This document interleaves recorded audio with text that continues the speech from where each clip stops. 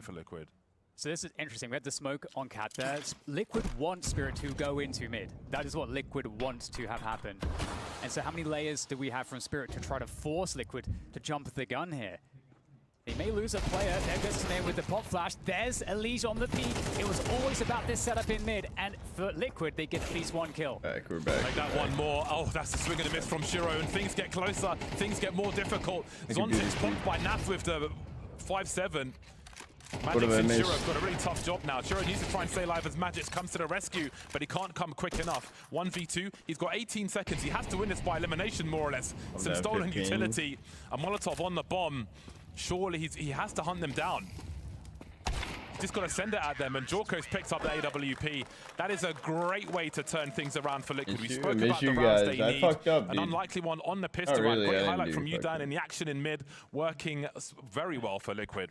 Yeah, it's really interesting because for Spirit, you wonder. Well, late per usual. I was actually on time, Deepest. But the thing is, good now. Elige actually kills the trade fragger, leaving that forward player exposed. And so then there's an opportunity for 2 kills, and then suddenly Spirit are kind of committed into the battle. And now we move into the next round. It's gonna be a great spot here for Liquid, but you got to be cautious. Shiro is dangerous there. Naf escapes with 44 health. Get him HEs down. Oh, Princess. To make it easier to cross. Back part timer? That's actually crazy. Yeah, just as we were asking, how many pages have they got left to throw at Spirit? That was one that Spirit perhaps did not expect. Liquid showing depth in the first map of this series. Still a job to be done in this half. Oh, shoot, check. There was also the hydrate from before from Zach. Spirit, but they've just lost 2 players just like that. Elige poking, prodding. I told you he was a robot, and he's got the AWP as the backup in mid. Wonderful stuff, and that just cripples the round for Spirit. I can't miss. And that was kind of the aim we were hearing about the MOUZ highlight for Jorko. Hitting that shot, he had to kind of adjust. Very, very nice. But hold that thought, because in comes Jorko again. The long position. The counterplay to try to attack this spot here from Spirit. So 1v1 now, Mavs holds his ground. And with that, the chances for the round disappear. Zontix is going to fall before he can even think about getting the bomb. And Spirit... We're alive? It's a tie game. Oh, nice Ace-Zone headsets, by the way. That's a really good first kill to get for MOUZ on long. Oh, the parties across blow the a board. Kazoo? A bit shyer with... yeah, the enthusiasm not there, exactly. A bit shy, like being coaxed into it by his friends, but... hey, great way to do it with your first frag. Controlling that long position, really good. Good 2-man setups from Liquid as well. On the fly, like we saw there on long, important considering how new this roster is. And indeed, we have got a real match, ladies and gentlemen. Yeah, and there's so much to go into, but the rounds keep playing out, so we don't have time. We've got the post here from Shiro. Pop flash comes through. And some extra utility as well. Perhaps Liquid really feeling this, but only 2 players. Oh, that's a disaster. Elige goes down. Naf is alone. If Naf dies here, that might be the end of the rounds. Oh my god, it's getting worse. Magix is just in mid-doors for free. JT's just dead. Did they help him? Completely unprepared for the flash over the top. But surely you can't pursue this one. Yeah, they have to save. They have to save. It's just...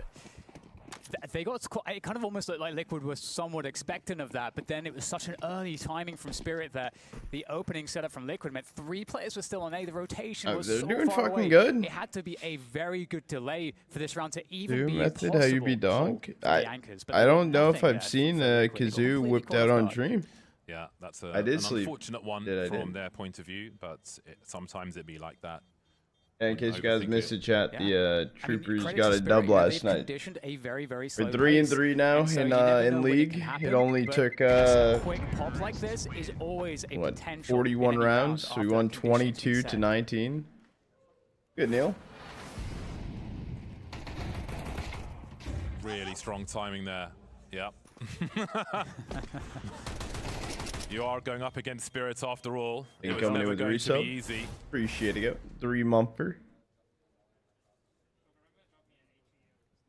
But still, I think, James, you know, that getting the CT rounds against Spirit is like the hardest part. How are you doing today? Spirit are notoriously annoying to play against on ST side, and they're going for a very fast long control.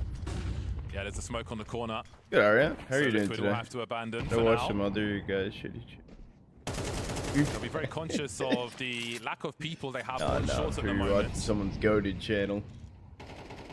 How do they deal with this then, Liquid? 3 players on and around the A bomb site with Elige. And a supporter today? Either.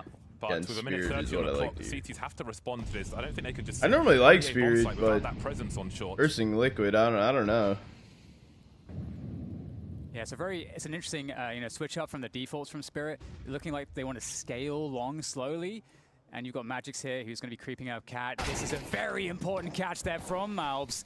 And now Spirit committed, creeping up long. How much can Donk find off the entry? Base. Could have jumped on the box and kept pushing. This is really intense. So many numbers here. It's a full commitment from Liquid now. That's a great flick from Jorko. Has he got the rifle support? Goes back again. So many smokes, but Donk is traded. Looking for longer duels will favor Tanir now. 2 on 3, 45 seconds. Shiro creeping with the AWP makes it so hard for the CTs to peek. Who goes first? Who picks off whom? Shiro trying to bait that player out. You can see the barrel. But you know Naf's not going to peek unless someone else is engaged first. Looking for that. That's JT. Great answer from Shiro. Still surviving, still creeping. And that will be all he needs to turn that round around for Spirit. So close, and those are the exact scenarios where coming in with the raid? It doesn't happen. Shiro is so consistent. On, he's in a spot to defend a position with an AWP. It's going to be very, very, very hard to stop him. Such a close round here. I mean, Jorko showing that he can hit these lightning fast reaction shots, but he can also connect some of these more difficult shots where he has to adjust in a very You're playing 7 manner. days. So I love the How was your 7 days journey going? Once again, Spirit that was kind of a throw. Yeah. It was fun to watch Shiro solve that conundrum as well. Just realizing he's going to stay in that corner until I find that first engager. Speaking of engagements, very quickly again towards the B bomb site, and once more Liquid are completely outmaneuvered. Lose those initial duels. Can I answer him again? Maybe. I think they might have been doing better when I wasn't here. Lurker, they're going to pick up Magix again. But yeah, you're completely right. The deaths just on the B site, they happen too quickly. If Naf had been able to survive, even got a mini bike going into day 6. Hell yeah, your day 7 is going to be ass. But well, let's see what they're doing here. Going for it. They may do some fishing. There are kits on the bomb site and one for MOUZ as well. I think if they lose one more player, if they lose the first player here, then that's got to be a wrap, but that may make things more inviting for the remainder of Liquid. The clock is ticking, and now MOUZ will find himself alone, down to the 1v1. He is the man with the kit, but Tanir just needs to not show. That bomb is very heavily ticked. There might be about saving an AWP. Don't know if they've got money to buy one next round. Indeed. Coming in with a shriek. Spirit breaking 70 stream shriek right rounds to stop a threatening Liquid from building a better score in this half. MJB 25 stream shriek. I think the thing that's been very interesting about this game is one, Jorko is really delivering. He's performing very well so far in this game. That peak to the back of plateau was fantastic work from him to beat out that angle. However, we did win yesterday. That's been the key weakness. We are 3-3 now. Have been extremely effective, leaving Liquid with no chance with such a disadvantageous scenario as we go into the final round. Yeah. In the last week, we've seen a lot of snipers on Dust too, with not much to show at the end of a half. 13 frags for Jorko, 10 for Shiro. Going aggressive. Another fast timing into the site. Naf delivers just one, but the Liquid players are really fast behind this. Yeah, but Spirits are ready for this as well. Will this be checked? Magic's in the back, holding angles. He could collect 2 if they're unlucky. Do they check this position? They've done their homework, so they may be expectant. They can't trade. Now he's just going to pull them in all the wrong directions as they try to secure the last round and a half. Yeah, smoke, because at least he can't afford to wait out. That Molly needs all precious seconds as income to the peak is fantastic with the on the off, well. the dink. Now this will allow to go forward here. Donk though with the defense, and now down to MOUZ 1 versus 2. Stop being like that, bro. Donk, chill. Coming all day, 4-8 for Liquid. Can he come back? We're going to find out in the second half. Please up was good. You got one. Cause you look mad right now. I'm mad because my computer tweaked out. We spot some of nature's so I'm a little fucking tilt, I won't lie. Counter-Strike players in their natural habitat. Hold on, chat. I need to do the ad. We'll push the timer back. Despite the plentiful environments these fellows could inhabit, They seem to always swarm Like towards coming in the with a comfort and resub, safety of the 16 shining fucking month. paradise. As the sun rises over the stone architecture, in typical fashion, we see this species squabble over their preferred position. Let us discover where they shall end up.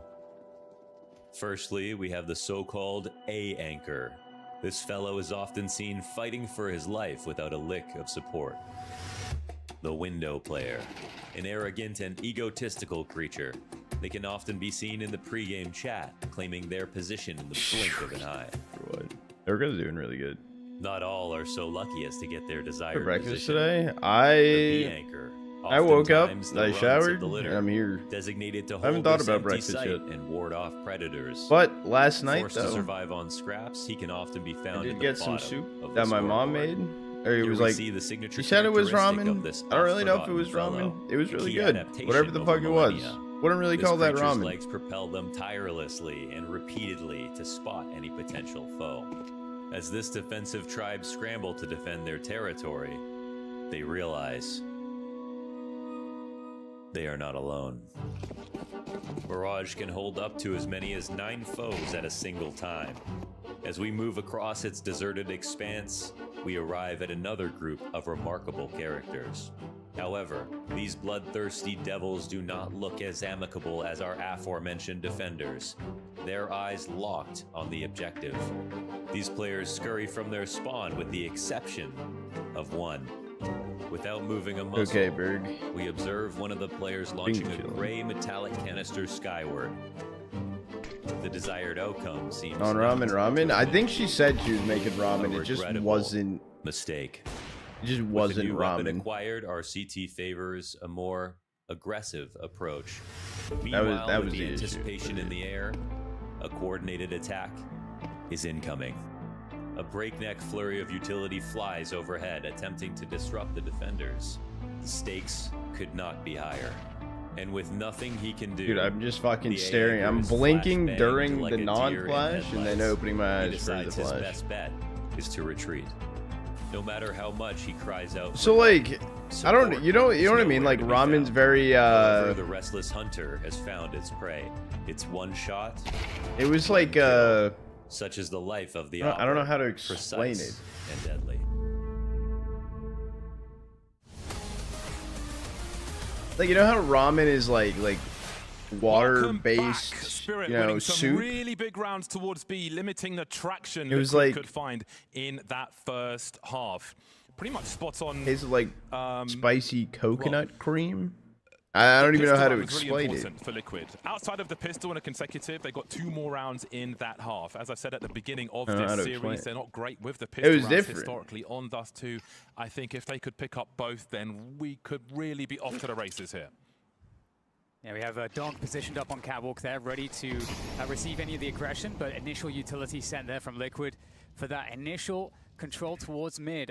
Obviously, it's a popular thing for the CTs to be on cat and Good into zone. mid, but it looks like Liquid How could you doing? bypass them here, just testing the, Can we win a the mid pistol? doors. Turn this Although around. not moving position from cat. Very good patience from them.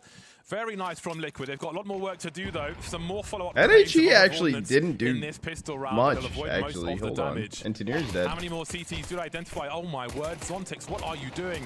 The plays on long completely deleted. It was looking good for a moment. Bro, for Liquid, Donk's dead. Can but you they guys will be calm dealt with down, by the numbers please? of Spirit. Like, That he's looks not even so there. Pedestrian, those frags towards long. All they Spirit needed to do was comfortable kill on that. Zontix, and the round Yeah, was Zontix won. with incredibly impactful kills there. Just a tap for the 2 very fast Good, Jax.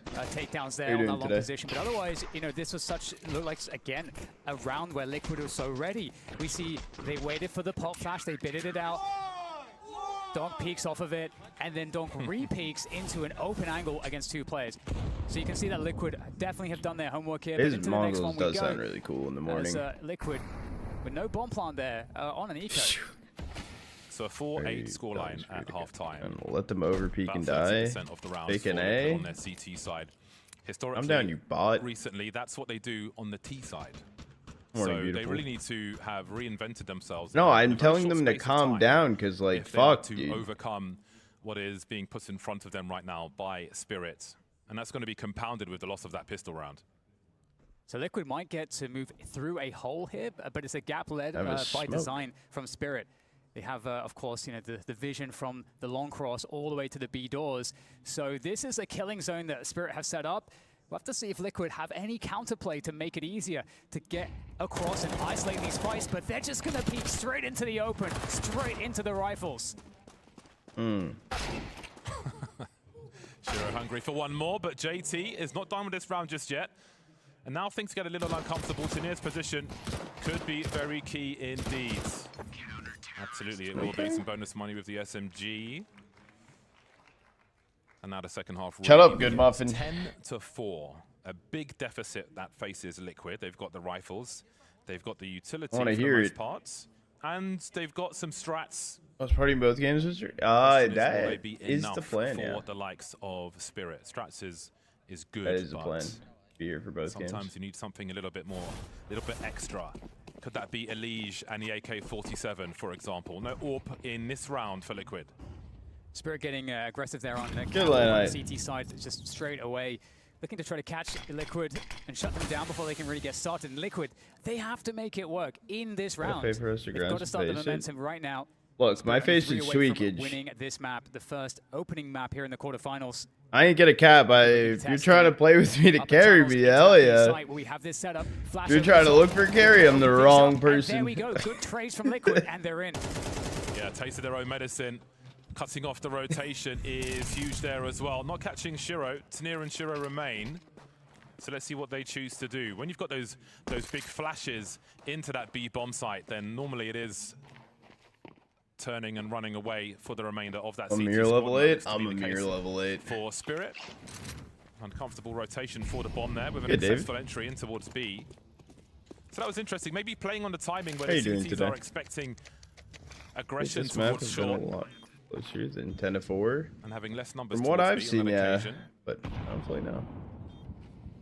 Yeah, again, I think it's a lot of this research, James, you know, knowing sort of what to expect on some of the defensive setups from Spirit. Spirit are going to be one of the teams, especially on Dust 2, that are the most studied teams. There's the most tape out there for Spirit on this map. You know, generally, that's, you know, doesn't mean that Simple dropping me off. Spirit. Most teams in the world will fail to do so, despite that fact.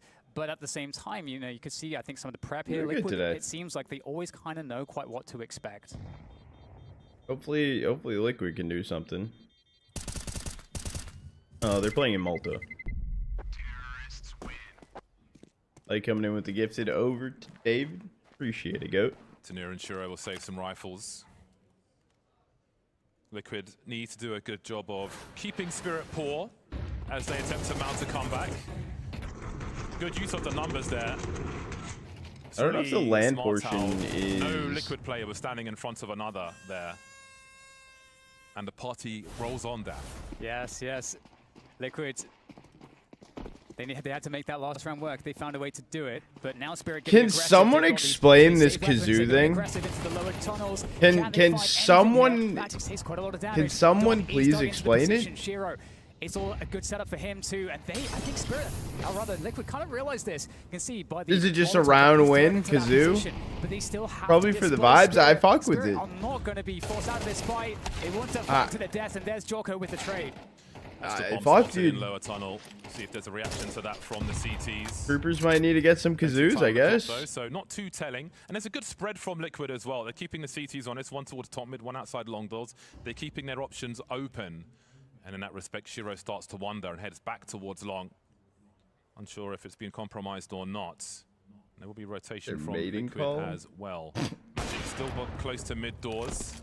Some presence spotted towards long now. There's time to respond to this for both squads. Good vibes. That's actually... See Tanir heading over for some rifle support for Shiro. I think they got so lucky. That's so aura. Dry peek into Shiro. How often do you survive that? I wonder whose idea was like, yeah, let's but still, get some Shiro, kazoos. they got to use util, but this is a dry peek. The flash did come over, but Shiro had a great angle to defend it. CTs perhaps unsure as to the climate towards short. They'll have to go in that direction now. They have a man advantage for the retake. The bomb still on long at present, with teammates scaling towards the site. Better get over there before those smokes dissipates. Site fully played retake. I mean, they do have man advantage. No AWP versus an AWP retake. and the man disadvantage. This is not going to be easy for the likes of Liquid. Yeah, Zontic's by the elevator position, already close. There's the flash there. Now Spirit looking to scale across. Jorko with a great opener there, downing to near. More damage needs to be done though. Spirit just trying to get it done off the raw gun battles here. The defense holding so far for Liquid. JT takes down Zontic's Jorko. He will fall on the site. Now down to Naf in that position, but with Shiro, he's so far away. He cannot get the cover fucking the distance kazoo. now. I think Liquid have done it here. Yeah, he's got no kit. There is one on the sides. He can't bait the play to peek this time like he did in that first half either. So it will be a 6th round for Liquid. And again, I said they've got to keep the CT spending. Their money absolutely sucks. Or is it? A hero round for Shiro for the most part. He held it. But Liquid are doing everything they need to. They're ticking all the boxes in that respect for the comeback. Yeah, and they managed this aggression really, really well. Again, finding these traits, and that's the kill there. I'm like, Shiro was getting that, I felt like almost all the time. So I think Liquid had such a gift there that Shiro wasn't able to do more damage, and they had just enough bodies to get onto the site with 20 seconds left as well. And suddenly, interesting spot here, but James, the Shiro with an AWP, they can buy next round. He's got pistols with him. This is a dangerous round for Liquid. Yeah, and it's these kinds of rounds which are weird and the ones you can't necessarily prepare for if you're Liquid. So these are rounds where one must be careful because things can go wrong. So let's see how they approach this. They know what the threat is. They can expect some deagles and 5-7s and such. Just a smoke for Donk. So how do they simplify a round such as calm this? down, Jay. Shiro currently towards that B bomb site, so that will certainly help. Yeah, you know, Simplify I think is such a great call out. They've got the utility here to try to deal with these positions. The Molotov coming in. However, the ramp position, I was going to say, looks open, but maybe by design as Jorko sinks the headshot. 8. Yeah, I don't know how Shiro gets involved in this with his position. So it may be a case of trying to find some exits. No need to lose that AWP and have to spend another one. That money could come in handy in future. Afford it? Yeah, I think you make a great point there in terms of the stylistic difference. If you're the better team, more rounds with the AWP probably he's dirty. Yeah, probably converts more of the time for you. So I think that passive option, it doesn't feel good to lose rounds to give them up, but the more passive option I think definitely makes sense for Spirit because again they know that they are a heavy favorite here. But James, this is their map. This is their map pick, and they are so expected to win this map. So kind of curious, how far Liquid can actually push this momentum forwards against them.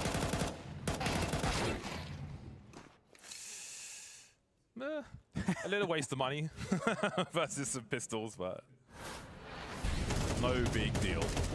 Yeah, greatly dealt with by Liquids. Again, you wonder how far they can go. This is going to come down to we need to get the op out of Shiro's hand.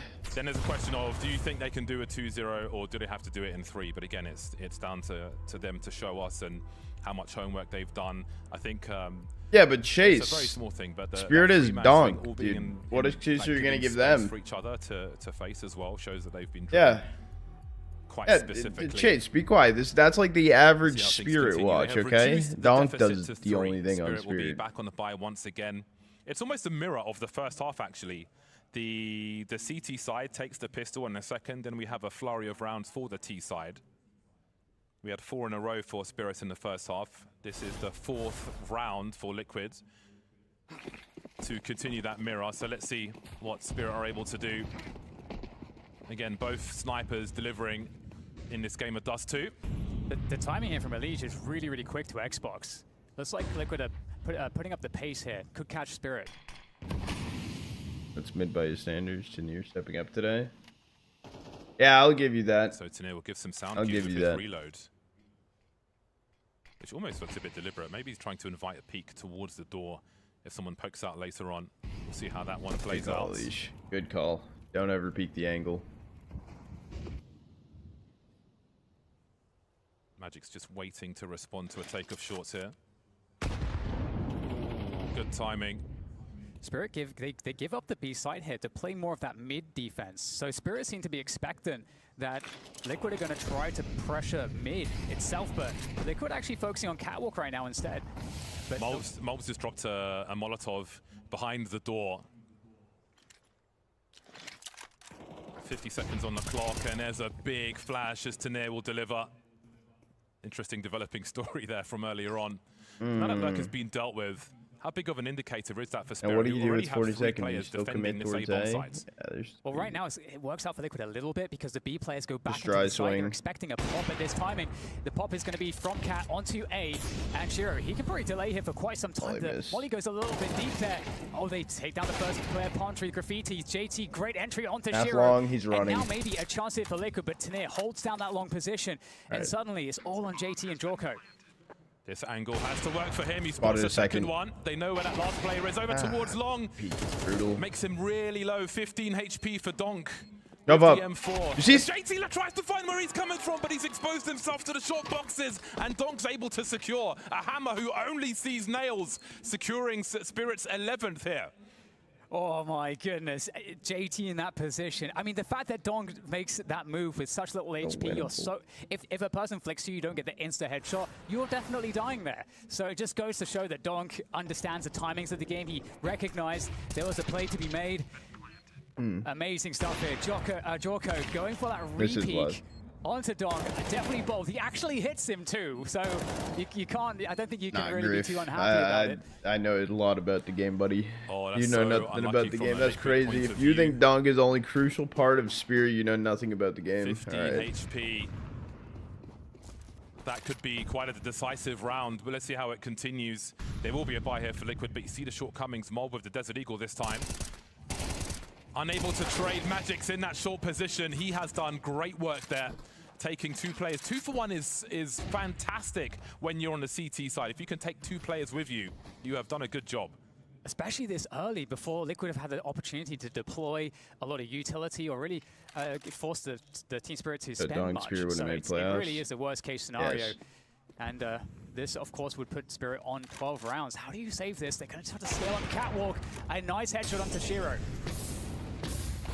Tanir on an island. Shiro's able to save his bacon though, and this round is not going anywhere where Liquid would like it to.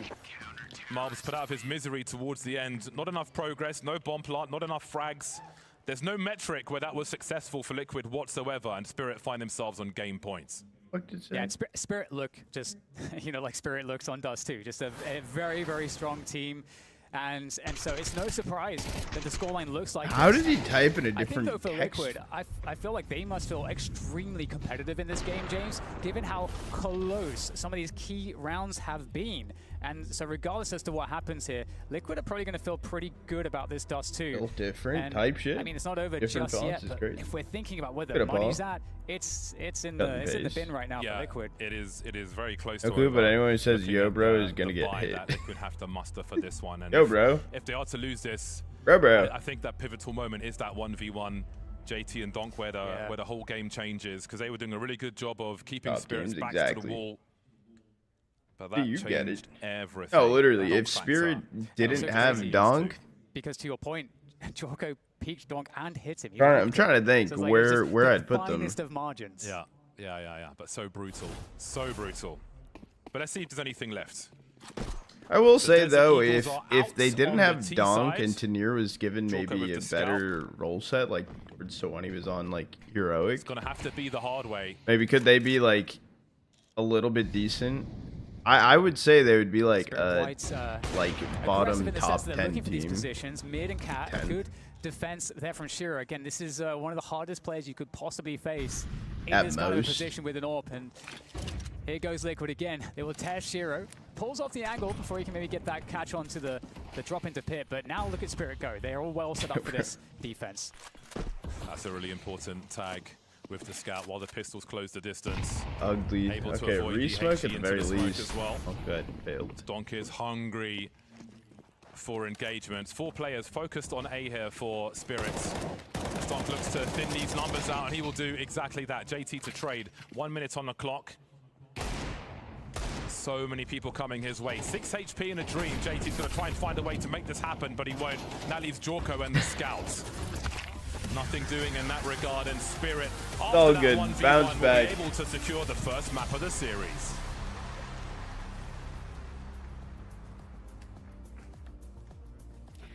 We definitely definitely knew the favorites were Spirit coming into this one, and we knew the T side was going to be strong as well for Spirit. We sort of definitely knew the favorites, but they are such a strong team on that T side, so almost getting to start that way for them was great. They got a lot of rounds under their belt, and it felt like it was only just a small step until they were able to close out Dust 2. No, I don't even think that if you looked at the numbers, it would be much more favorable to have one side or the other for Spirit. They're just such a great team. I mean, I'm gonna be honest. Obviously, that's spearheaded by Donk. 13-7 is not bad. Showed up in moments. I mean, I think what really put this game to bed, especially, was the Zontix pistol kills it long. At that point, if you're Liquid, you felt like you had so much going for you. Maybe you could build up some momentum, and it was just snuffed right out. I feel like Liquid came into this one with a solid game plan. They wanted to shut down Donk, and for parts of the game they were successful, but the beauty of the not really copium though in the more recent memory is that if you shut down Donk, you're forgetting about players, as you mentioned, Zon. Like, I'm gonna, like, don't get me wrong, Shiro, and then eventually did some of those rounds just not look close because Spirit owned? Yeah. Game if you give him long enough, and he had long enough. He ended up with 100 ADR, and we were talking at parts of this game that he was a little silent, that it was Tanir could have been closer. The pop-off. Oh yeah, I agree. It could have been closer. closer, Your but prediction about Donk's, best. Hey, better than 100 Thieves on Dust. Right now in map 1. I think they no shade to Thieves either. Down, but I mean, this my is absolute fucking goats. We don't know the rating necessarily, but this was a good game from Donk, despite Liquid doing a really good job of trying to shut him down. It's the problem that Donk is inevitable, and Jorko in this one, he got Donk. Yeah, this is the best of 3, and then we have best of 3 later, 3D MOUZ. Like the clutch he had in the one-on-one with Shiro was especially well played. You see the prowess with both the op and the rifles. The Liquid rookie, who I know a lot of people are watching this game for, definitely showed that he could take it toe-to-toe with one of the best and most elite teams in the world. I think as much as we talk about this matchup, if you're a Liquid fan, you realize the situation you're in. You realize you're playing against the Spirit. They're the best team in the event right now. You're looking at this looking different today. Okay, we lost, but at least our pieces did well. Jorko did well. JT called a good game. We had a solid showing, even if we got destroyed. I gotta say, there's also something outside the server. I loved, what is it, the party streamer thing going on? They're celebrating like his first LAN stage game. I just gotta, to keep the energy up, even in a situation where you are getting dunked, where you realize the inevitable is happening. It's so beautiful to see. Someone get a Vuvuzela on stage. I'm just gonna say, came back from vacation. Really set the meta with trying to make sure that nobody feels any pressure on stage. He looked at Falcon, said, I just gotta crack more jokes. Liquid, they're stealing from that book right now. They're saying we got to make the whole environment a lot more lively. And it is getting there for them. Unfortunately, it isn't necessarily translating into round wins for themselves, because there still is just a little bit something that's off for Liquid, right? There's still some rounds, Maui, where you're wondering, why are they letting those small mistakes go through? Is it just an inexperience? Is it Spirit potentially even taking advantage of what happens in certain rounds? Old habits die hard for Liquid. Round 10 really exhibited some of the problems of Liquid before they even made the roster moves that they did in the offseason, where they get this great advantage for themselves. The opening pick from MOUZ towards the short side, and at one point here, they really have Spirit trapped. The fact that there's a couple swings here, though, like MOUZ right there swinging off of Plat, and then you're in a 3-on-2 situation, and you could deal with this in numerous ways. They even get a dink on Shiro through the box, but then what is that? Like, Elise just swings from the platform right there, and then they try to go for a double swing, but they don't actually get the kill on Shiro right there, and that's just too easy. Shiro's going to eat that kind of stuff up. Credit goes to Shiro for hitting every single tripwire shot that was presented to him, but at the same time, Liquid, I'm just shocked you're not playing off of first contact on the guy that's on elbow, letting him just see the guy, and yeah, maybe he dies, but then you can activate Elise. Yeah, then you Red can Bull activate would hit right now. elevator, as those guys can then play off of that contact. Can't help but agree, and that was such an important round for their CT side. It felt like they were actually going to build a CT side that could get more, what did they get, 4 rounds by the end of the half there? And you look at who did the swing, who was the, I'd say the domino that toppled the defense. It was Elige, and I know you've talked about this before. Elige sometimes has that tendency to want to go for a little bit too much. He wants to go for the play because he's confident in his own ability, but when you look at that round, if Elige stays alive, if they play off the contact, I think once Elige dies there, you have a troublesome round for Liquid in a 2v2 where they know where you are and you know where they are. And so now we're looking at this sort of question where Elige may be overstepping, some of those old tendencies coming into play. When you bring in a new player who shouldn't have those habits, where do you put him right now? How are you impressed with Jorko, with the way that he's performing and still being able to show up, transitioning from online to offline? That's the silver lining for Liquid at this tournament, is that they now have an Opper who I simply just trust. Let me make talked about it in the pregame. The way that Jorko aims the AWP is just so much smoother than Ultimate. The kill confirmation style where he's going to get the AWP out, and he can hit some nice fast flicks, but they're not actually completely out of control. I mean, even just watching this next kill that one of the next kills he gets in middle, how he just takes his time with just lining up the shot through the doors. This one right here, where he gets this guy on his screen, and he doesn't just wildly flick up top left. He actually, you know, he overflicks a little bit, swings it slowly back to the right to make sure he's going to hit the target. You would see Ultimate and a lot of Oppers that had a trouble with CS2 just go immediately for that muscle memory flick right away. But you can see that Jorko kind of slows those moments down for himself in a way not many Oppers do. So I'd say that's something to be happy about or optimistic about with Liquid. And I have to say, I was a little concerned. You know, you heard Jorko in the interview beforehand. He was nervous in the online game. So you get him onto the stage. He's playing in front of a bit of a crowd. I was thinking he might be a little nervous here. He might have an underperformance. But this is an incredible performance from Jorko. I mean, when he had the op in hand, he was lights out, and he was impressive with the rifle as well. So regardless of how this game or this series goes, I think we can be happy with Jorko, especially if you're a Liquid supporter. Well, Jorko being their silver lining, something that's so good for them, how do you expect the rest of the team to be able to follow up, to capitalize, or maybe even put him in a position to be able to do more? I do wonder, where do the chips fall if you're not disappointed in Jorko, if you think he's holding his own? I think the reality is that Dust 2 is a really, really weak map for Team Liquid. I mean, when you look at it, Spirit are dangerous on T and CT side, but Spirit have a top 3 T side in the top 50. Liquid had a bottom 5 T side in the top 50. They're not a good Dust 2 team. So to put up a fight, to have a couple of pivotal rounds, the one you highlighted, I think is a really big one. There was a few rounds here where if Liquid managed to pick those up, if they don't fumble a couple of advantages, you're seeing a close game, an OT game maybe, where Liquid have a chance to take that game. I think Dust 2 is just a bad map for them. I want them to kind of memory wipe this one and move into Anubis. They can look towards that one, but we're not going to forget it by any means. And it's someone else who isn't going to forget it, Maui. Tania. He was the one that was able to step up because, like we said, the inevitable of dunk will happen, but there is so much still left in Spirit to be able to compensate for when a player is sort of getting shut down. I felt like Tanir was just feasting on so many of the kind of extremity plays in this game.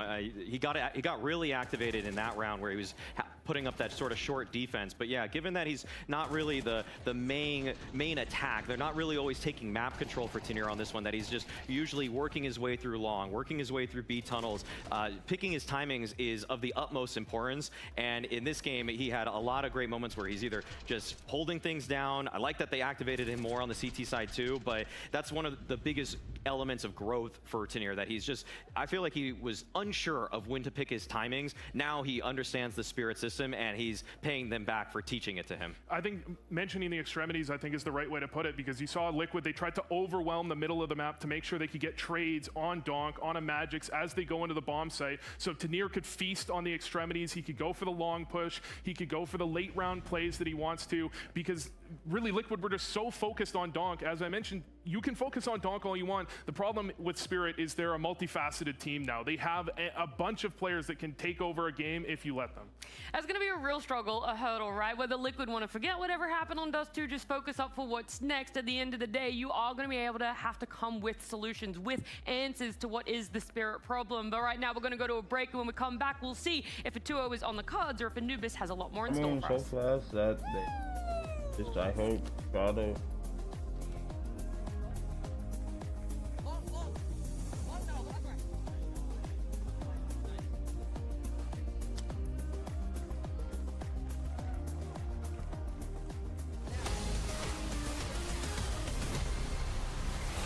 In terms of being ready, I've spoke to you before about like your own performances as well, getting comfortable with obviously you coming back to this level, Magix's IGL and stuff. So give me your thoughts on where you are at personally with it now, how comfortable you feel, and are you satisfied with your own performance?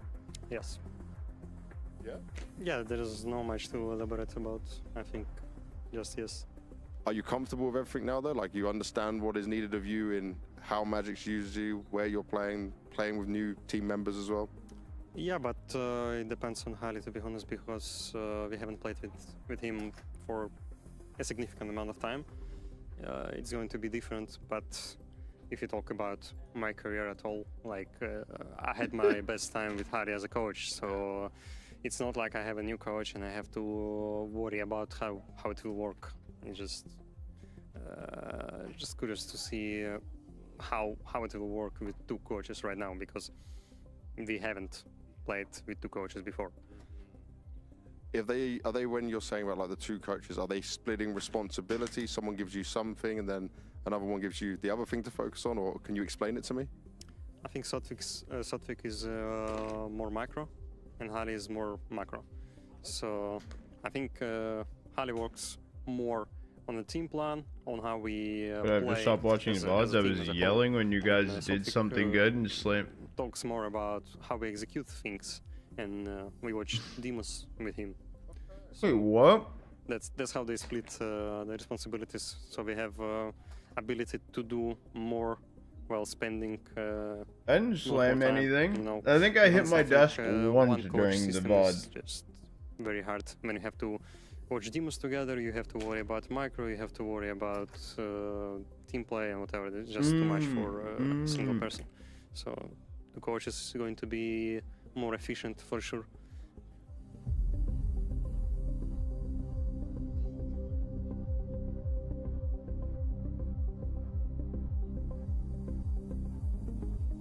Yeah, we are going back into it soon. We're going to Anubis. Channel point predictions open. We have 40k on Liquid, 37k on Spirit.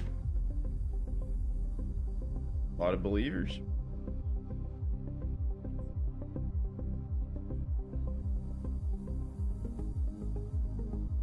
Either believers or delusional people, but we'll take those as believers.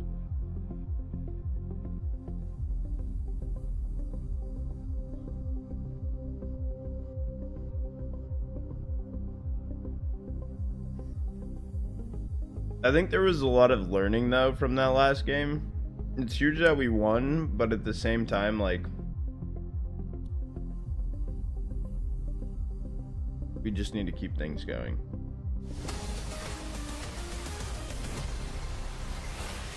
We gotta stay chill. About the adjustments, or I guess lack thereof, to having two new coaches and just all. We know our next match, but I don't know if we know our next or right one now. after that. I sort of like liken it to having two analysts, right? But we can only ever get better with more of you. Yeah, I think we should fill this with 5 analysts. I think that might make it even better.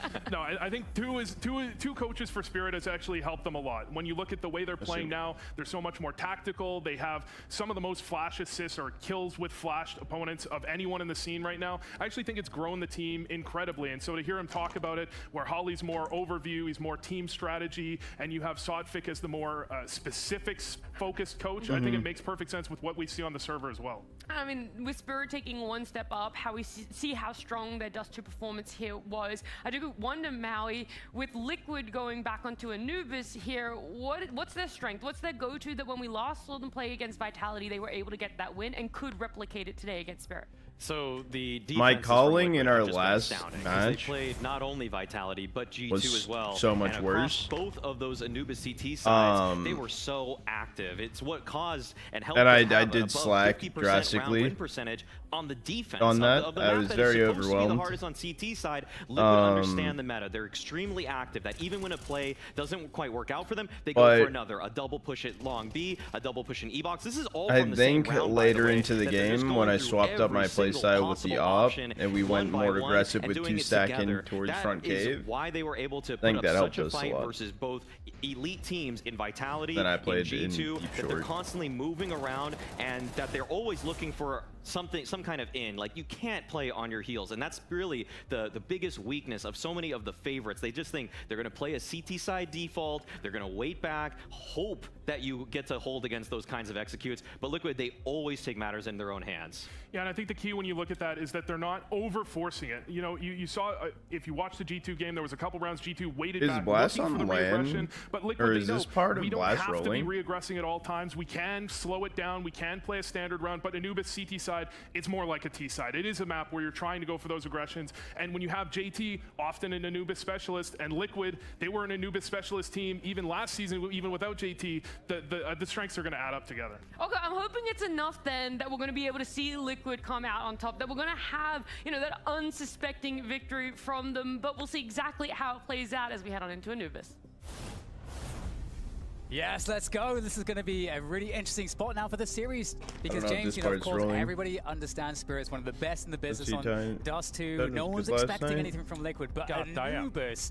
Yeah, CT was kind of rough. To the, like, positive territory. The issue is this is how they we've liked Ancient as a team for a while. That was our first official into it. 7.69 for Liquid, but I agree with you. I think that it was a little effort they put up. I think there were some we haven't even scripted. Went their way. Maybe they can continue. We just all like Ancient, but it wasn't to be. Spirit had other ideas. Yes. But again, I think Anubis is. I mean, now it's the last stand, but I think it's where they're probably going to put their biggest stand. We are used to seeing really big performances from Elige, getting towards 20 frags in some of the recent matches where they've taken some really big scalps.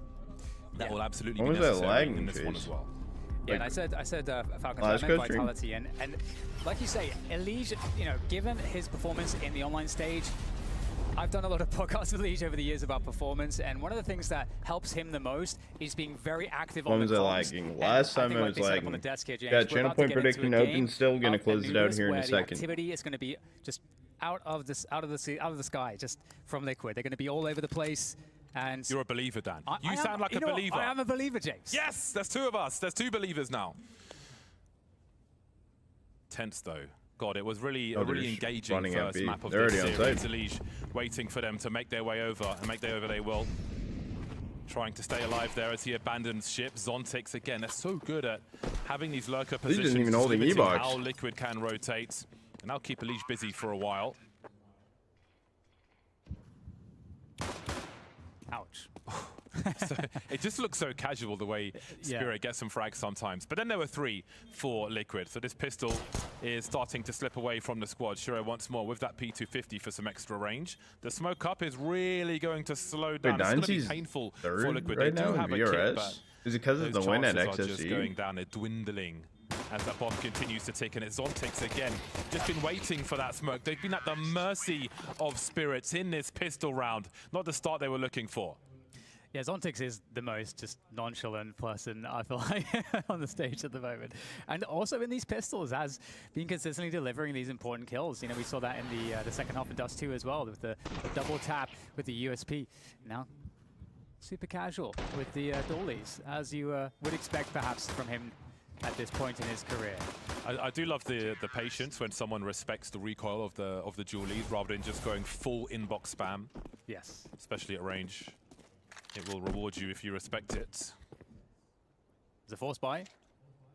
So speaking of respect, James, how much does Spirit respect the danger of Liquid here? Because they're definitely a team that has a lot. Under the Thieves went out, and then it kind of Shiro left some money went down, though. They did have some losses. Spirit force buy in the first game, but it's all in from the entire squad here.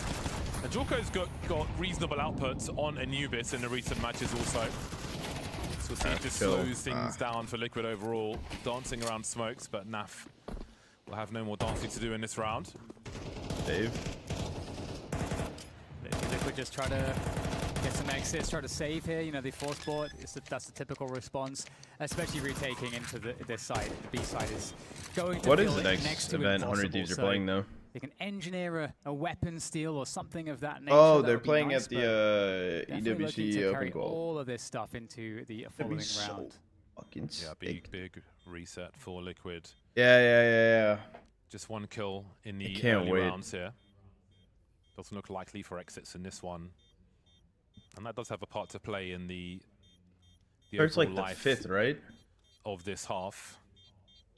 But we'll see what they can throw at them in the next one, assuming Spirit make an exit in a separate direction.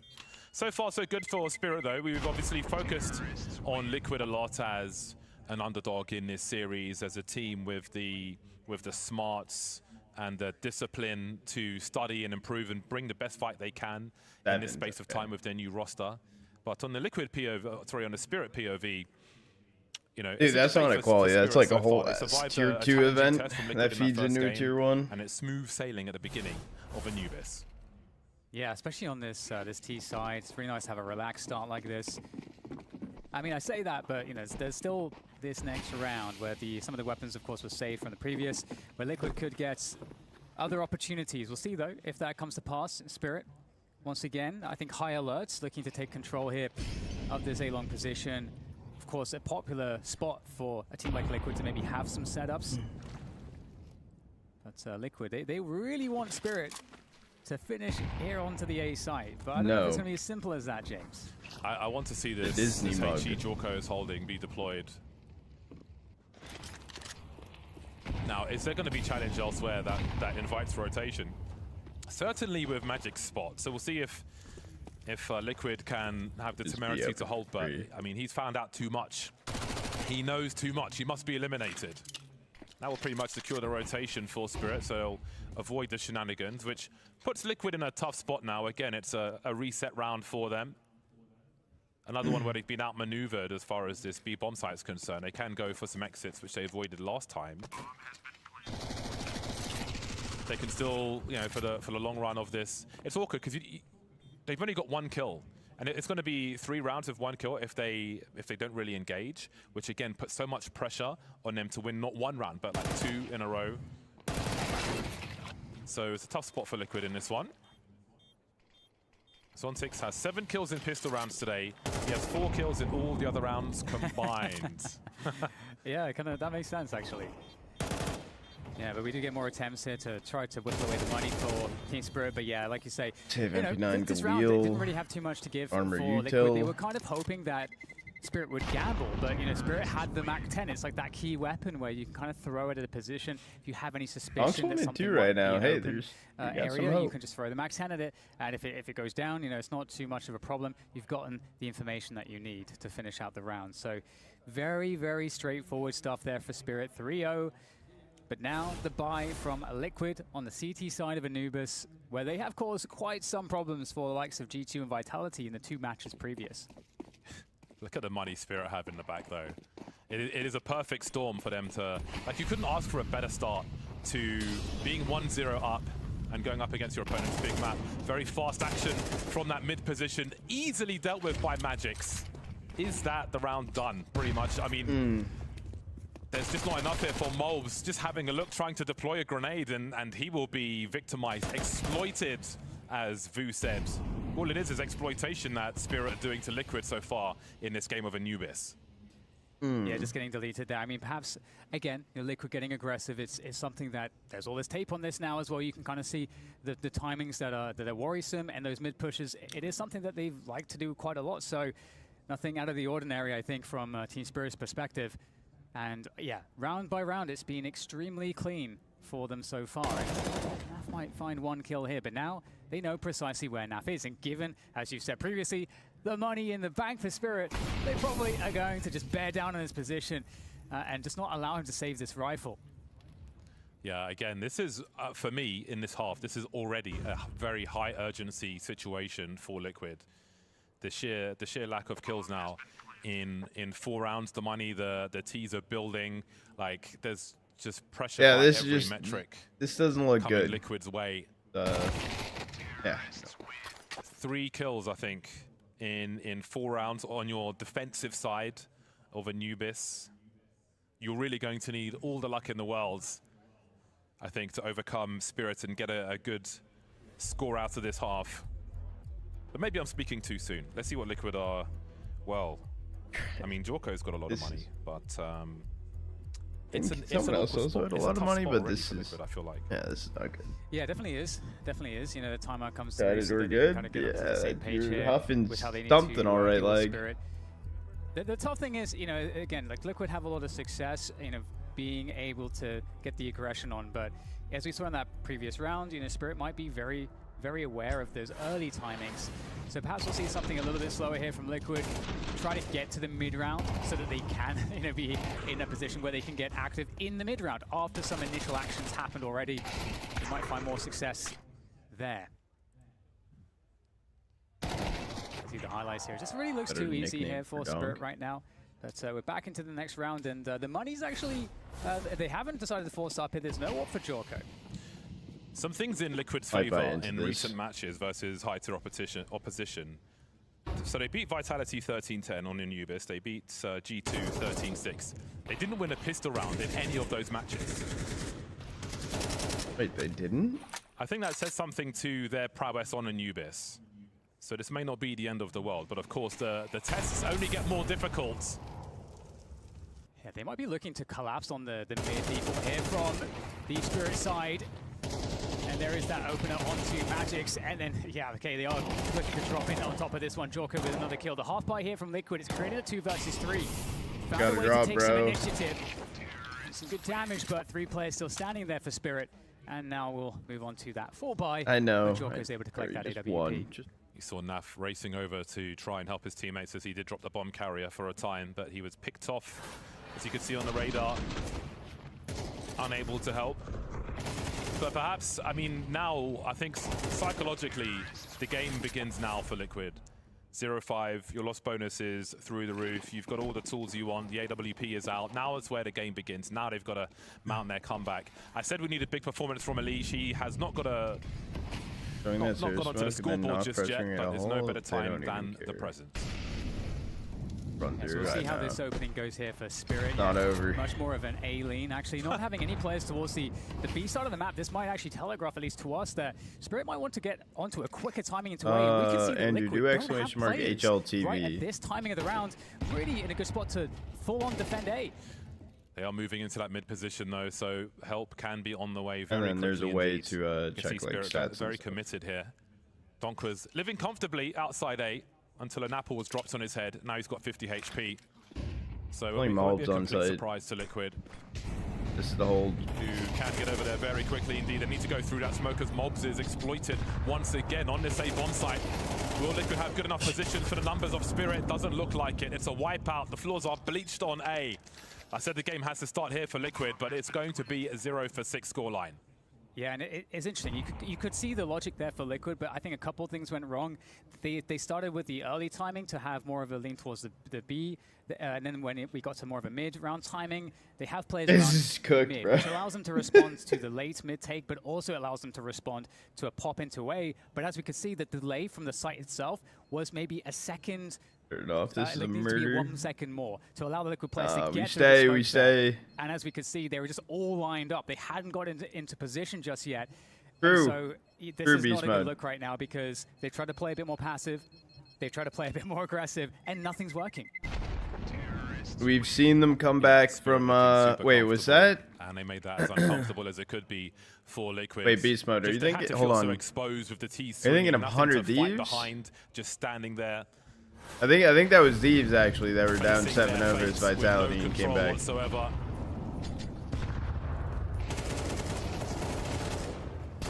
Could have just slept in for the whole thing. Would have loved just like one extra flash from Liquid at that timing when they're coming through the smoke. Would have been so nice. Switches as. Then I don't know then.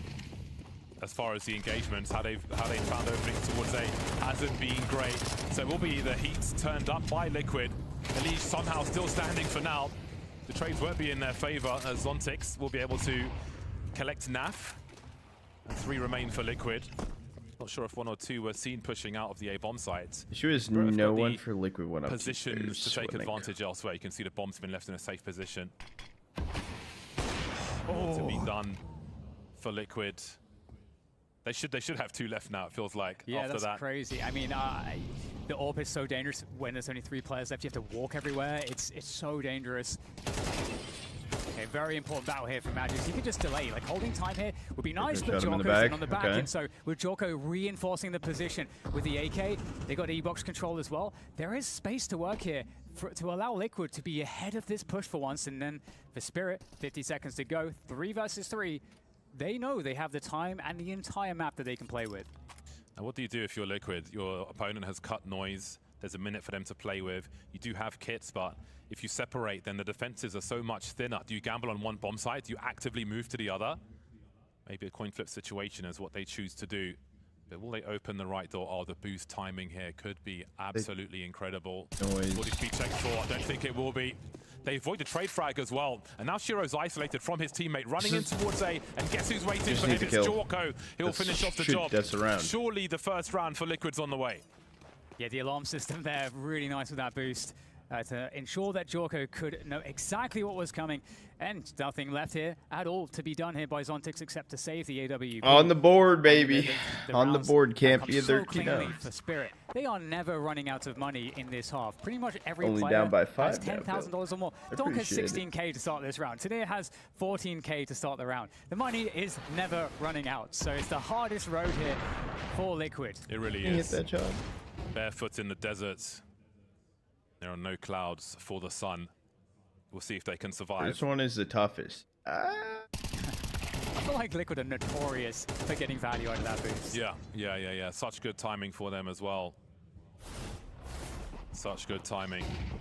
But again, things have been so much better for Spirit at the beginning of this, and faster pace towards B. Will they commit though? They're asking questions from the outside, and Magic's finds too. Again, just cutting the legs off Liquid round after round. What can you really do? The rest of the team don't have position. There's always someone lurking for Spirit, waiting to cut off that rotation as well. So they're helpless now. Yeah, it's the worst thing, the worst possible thing. They just don't have any options after that opening. And Spirit, the calling, it's so good. Like they are finding these moments repeatedly. Round was over in about. I imagine being in their shoes. 15 seconds. You're just stuck here. You didn't get to play the round. And you're just losing just moment by moment here. And bomb will go down. Liquid will try their best to hold on to the guns. But let's remember, Spirit have so much money, so they're going to be able to have a good, I think, shout at trying to take down these players. And now they know where MOUZ is. You can probably assume the rest of the team is there as well. Elige had 19 kills versus G2 on Anubis. He had 17 kills versus Vitality on Anubis. He has no kills versus Spirit with 8 rounds played. And again, he was a big, I mean, it's not really about one player. They're just getting completely overwhelmed by Spirit. But he's been so good in this new look Liquid, but nothing is going their way on their pick of Anubis. So much potential coming into this series, but at the end of the day, you're still facing Spirit. Yeah, there's a lot to be said for that. Spirit have so much experience on LAN. It's where they're going to be most comfortable. It's where, you know, when you're in a sort of playoff bracket, that's the environment that is going to bring better performances from them. And the better performances will improve as they get deeper into the tournament. So I would be very confident in saying that Twitter we're not onliners seeing in this series Spirit at their full strength even. Zontix 9 for 2. Again, that pistol, he was a pain in the bum for Liquid, and he continues to be. But we see a timeout for Liquid as they try to discuss what they've absorbed in these rounds where things may have been going wrong. And again, we've seen some nice rounds from Spirit, not trying to not allow Liquid to get anything set up. They don't want to give them the room to be aggressive on their CT side if they can help it. Yeah, I actually think one way to really help to have an approach that really dismantles that and removes confidence from Liquid playing fast in the early timings. Obian says less than 2 weeks ago. That means Liquid less than 2 weeks together for this Liquid early rush timings like they want. Yeah, they just need more time. Mirage's third map. Should it be required, but it seems to be getting further and further away as Spirit rise to the occasion on LAN. I take it back, James. They're still going aggressive. Look at this. This is so insanely aggressive. Oh, what a catch onto Donk, no less. Bugs. You can't allow yourself to be conditioned by your opponents. The game is lost at the point where you do that. Now, how do Spirits answer this? Great pick from Elige. That's the Elige Liquid have been looking for. Ready to collect, still focused, still sharp. Golf claps, bro. Yeah, and again, this is how Liquid really made their name in the short time on this roster that they've had on this map. And now Elige keep going, keep it going. Oh, okay. Tanir's going to be able to turn very quickly, find the headshot. Elige did critical damage though. He's done enough. Just trying to soften it up for the rest of the team. That's all it was. Nah. Liquid are very well aware of it though, and are now repositioning to make sure that they're covered. Spirit will continue. They made so much money earlier. They are compelled to, whether it's about winning the round or making Liquid continue to pay. Zontix wondering what's coming his way. A splish and a splosh. Naf dropped, and now things are starting to get nervous. The rotation's cut off for the time being. MOUZ trying to understand what's going on and stay alive, but he's has 20 seconds, 2v2. Guys. The trees collapsing for Liquid. Down to 1v1 now. Jorko, 30 HP. You're better. And he'll drop Taneer, but at the cost of all of his teammates losing everything they're carrying. Not even close. Jorko might just be the talisman of this team, because you're in a situation where you have a big advantage. A 4 versus 2. You have the entire team surrounded. You know exactly where they are. And somehow, still, it feels like you're failing in your ability to capitalize on the advantage. The one player that didn't get reduced by that situation, it's Jorko. This young gun on this roster, this reliable AWP who seems unfazed with no experience really on LAN. So impressive. We've got water aggression again from Liquid. This time Donk's ready for it. Naf will trade though. Can he escape? Looks like he might be able to. That's really important. 19 HP, he'll get the AWP. He has to stay alive now, but he is being looked for. Taneer is creeping around that bomb site, and Liquid are not done just yet. Still getting aggressive, but this time it's Shiro who gets that 2K. 2 on 3. Things getting real messy right now as both teams are fighting tooth and nail for what remains of this half. Half my Liquid opera. need the individuals at this time to bring them rounds. Oh, good catch from Taneer. Finds a nice timing, but now they know where the final player is. MOUZ on the B side. A clean path to just sprint onto the plant for A. And MOUZ, can he find a way in? He needs to find isolated duels, but I don't think those are going to come easily. Shiro is holding with the bomb on his back there for a few seconds. They know where he's coming from. He has a kit. 1 versus 2.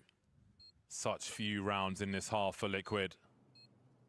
Shiro surely doesn't miss from here. Oh, he's pulled out the Molotov. I've never seen Magix though. He's not on the bomb site whatsoever. He's got to spend time trying to eliminate certain positions, which will allow Magix to close the distance. There's no shot. Though. He needs to get on it.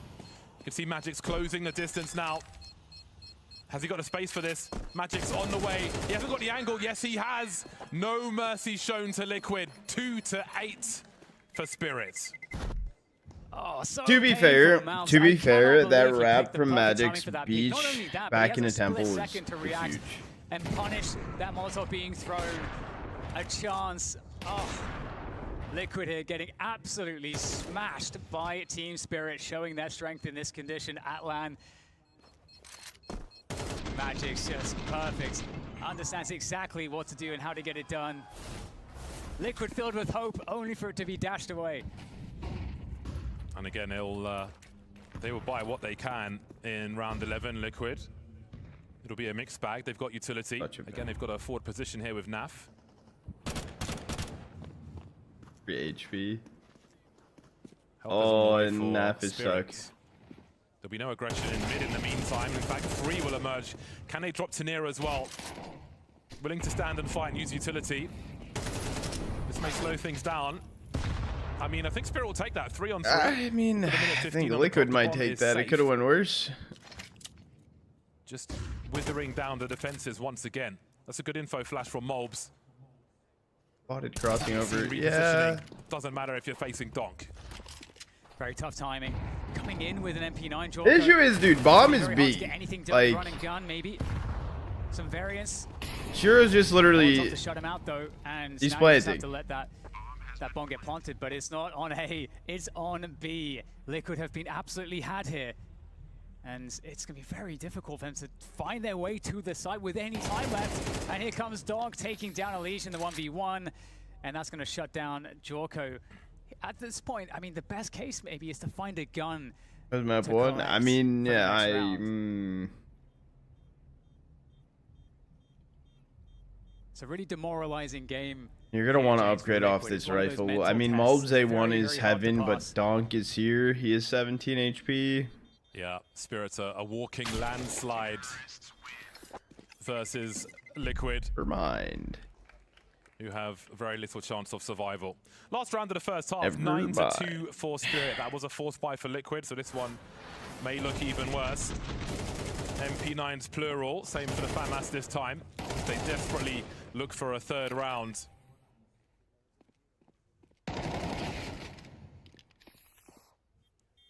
What a shutdown by Spirits. Liquid really unable to get anything going. And again, so much momentum built by Spirit at the beginning, insurmountable as we head into this last round. Yeah, it's been very, very difficult. Guessing game here from Liquid just to see, you know, what is the opening here from Spirit. Playing more of this B setup around E-Box. If they get absolutely nothing, no noise, they will probably go back to mid, but quick pop flash actually to just double check the position, and trading out onto Zontix is not a bad result. That is going to be something I think Liquid will be okay with. Open. So. Still with some smokes, Liquid. Awkward range. He can't really commit to that fight. As soon as that player turns around, then he's still got an opportunity to fire. That duel is lost. MOUZ knows it. Elige punished, trying to rotate. Great work there by Spirits. MOUZ still fighting. Stay alive, Nav. Stay alive. Through the smoke they go. Nice. Nav needs to stay alive. Both nice. players are here. Okay. He will leave just Good Shiro kills, now though. in a 1 versus 2 versus Jorko and MOUZ, faking the plant, looking to cut these numbers down, but they will continue their charge. Yeah, great movement 6 there bullets. to draw out the fire. 2. There's not many bullets left in the gun here, and running out of ammo, the jump MP9, a round for Liquid, a 3-9 half. Is that good enough? We're going to find out after the break.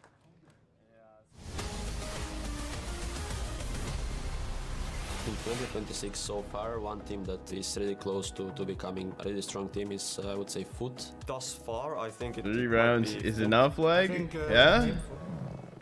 Fish puncher, boy, if we knew this. Mr. Fish puncher. 12 games. I don't want to bully too much, but Fish puncher is not an issue. Oh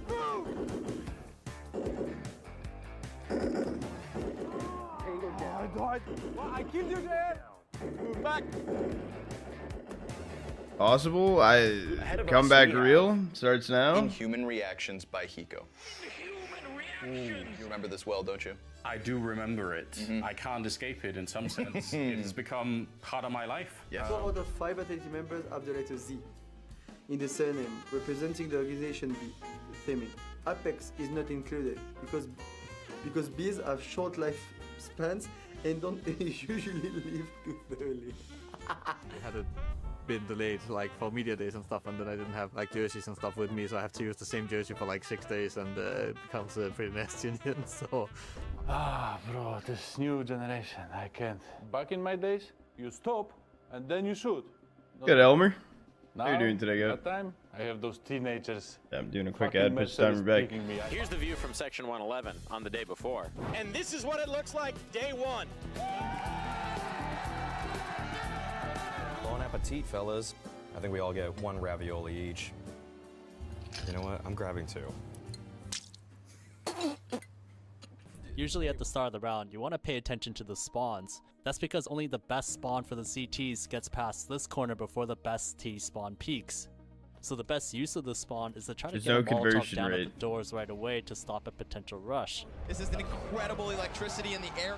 Can you let me hear you roar? Playing checkers with raviolis?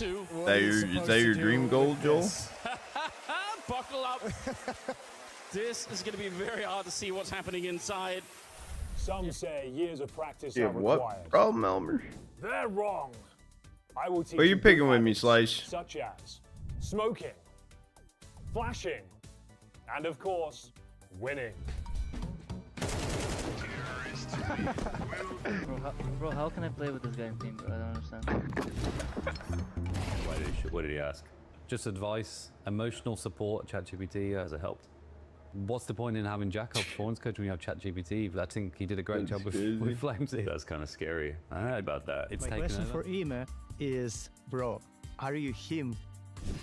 Never mind. Every time when now I'm beefing with you. Everywhere he's shouting to me, you are him, and I mean he's so funny. But I don't know, maybe not. I ain't gonna let that slide.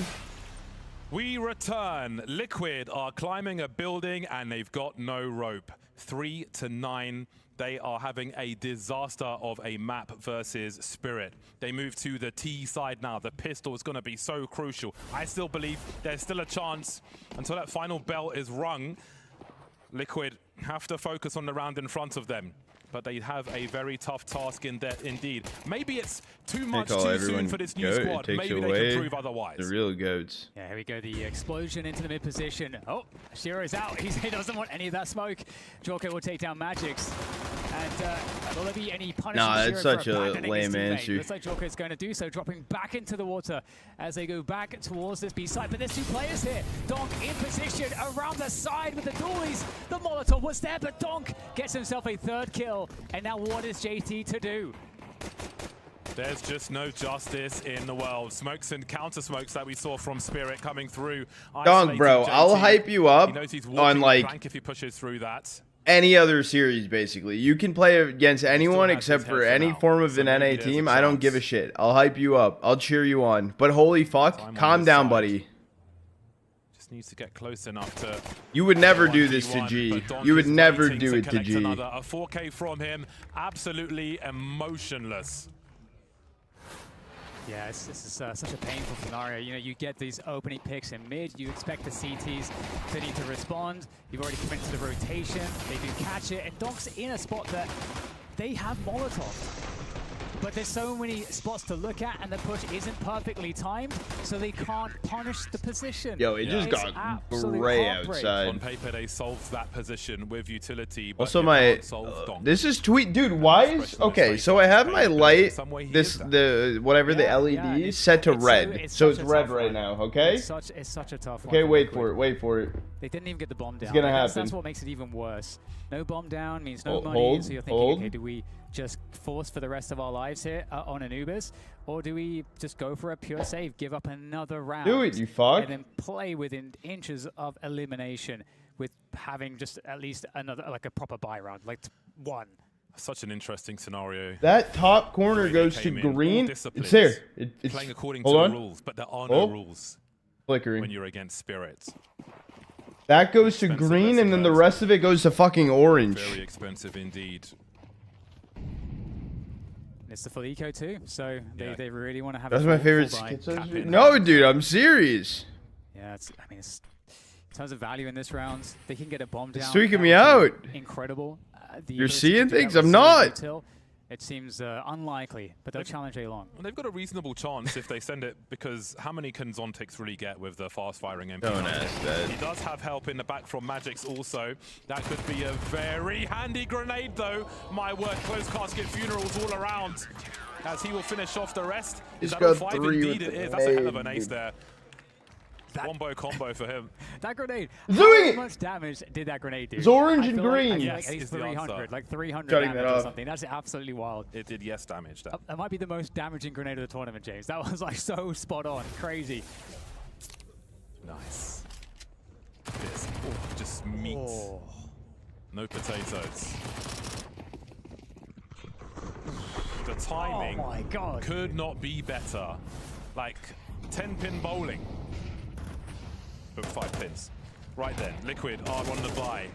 God, it's dry. Lips are cracked. Alright, Liquid. Calloused. 11 is all they get, right? Holes in the socks. But they're still walking, our Liquid. They're still walking for now. Yeah, they dodged the double HE reveal there with the AWP peak behind it. They dodged that. Hey, factor. That's you know, one initial job that they had to do, and just ensuring they don't get just lose an early man before they can build their rounds. Shiro moves position. And Spirit playing fairly passively. They may ask questions of A-Long at some point to get some information. And if Liquid loses one, it's okay. They're saving strats for the major. See what Liquid are looking to pressure next. That's what it is.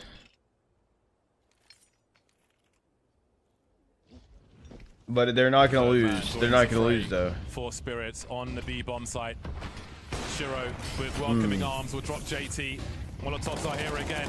Spirit jostling for position, but delivering everything they need to. Traders here immediately for NAF. And just like that, Jorko's in a 1 versus 4.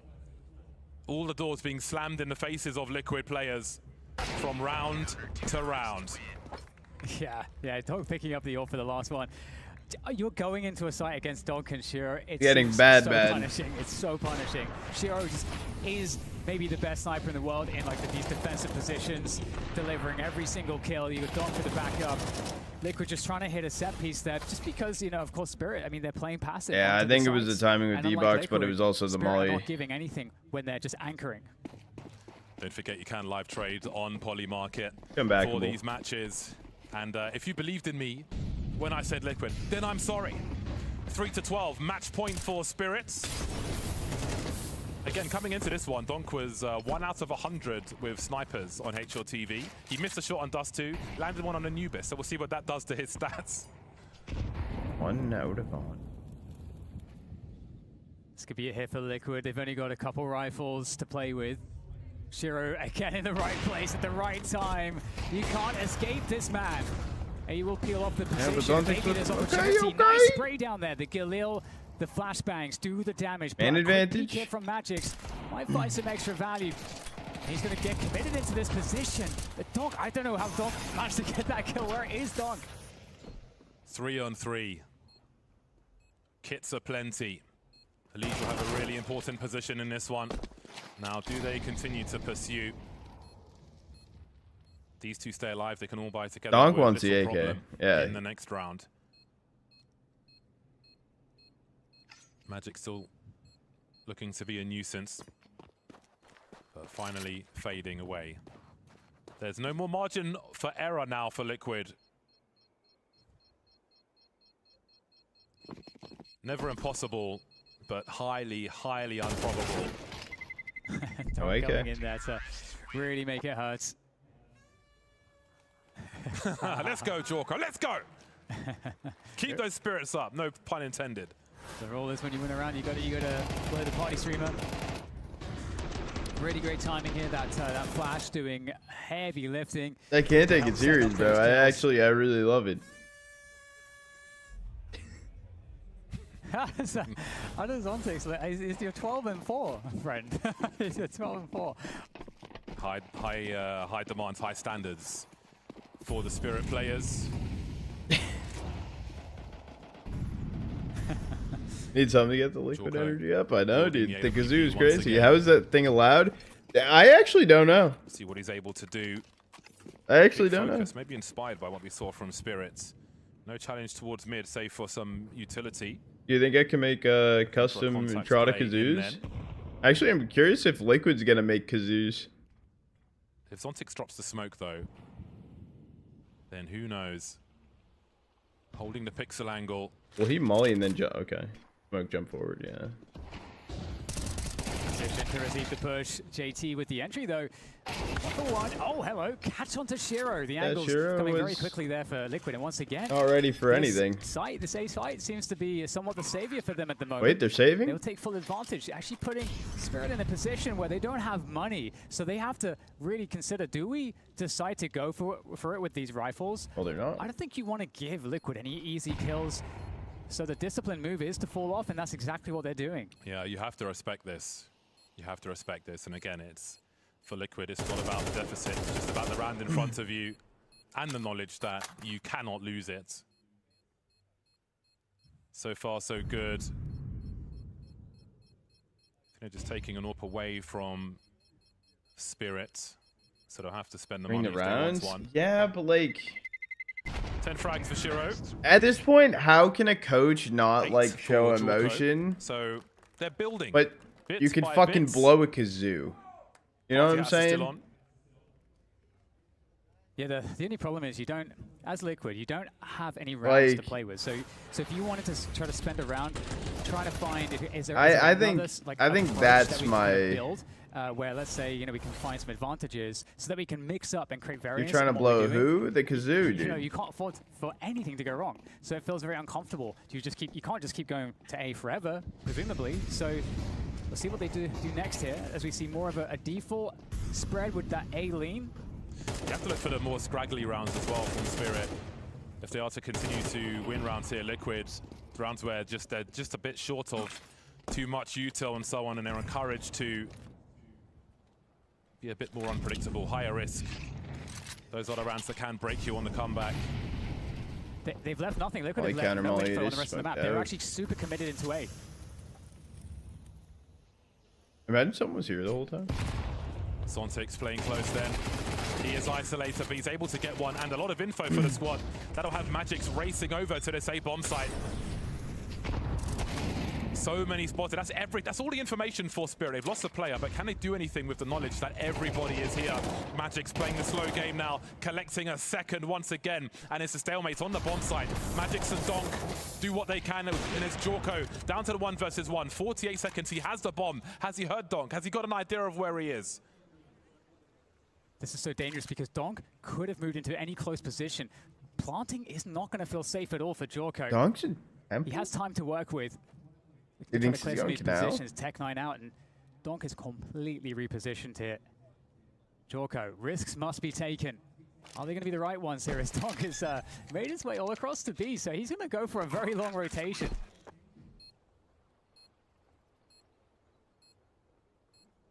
Very long indeed. He has a kit, Donk. Uh-oh. Jorko. You don't read this, right? Mid. You think he's heavy? What kind of position can Jorko get on Donk's the not bomb? going, no. If Donk makes it to the bomb, it could be very awkward unless he's on the high ground, Jorko. But if he can spot this carefully.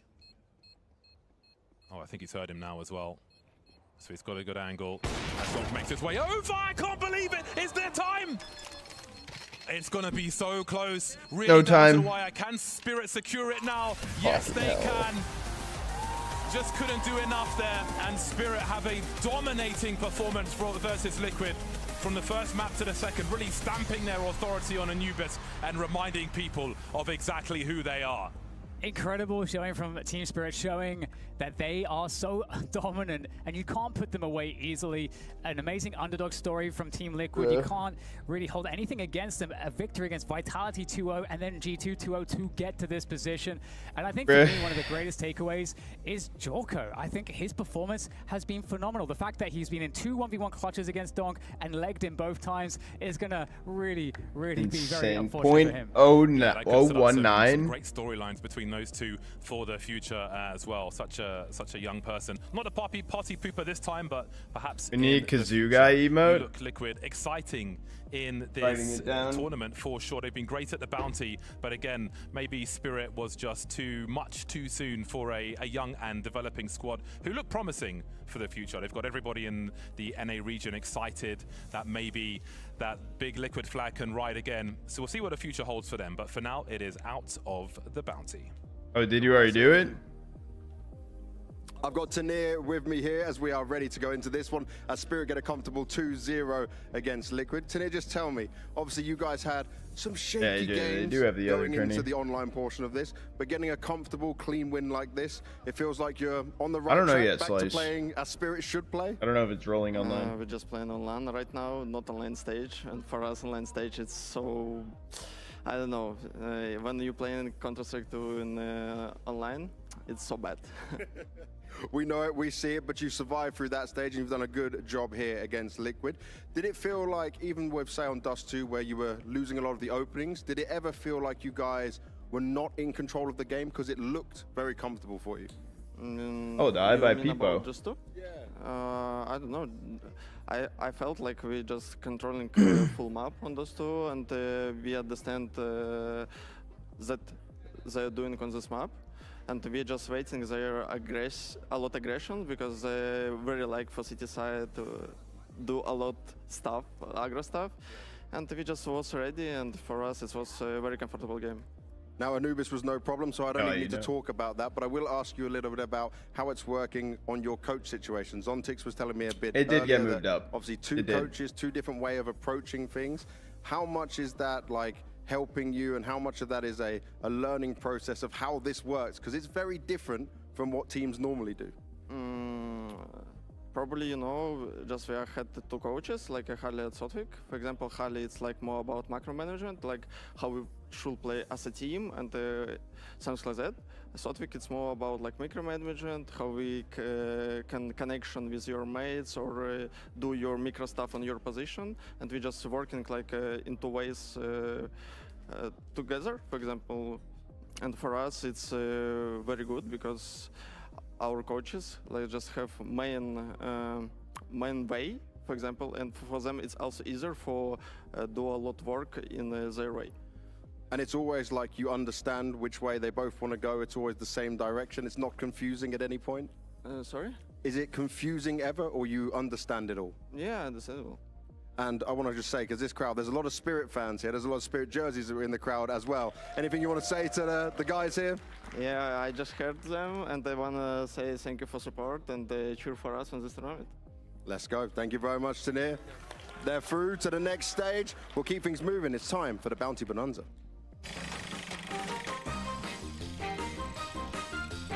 Bounty Bonanza.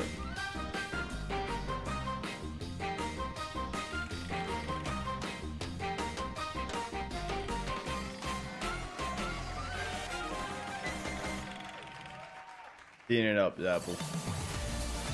You can have a dance. It is time for everyone's favorite moment. It's the Bounty Bonanza. Put your hands together, guys. Come on. Everyone see this wheel spin. Look, this time around, though, we got more than just a player joining us. We got an audience member. Sir, would you like to introduce yourself? Yes, hello. I'm Eric. I know you're a massive Spirit fan. I see you have their coach. Yeah. Is there anything you want to ask Zontix? This is the one chance you might ever get to ask a Spirit player a question. Yeah, I think it's what we all want to know. Why did you fire him? Why did you fire Yavich? I don't know. I don't know.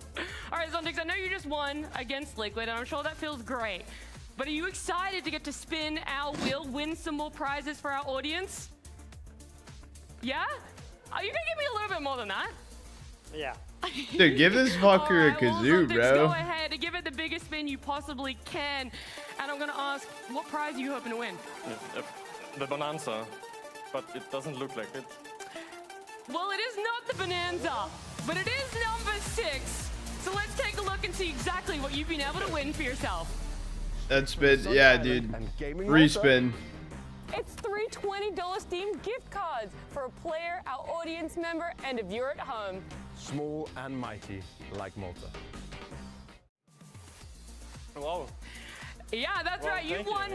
Well, this is Zontix, I guess. You're a winner as well, so you get your self-esteem gift card. We got Banks coming out here with it. What are you going to use that Steam gift card on? Probably for some CS skins, to be honest. Well, there you go. Thank you so much, Banks. Zontix, does it feel good? You're also going to get $20. What are you going to spend yours on? I don't know. You don't think Counter-Strike? No indie games you're going to buy? I don't think so. All right, maybe he'll share it with a teammate or something like that, but a lot of fun. Thank you guys so much for joining me. Thank you guys at home as well. Make sure you stick around because we've got some more Bounty Bonanza coming up after our series.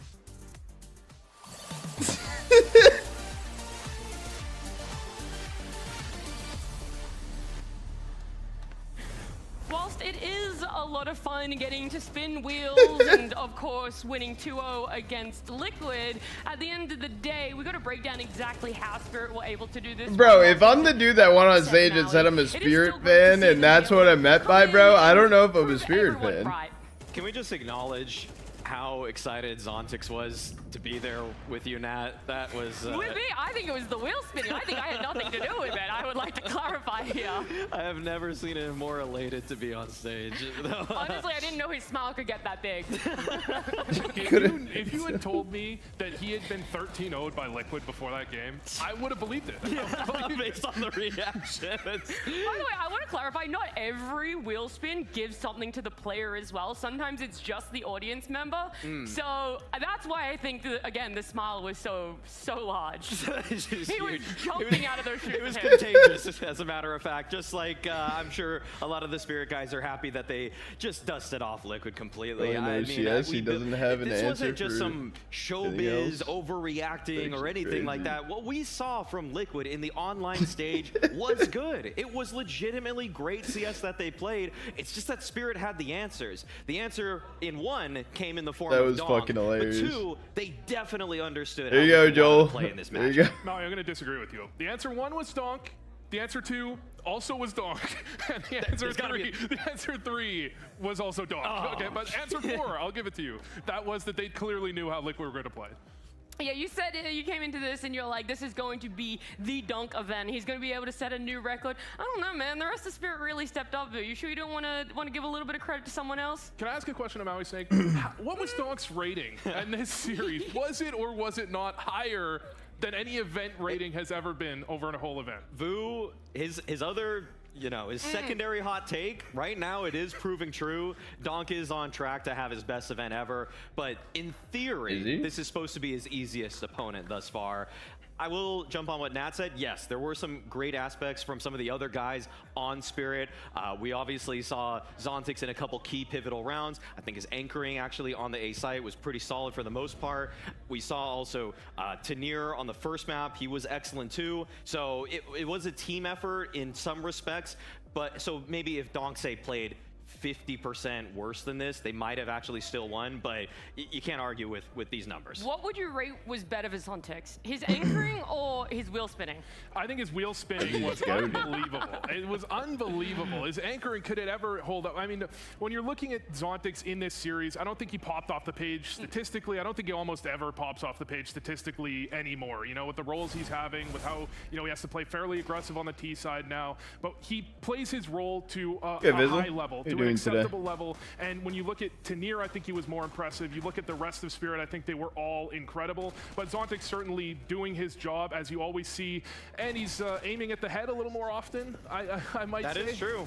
That is true. It is something to note. I think when it's it won't be. Yeah, I mean, the amount of headshots he gets nowadays, it is higher. You're not just gonna see like a 70% body shot rate with this guy anymore. Pistol rounds. I'm interested to see 3D MOUZ. I'm interested to see Kersey on land if he's still teed up. I'm sad to see the death of the body shot merchant playstyle. I know.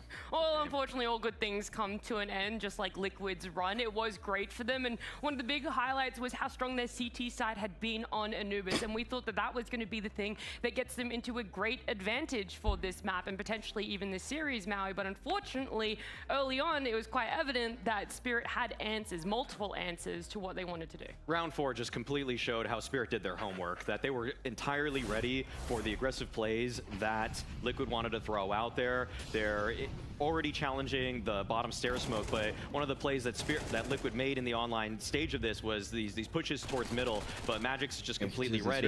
They know exactly how they want to try to look for space after they start that tomorrow. Well. You could just see that all of the activity from Liquid, even when the round is practically over, was also just entirely red. And then you get on round 6, another one where this is what happens when Liquid isn't proactive, okay? You know, the reason Liquid is so active that they run to their death on so many of these rounds is because you can't let Spirit exec fully into a bomb site. If you don't actually get it down to a 4-on-4, get into a scrappy situation, then there's just only so much you can do as a CT side. So it's really pick your poison. Be aggressive and die, or sit in the bomb site and die. Before the series, I was mentioning that I think against Vitality and G2, they found a good middle ground where they were going for those aggressive plays, but they were knowing when to take their foot off the gas, play a little more passive, and you saw G2 maybe holding an angle, and Liquid never pushes it. But against Spirit, they just had no second plan. They go for the first plan, plan A, get aggressive, and then rotate back and play a little more passive, play those anchor setups later. But when the kills aren't going your way, when you're playing a team like Spirit and they're on form, they're getting the entry every time. You saw Magic's holding mid. I think he was alone, or they have one teammate with him, and he just gets the double, right? You need to get the entries for your aggression to actually be effective. And if your aggression isn't effective on CT Anubis, you're going to be struggling the entire map long. Unfortunately, Spirit unraveled a lot of what Liquid had been able to do for themselves so far on that online portion. LAN didn't really go their way. It was still a great showing, but with this, their exit from Blaster Bounty here, and JT giving us a couple of words before they left. Liquid had an amazing run so far, but it does come to an end against Spirit. I had to grab JT here to talk through this. Now, it's very early on, right? So I don't know if this loss feels the same for you. I know you're a competitor, right? But how does it when you go down like that? So obviously there was a bit of fight on Dust. I think it's like Impact. It didn't really work out at all on Anubis. I think we just struggled to get it rolling at the beginning of each map. I think we had some big mistakes that made it hard for us to get a good half going. I think on Dust too, like on both of the first buy rounds, we made some really weird mistakes, and I mean, stuff happens, so we try to move on. But then on Anubis, the same thing kind of happened. We kind of messed up the stuff that we discussed in the game plan, but it's okay. We're still a really new team, so everything we're running is like things we haven't practiced as much as we'd want. So yeah, I'm still happy that we were able to make it this far. And then also the rounds that we won were very convincing, at least some of them that I remember. And yeah, so there's still a lot of positives to look at. And I need you to tell me about something kind of crazy. There was a lot of party blowers going on. What was this about, mate? We were just having some fun. We had the party blows over the practice time, and then when we came here, we just bought some more, and we were just having fun. And then I guess the admins told us that we could use them, so we're just trying to keep like the vibes positive. It just became like a little joke for us. It's a good bit of fun. I like it. I'm enjoying it. And it does seem like the team right now, even in a match like this, it was never crazy frustration. There was still a lot of smiles, even when I saw after the first map going down like that. Just tell me how the vibes are and how are they so good so far? What else? I mean, the vibes are really good. I think for everyone on the team, like, we're working really hard. So we know that everyone's trying their best. And that's like it's the easiest for the team then to have good vibes, because we know that we're doing everything that we can. Today was a bad day. We messed up some things that we spoke about, but we still kept our head in the game. We still looked towards the next rounds, and we had a chance going even till the end. It felt like we still had a chance. And looking at Jorko in a bit of detail, right? First big LAN in a Liquid jersey. Are you happy with what you're seeing from him? Yeah, definitely. I think he's FaZe Mongols is fire. Pain is Strauss, though. Input on every single match, and he's also working really hard. He's taking criticism really well, and working like personally with Elige, which he plays a lot of spots with Elige, so they're trying to get on the same page really quickly. And it's Banks. That's what I said. Yeah, Banks. And so far in practice, like he's doing very well, but it's always different. Yeah, dude. Like, Pain versus Strauss. Good quasi. Like when you're just getting started. So I think so far it's still positive signs for him, and we just have to keep improving. And now from here, you're going to go to another event, right? You're going straight into another LAN. Obviously, it's important for you guys as a new team to get these reps and go for it. But looking at the opposition of teams you have going there, is this an event where you say, okay, we can be winners of this, we should be winners of this? Like 7 days with Joel. Yeah, we're going to that event to win. Like, that's why the issue is to prep a time to find out when I can play 7 days or Joel can play 7 days. Plus, if we play 7 days, I want more people than just me and Joel. The issue is, though, me and Joel will get people to play 7 days, right? We'll do it once. Then we'll keep asking if we can keep playing. No one else plays, and then it's just me and Joel. And I'm just like, well, fuck this, dude. Going into Sweden, which is where we're going, well, 7 days. 7 days to die. Well, good luck with it all. Thank you very much for your time, JT, and I'll see you across the rest of the year, mate. Whatever the fuck. I don't know the actual thing. Liquid Onliners? Some really phenomenal and uplifting words from JT there. That's what you want to hear coming out of your IGL. People Still to a play lot of 7 days? Yeah. Out for Jorko 7 days with the squads. So much fun, because then it's like more people doing different tasks and shit.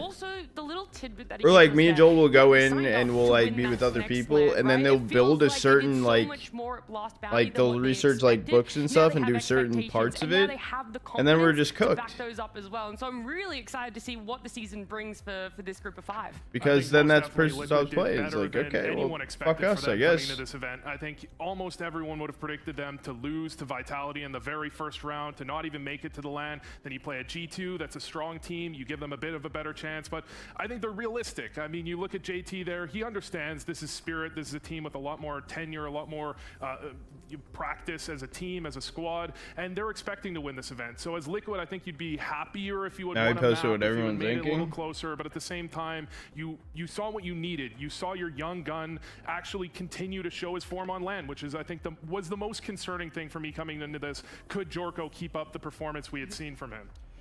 The best that JT ever did with Elige at a tournament was more like a tier 1.5 LAN. It was back when the DreamHack circuit still existed. I think it was like or maybe it was ESL Challenger. They won a grand final over Falcons. It was an early iteration of Falcons, and that's kind of what I see this sort of Liquid lineup today, that they might be the sort of the best of the rest. I don't see them punching in with, even though they beat Vitality, I don't really see them punching in to be beating Vitality, Spirit, Falcons on a regular basis, but amongst those rest of the teams, they should be fighting to be among the best of the rest. Yeah, I mean, when you look at their ranking, I think they're almost outside like the top 30 right now, or they're close to it. So if you see them, I think top 15 might be a place where I could see them comfortably sitting at the end of this season, and that's a big upgrade from where they were under Shue and with Ultimate. I mean, that is a strong prediction, and whether people, you know, had this prediction that Spirit were going to win there, trust me, there's a lot of things you're not going to be able to predict. But over on Polymarket, there's so many different things that we can talk about here. One of the big ones being exclamation mark play, by the way, chat. Win a 1v3 plus clutch. That's the prediction I want to throw towards you guys. And Mel, you're normally a bit critical of the percentages, but it's what is it sitting at right now? 53%. I think that's pretty good. I mean, Yeah. I think that's pretty tough to say if anything's gonna happen. I think likely suspects for this would probably be Exertion, but he's a little bit more of an entry force, but he has the skill to do it. Magix could probably pull it off. We saw him pull off even better at the major. That's why he's got a graffiti now. But I just don't know if he's even gonna have the opportunity. Like when is Spirit gonna have him in a 1v3? They're gonna just win so dominantly. That's the scary part. They are gonna win too dominantly for that, but I actually give decent chances. I think Exertion has been last alive a little more often with his change up and rolls. And you look at this, 53%. I think I might be getting this one. I think I might be going over on this one. Okay. So you think it's more likely then? Yeah. Wow. I think I'd give it 60%. Okay, all right. A whole 7%. It's off by a whole 7%. Huge differences right there. Yeah. Okay. A lot of value, of course. No, yeah. I get that. I would be more like 40% personally. Yeah. Just, all right. Fair. It feels like the under-over just makes sense with you two. A little bit of differing opinions there. It wasn't so much differing opinions on our Liquid and Spirit series, but maybe they will have opposing opinions when it comes to 3D Max up against MOUZ, which is happening after this break. Hey guys, this is Mahone, and I'm going to break down how the pros hold short on Mirage so you can do it just like them too. Let's go. At the start of the round, typically you'll want to throw a flash at the top of mid to push the T's back. This flash hits anyone standing between top mid and the chair, ultimately creating space for you to peek middle. The top mid flash creates an avenue to peek middle, but you also have to worry about someone coming from underpass. To deny the possible T coming from underpass, you can throw a Molotov at the entrance to prevent them from getting to bench. This gives you more safety when you fight top mid. The top mid flash and underpass Molotov are good tools to help you fight, but before you reach that point, there's a chance a T could cross the Elmer, angle. What do you mean, spin botters? What's that, dude? No. We have anti-cheat. And your teammates at window and connector get smoked out. If this happens, you can Molotov the bricks and progress. No one as can the hack in Molotov this is game. still up. But if the T's don't push up, a great angle to hold is between the bricks and the corner, where you can't be seen from chair. This is strong because T's tend to clear the bricks angle on the right corner, but not exactly the spot in between. This also allows you to be close enough to spot if a T runs off connector. Another spot you can use is on the ledge in front of ladder room. Holding this specific spot matches up with the right end of the bench, so if T's jump onto it, you'll be able to catch them mid-air. Being up close also allows you to I don't know if it's actually fixed or not, but it looks the T now has the option to crouch for cover. Seems better. Like I haven't you can get a boost ran into questionable people. From here, you can catch T's running down the slope of mid from an elevated position. We gotta try a remake of this video. Smoke at cat like this, you'll still be able to see over it. Now, these are some great positions to play on short, but you'll likely want some flexibility to move to ladder room. The best way to do this is to throw a smoke at the front of catwalk. Not only does this block the T's from pushing up, but now you can move to ladder room without being caught. Being in we could do this, but like in a fun way. Yo, do you stand in this position and just get fucking folded? Well, do I got some tips and tricks for you? To spot the cross towards connector. T's often overlook this position since they're clearing the top of connector when they enter. But holding short is just one part of being in this area. What are some other ways to help your teammates?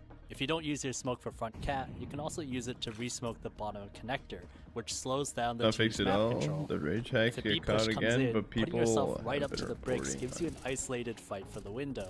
The power behind this is that the bricks actually covers up many of the common flashes that pop towards the B side. To be fair, I haven't played much Prem since the update. I've probably played like Now, despite everything you can do as the short player, don't forget you can start the round by going through window instead of B side. Some like the cat jump, you can contest mid far earlier. And instead of jumping on cat, you can also go for the ladder room jump. Being in ladder allows you to cut off any T's who go fast towards short. But if you peek middle from ladder room, keep in mind a T with the best spawn can already make it to second chair. And that was the last piece on how to hold Mirage short like the pros.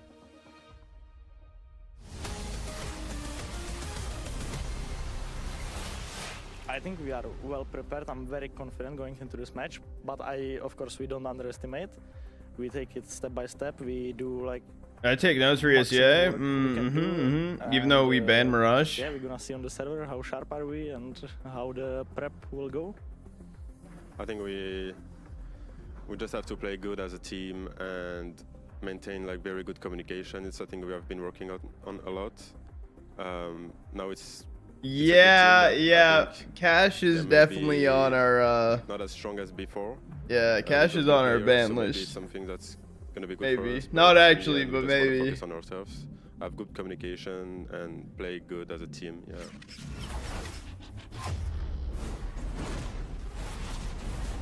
Well, that is the question a lot of people have been posing. Is MOUZ as strong as they were beforehand? And I do wonder, at what point are you saying beforehand is? Because the last iteration of their roster had quite a lot of choppings and changings for them. And so I actually think if there is longevity in this roster, it's stronger MOUZ. We talked to Exertion prior to this one starting, and I just straight up asked him, do you think this is the most firepower that we've ever seen on MOUZ, at least as you've been on it? And he had a hard time with it, but he kind of leant towards yes, because if you kind of look on paper, I mean, you still have Spinks, but he might not be in his best form right now. You still have Torzi, who has to regain some form also, but PR is a stud, waiting to just become a star. Exertion is just by and large the best fragging in-game leader we have seen this year, and then Zelix is probably the most of an unknown quantity. Yeah, surprisingly, the concern, I mean, we're talking about roster changes, the concern is the Spinks and Torzi. You know, they are still these great players, but you saw Spinks come onto this MOUZ roster, and he was explosive. He was a huge difference maker for them when he first got picked up. Now he's having his own struggles, and they're talking about sometimes trying to get him activated again, trying to get him back to the same level. I don't have too much problem with the PR and Zelix plays. I think if they can activate Spinks and Torzi again, then it is the most firepower that we've seen in a MOUZ form. And you look back at 2025 where they were one of the best teams out there, but they just could never get past Vitality. Now if you're seeing Vitality falter a little bit, if they can get back to that form, you're looking at a very scary team. Well, they're the most wanted for a reason, right? They're sitting up there as one of the favorites for this Blast bounty for a reason, and instead 3D Max being put in a position where it felt like that was the obvious choice. They had to pick up MOUZ, but I do wonder how comfortable and confident is 3D Max right now, because we're seeing a lot of ebbing and flowing for what this roster has on offer.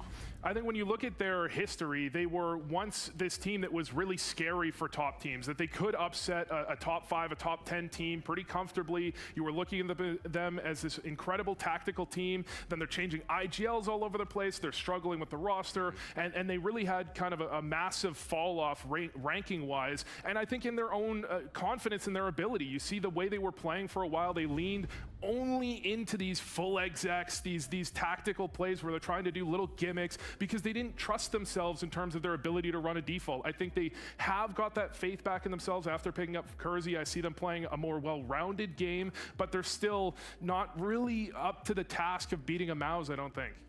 And that comes down to me sometimes individual player quality, because I think another sub-story with 3D Max is how odd from the outside some of their changes were.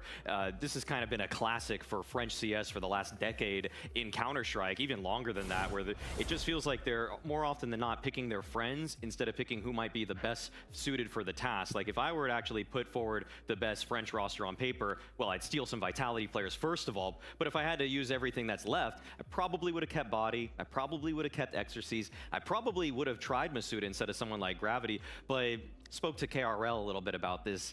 3D Max like to play with their friends, okay? They like to play with the guys that they just trust and they like outside the server too. But surprisingly, it's working for them at this event so far, but I'm not getting too high on them just yet. Yeah, you were saying 10 years. I was going to say only 10 years now. Yeah, maybe like 20, actually. 20, 30. This has been since the dawn of time. Add 1 decade, yeah. I mean, we do talk a lot about energy, right? Where there is this, how much do you trust the other people you're playing with? Maybe they're leaning a little bit too much into that, where it is raising red flags, a little bit of question marks. But you're right, so far it's working for them. You and I, Maui, we didn't actually really get to see them too closely when it did come to that online period. So I default to you here, Vu, to tell me what exactly 3D Max are bringing to the table that could stump MOUZ a little bit and put a stop to them. I think they're bringing some activity. You see them, we have a round from Dust 2. Dust 2 is the only map they have more than a 50% win rate on CT side.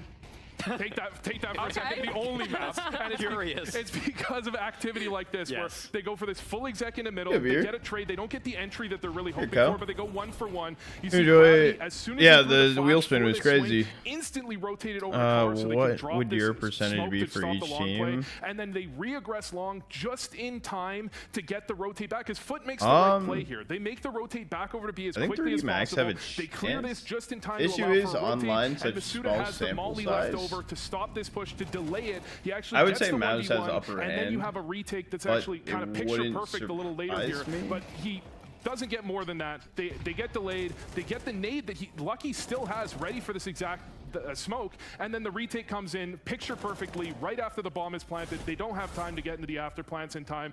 That's the reason it's the only CT map they are above 50%. I mean, that's a concerning statistic, but that, you know, you can see they have tactics, they have things going for them. I think you're right, though. The individual player quality is always where 3D Max will falter.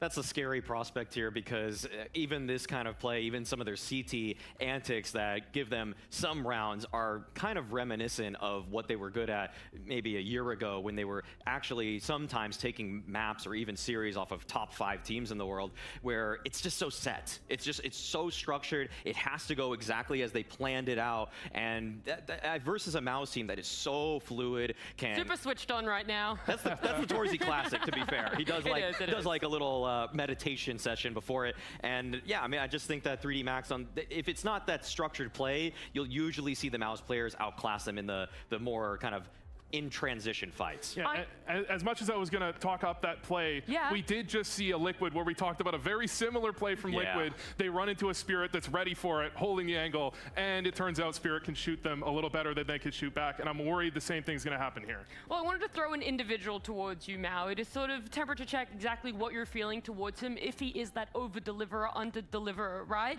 Because where are you putting him right now? Is he that star, that silver lining for you, or is he a little bit of that more detrimental side? Kersey's on a bit of a redemption arc right now. He's keeping his head above water as opposed to his time on Gamer Legion. But the big surprise, if people haven't really been paying attention to what 3D Max has done with him so far, is they swapped him from being an opper to a rifler. And again, these numbers don't pop off the page, but he's had his explosive moments. He was instrumental in the victory that they had versus Magic, but also talking to him before this match, he knows that consistency isn't always there with him, that he's still figuring out some of those aspects. But I do think that throwing him in kind of that first space-taking pack on the middle of most maps is going to be beneficial to him, as the other 3D Max guys can kind of fill in the gaps. I think the role he's in isn't necessarily one where you're going to lend itself to the level of consistency you would hope for.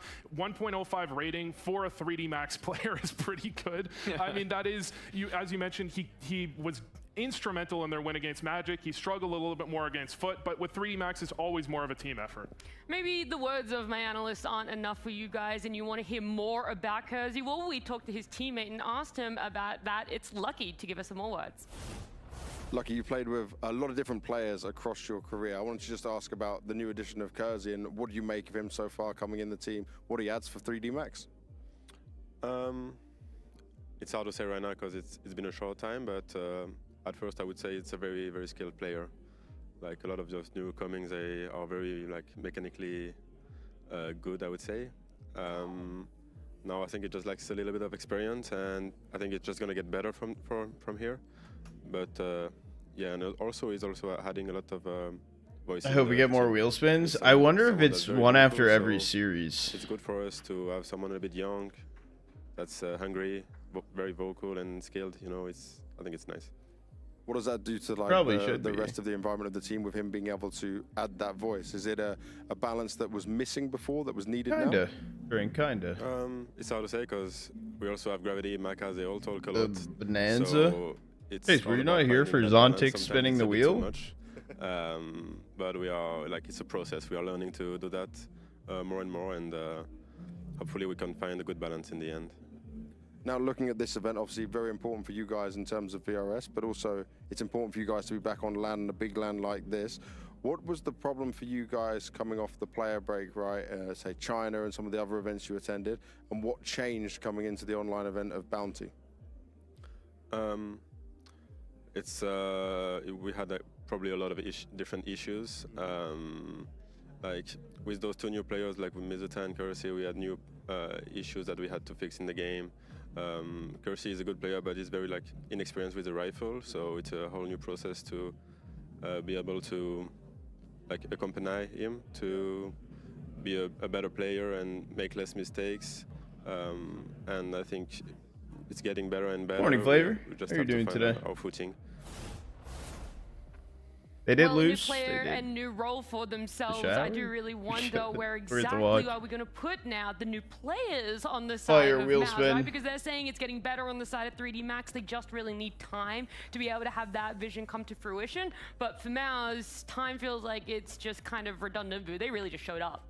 Yeah, I mean, they had all of these kind of roster instability situations going in during last season. Now I think you have a stabilized roster, and I think you've been looking forward to this PR move, potentially, if you're a MOUZ fan, for quite a while. I want to be a pro because traveling most of the year. Then he had a downturn in form. Now I think you're going to see a MOUZ have some time together, get some practice. That's one of the reasons why I don't want to actually be like a true caster. You can see MOUZ shoot back up the rankings to be a contender team, maybe for a semifinal or a final. I still question their ability to win an event, especially But to lose, no, would have lost a lot of VRS otherwise. They would have gained a lot. Liquid did gain a shit ton of VRS though for losing. I see this MOUZ improvement almost in two stages. Like, I kind of expect that the rookies in PR small win. and Zealots They got will 26 slowly VRS catch up to points speed for with losing everything that's to happening Spirit. with the team, but I kind of want first for Spinxon and Torzy to just play better today. I feel Prize like money after VRS? their 26 sort of dip in though. form, the both of them in the last 3 months.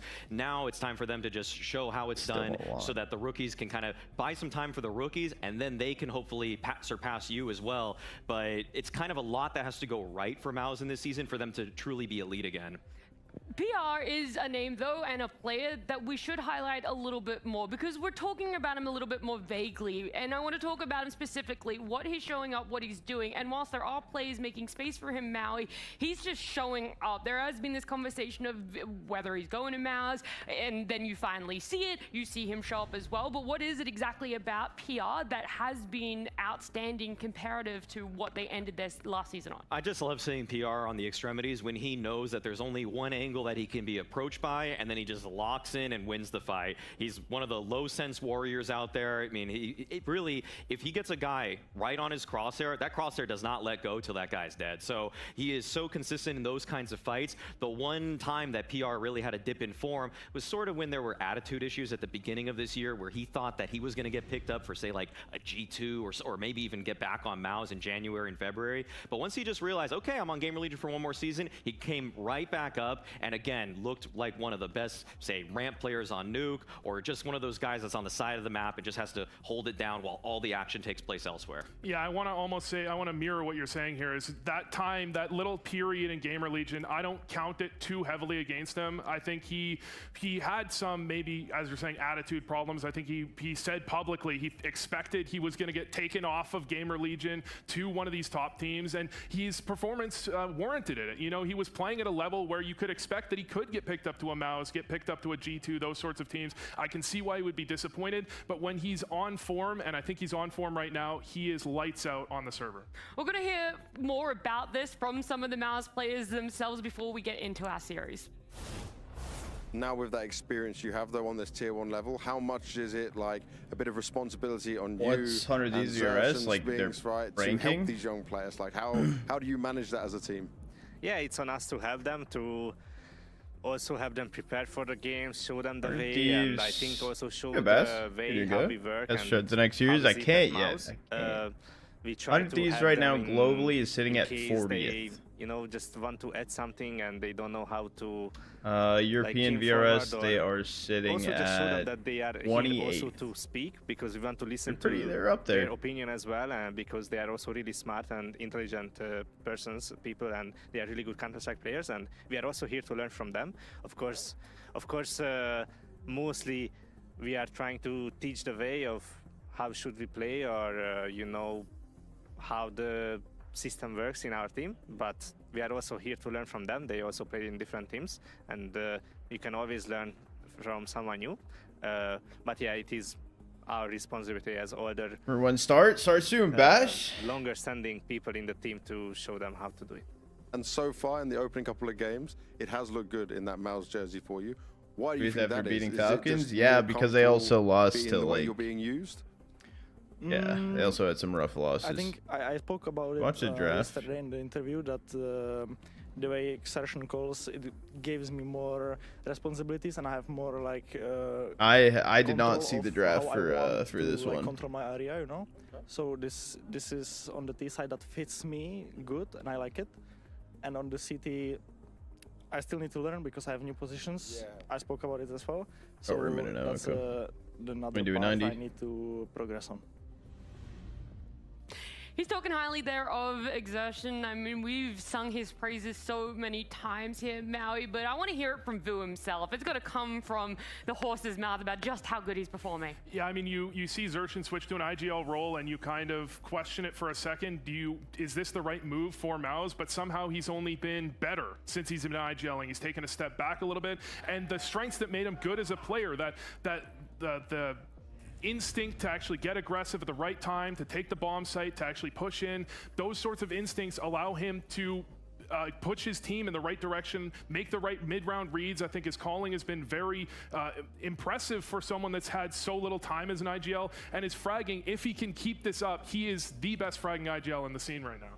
This move for MOUZ to put him as the in-game leader was a no-brainer. If you watched any of the comms videos of MOUZ when Brolin was the in-game leader, Exertion spoke way more in the mid-round. So they knew that he had it within him. It's just that sometimes when you go from secondary mid-round caller, when the round's already somewhat settled, and you have to now call the round from the very beginning, there can be a bit of a transition period, but he has somehow relished that. He has ran away with it. Now when he's calling the action, it feels like it's setting him up even more to succeed, and I'm still really surprised because I don't think I've seen a guy switch to being the in-game leader and actually get maybe 20% better. That's the most dumb. I'm dumbfounded by it. Like it doesn't feel like you should have enough brain capacity to handle shooting that well while now having to think about the radar all the time.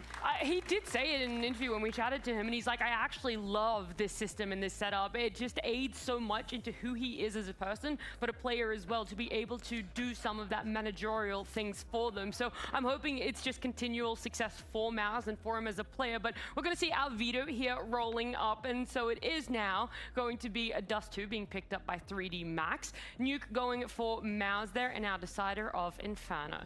Yeah, this is exactly the maps you're expecting. You expect the Dust 2, as we mentioned, the only map where 3D Max has a competent CT side. They'll be starting on the CT side, and they'll be trying to punish MOUZ for maybe inserting a player that they're maybe not fully on the same page with in terms of inserting them into the system, but I still think this one is leaning MOUZ regardless. The only thing I'm concerned about with MOUZ's CT side here is that I think it's Zelix and Spinks playing that B duo together sometimes, and I have, yeah, even if it's Zelix, right? At B with him?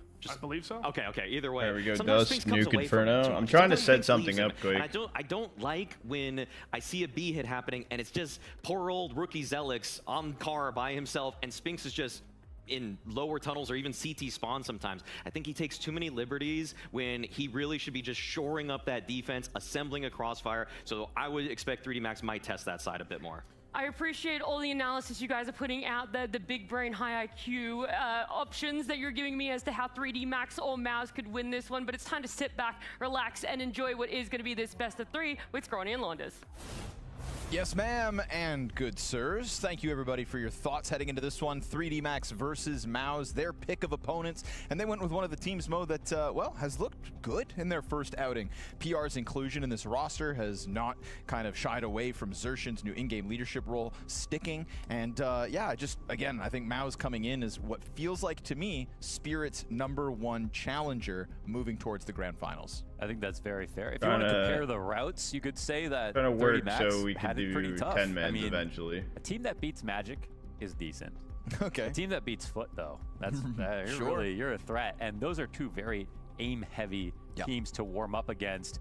So obviously, there's been a lot of crazy stories that have happened so far at the Bounty, and MOUZ have passed all the tests, and they look good. And what stood out to me the most is actually how well Zelix has played.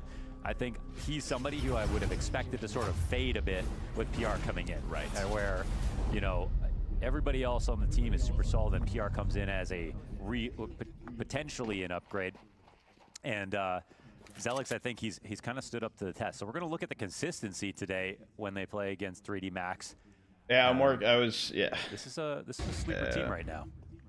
Well, making some adjustments inside of the Faceit hub. He could potentially be the first player from MOUZ at bat. Sulks into the depths of pit, gets cleared from the top of it, survives a bit of those shots, but doesn't wind up finding a headshot of his own. So good approach by 3D Max, but Spinks has gone unnoticed. Two backs turn to him. Oh, he tries to pull the trigger, does read that there'll be another there, and that is not what you're hoping for from Spinks. Absolutely missed opportunity with that one. They have both sites, and the stragglers do have to be a little careful. Because revealing themselves, I think they feel sort of compelled to actually rotate back around to the other site, but it works out very well. Flanks coming in way too slowly here for Xertion. Solid pickups out of 3D Max. Finally, MOUZ's last member looks to strike, and it is a fragless round from the side of MOUZ. That is just perfection out of 3D Max. They took every portion of the map that they chose to. In the Troopers Club, They could have and should have died to the tunnels push. That's really MOUZ's way back into that round, but a missed opportunity out of Spinks. I mean, if you look at this round from the perspective of positioning, multiple players have the chance to get a free kill. Obviously, Zelix does get cleared, so you can say that. But even a couple shots missed and 3D Max punishing is a great sign for them. They're really a momentum team, I think, you know. That's one of those intangibles, or you just have to, if you know, you know. When you watch 3D Max, players like Maka are extremely streaky. That's they a can terrible be super pistol. hot and go for jumping no scopes and like get really big highlights, and then a few maps in a row can be a little bit slower. Spending cash but and they're feeling Prem. good right now. Yeah, it's their momentum for better or for worse. Sometimes it's just really doesn't get off the ground. But you give them a pistol like that, and they might feel invincible for a few rounds. Playing out the T side of Dust 2, their map pick, of course. And already, they've got eyes and feet through that door. Maka to bring up the back. New piece in Where Kersey. they just gamble. Yeah, I mean, this round's over. And I think just getting this far without meeting resistance yet bodes very well when you're up against a force buy round. First contacts versus a pistol where you've got a huge range advantage, so no surprise Kersey takes the head off PR. And we're going to watch this one shift into a save out of MOUZ because that B site is prime for the taking. So a nice relaxed approach. No, you're good. You're good. I don't know if we're not. It's not that we're doing 10s today or 10-mans today, but it's just the fact that I wanted to get it going, so we're able to. Because we haven't had a really easy way to be able to do 10-mans. But again, being able to at first, Fink was helping doing the hosting for 10-mans, but I want a place that is just like load up, up in, click play. We were very impressed shit like that. At what they could do, and obviously the aim that they had.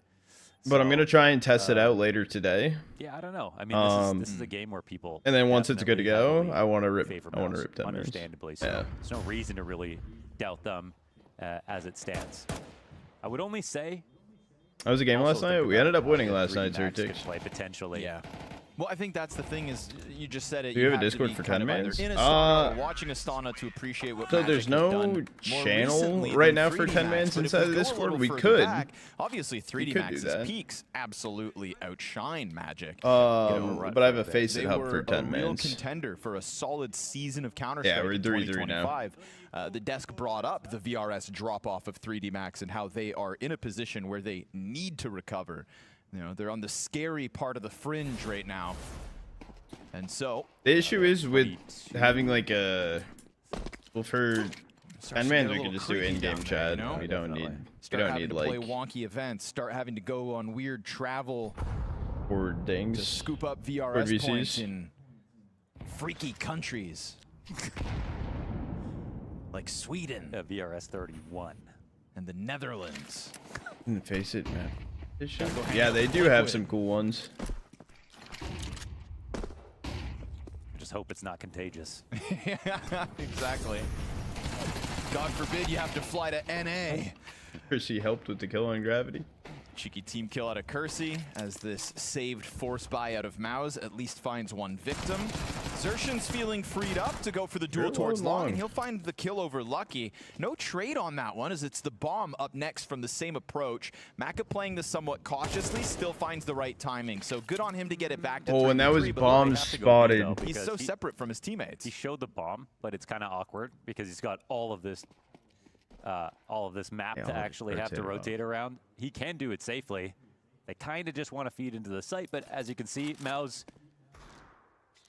they're aware that things are taking a little too long for where they saw the bomb. So one great shot from Torzy, and things do get interesting, but it will come down to timing. And oh, that's cool. There we go.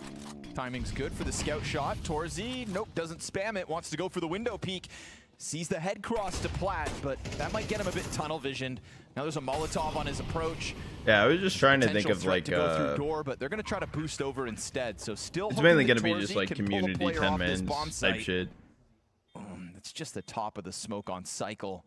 I mean, if we start getting enough people wanting to do like more and more 10-mans, is like everyone, we could try and create something like that. Tough spot to be in, but this is all while we do get that third piece wrapping around through the tunnels, so we'll see if MOUZ really want to go for it. Not operating with a kit, and now PR's flank immediately cut down to size. Masuda's going to pop up and deal with the door player. Torzy will collect another, but it's all good for 3D Max, considering that got down to a weird 3v3 bomb opposite side of the map from the teammates. They recollect themselves, come through with that 3-0 start. It's been a sneaky start here for 3D Max. People tried. Kill that happened last round. I've never seen really too much of the recent from that though. So 3D Max have made quite a bit of money.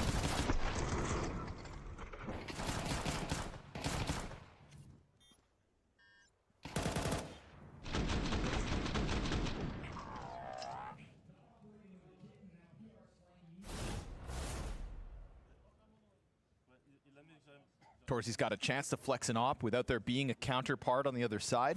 And it's funny because if you're Spirit or MOUZ in the playoffs right now, there's like a little bit more pressure on you than there was before. Oh yeah, because now you're just expected to be in finals. Yep. Where I think with Vitality and Falcons and Fury alive, anybody you'd be happy with almost any result that you get having a stand-in. But now, or not a stand-in, but a new player. But even with one now, you're still supposed to be better than all these other teams. PR is going to be under contest as they've already gotten 3D Max players in the open ground. Torzy picks one off, but that well-timed mid-flank will get still traded out by Spinks. He's going to try to make a play here on his own. Players behind him, Insertion up next, but it's a shot to the back of the head out of Gravity, and so MOUZ have to face a man disadvantage as the utility just simply goes too far. Just send one in and hope for the Gravity best. Didn't go back into that car cubby, instead hits over towards the boxes. That keeps him in safety. And while the AWP will get scooped up here for Zershan's save, it's 3D Max with a pretty swift, considering how crawly some of the previous rounds have gotten, action into the B site. The love PR, taps, little I think smooches. a little unprepared. Definitely, and we have been seeing that. I think Maui mentioned Zelix, but I think he meant PR for the new spots that he's been in. It was Zelix before in B, and that would have made sense. But yes, the last time they played Dust 2, for team damage? No, I know. Spinks were having a hard time. Gravity's taking me an absolute beating for no reason. B on Mirage, I think you saw a bit more chemistry. Agreed. It was just looking more solid overall, but PR has already mentioned this, that he's still getting used to some things. Particularly those new CT positions, right? He says he's liking the T side, how he gets to kind of call his own area of the map. He's had praise for Zershan, and well, so have we. Again, Zershan just like like Maui Snake aptly put it, when do you see a guy take over those roles and somehow get that X% better? Crazy. So that's gone well for them because there was a lot of questions around MOUZ and this constant shuffling what of, if the role feed didn't exist? That could make the game interesting. So, no. Very good at starting down. No, because we actually recently had that when the HUD wasn't loading or whatever the fuck. No matter how deep you get, you don't want that. Even if you give them 1 or 2 rounds at the end, they can use anything. It would kill viewer experience tenfold. They're always used to playing from the back foot, but this is just like a sneaky slow start out of them. We've usually got praise for Cyclone as well in those timeouts to try to get back from those slow starts. Yeah, and you might. It was way after that he did try and shoot. There's some vulnerabilities to keep hammering. Ooh, smoke fight queued up here.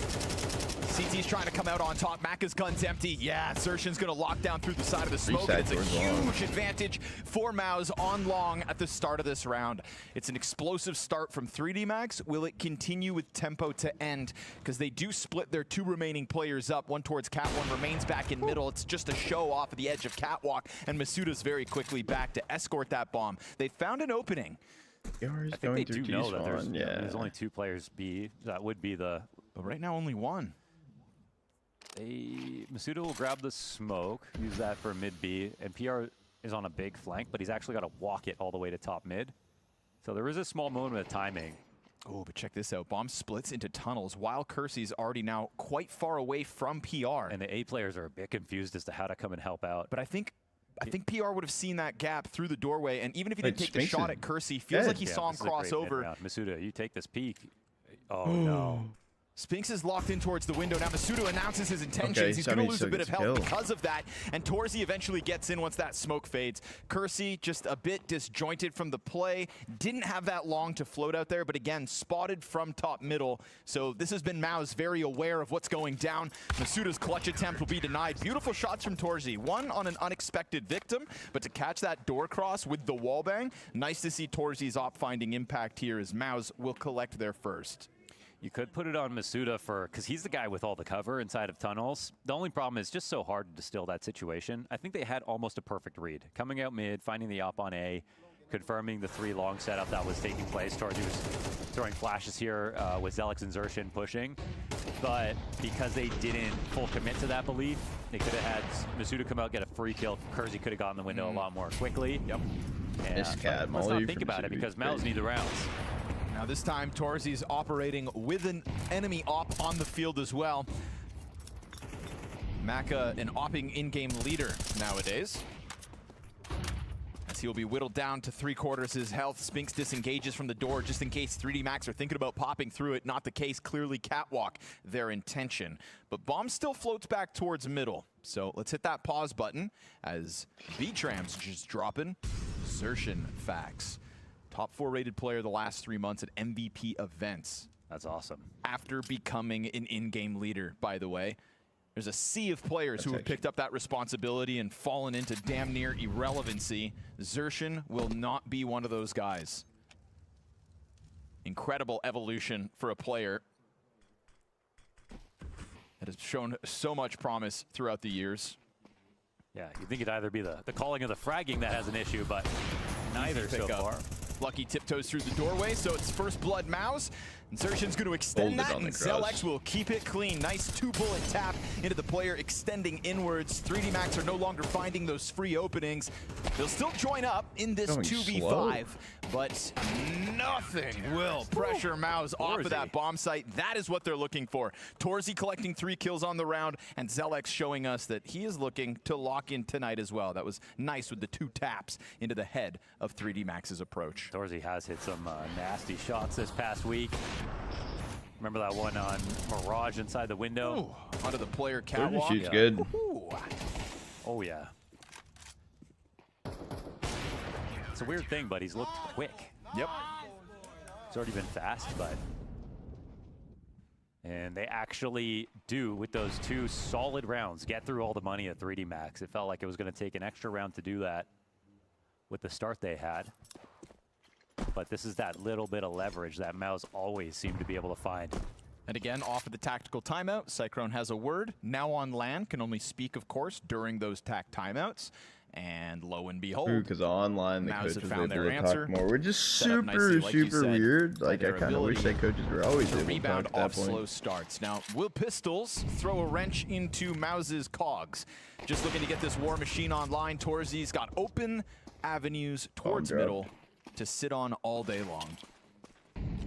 He will not be frazzled by your Glocks and P250s. I would, yeah, I would say this looks fairly, fairly in favor of Spirit taking this event. Drops the pineapple on him, and Xerxion's here for the cleanup duty. 4 kills for Xerxion. MOUZ about to tie this game at 4 rounds all if they get through this next 3D Max bye. So I'm sure 3D Max are trying to remind themselves that they kicked off with 4 rounds. It's T side, so they got some of the harder ones out of the way. A pistol helps, of course. FaZe Spirit final. They can't. You really here. want it's a that? timeout now. We won't see them with an op this round, and that's been a big advantage for MOUZ. Would that happen? Playing this well.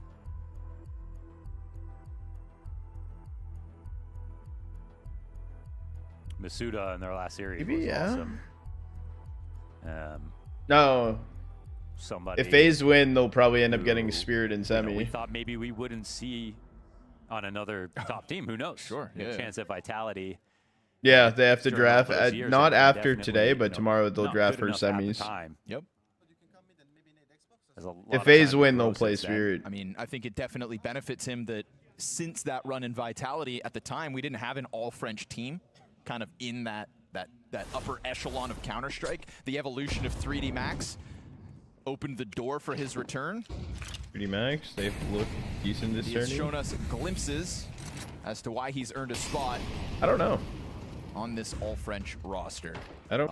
It's great to see. These are your heroes now, Mohan. Yeah. Oh, poor Kersey. 47 damage off the nade. He's down to the Oh, he Also, does. has been some good kill usage for MOUZ, eh? See ya. They've been getting some hefty grenades in. It's been a lot on the anti-eco, so now it's translating. And it's also the nade damage being a kill is so massive, just seeing intentions. Ooh, if 30 win, they'll get stuck with Spirit. There's a chance. But I don't know who going Zealots into really this was like to push higher long. VRS They've done it seed, too if early it in the was past. FaZe or 3D. in the spot, if he doesn't, however, Yeah, it's going to be a pretty decent split, even though they've only got 4 players. And another test at PR, who is still struggling, not a kill yet. On paper, MOUZ should be like Sits on a car top contending team this season. Doesn't deliver the frag, but Gravity's down low. Here's Spinks, clean first shot. That's what he's looking for. Increases the likelihood he's got a multi-kill in him, and he even hits the headshot on Gravity. Free peek is wild. Naka goes for the door challenge to just try to keep those numbers even. Offers over the trade. Again, Torchi's going to find kills through that door, but he took... Man, they got to bait one and run in with the others. Got to be Torzi to find this trade. Took the rifle from Zelax. Oh, and still finds the final kill. Nasty. Torzi swapping rifles with his low health teammate on the approach. Just looks to trade him out.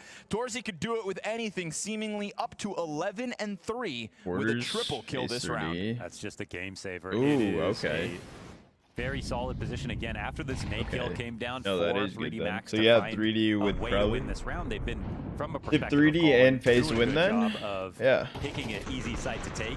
Ooh. Wow. Then that's the trade. Oh, and he's been so quick to those too. It's like no, he's doing a macro adjustment, but almost no micro adjustment. It's instant. Then 3D would he be doesn't even see his would be opponent. left with Spirit. Goatsy. Torzi was the best offer of the online stage. 51 You're and not 14 supposed to say it out loud. with the gun. Certainly don't Google it. Okay, now you're scaring me. And these Tech 9s are going to try to charge forward. They'll swarm Spinks. Oh, God, PR only able to catch the one. Again, it's going to be an attempt to hold them back through the doorway. Almost hitting teammates with nades, but a scramble into this bomb site that has now put a gun in the hands of Masuda. We've seen nasty flicks from Torzi. Can he handle these up-close shots? And no tunnel approach out of MOUZ either. It's going to be all in from mid. 2 smoke grenades left for their utility. Everybody equipped with a kit, and they are considering the save. They don't like the odds of the approach. And so this one goes down. A B site under siege yet again. hit once more with a fast timing, this time with only pistols, and it's coming up as a result of 3D Max's round wins now. This B site starting to become problematic for MOUZ. Yeah, it has been, and you know, from a conditioning perspective, I'm loving this half so far. Again, run through, I mean, the amount of damage that was even taken that round. To take advantage of, you know, a new player being there, but at the same time, they're not making it obvious that they want to hit B every single round. They've used it in the 4v5. They've used like, it can you guys on help an me? eco round. Okay. They've used it on a full rifle for sure. Yeah, right here, like. But it always feels like they're never about to go for another rush. Like, this could have been a scary round for them. They didn't have much to lose, and MOUZ unfortunately fail another test when it comes to locking it down. This time it's PR with a kill and Spinks without. But even still, I mean, even if they both got a kill, that probably wouldn't be enough. You need to get the multi-kill. That was PR's one and only frag so far, Dust 2. Yeah. Where's the 11 and 3 though? To exploit a weak link.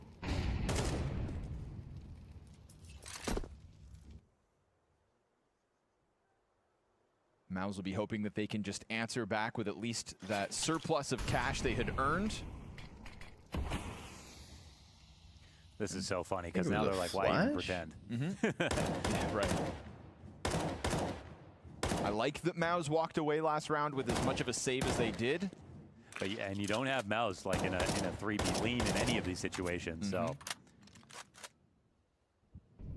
This time they'll just put Torji on the doorway. Let Spinks leave. Risky. PR done for it. Just an instant headshot comes out of gravity. They run the risk and they find the reward. Oh, on the other side, it is 3D Max blowing the door off its hinges at this B site.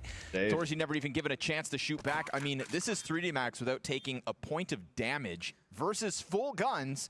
And now they have guaranteed themselves a 6th round on this T side at the very least. You'd wonder why MOUZ aren't responding at all to the fact that it's obviously T side here from 3D Max. I thought he was gonna just spam through as they were hucking util and maybe do damage, but like, nothing. Reposition absolutely deleted on it. Yeah, swapping over Torzi, who's hitting everything right now, kind of makes sense, but it doesn't really solve the problem of PR taking first contact, unfortunately.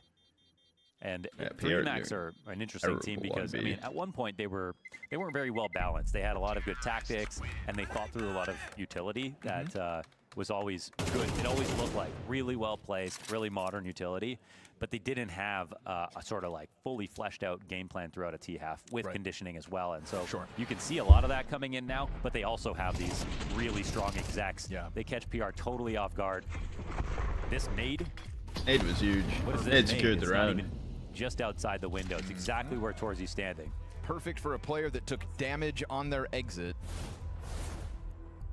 But I get what you mean. 3D Max in the past sort of missing like the connective tissue in a half that makes all their great ideas strung nicely together, because there was a lot of teams even giving them credit for first time usage. kick like chatter. You could tell Grata, the theory you look like a 3D Max was world class. Yeah, they were like all tactics at some point.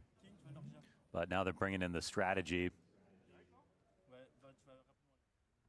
And also kind of tossing roles around as well, right? Gravity no longer IGLing, falls on Maka, but it's not a player that they remove because he can't do it. Yeah, that is pretty tame. Still go through a shuffle. Yeah, no more body seemed kind of wild, but it did.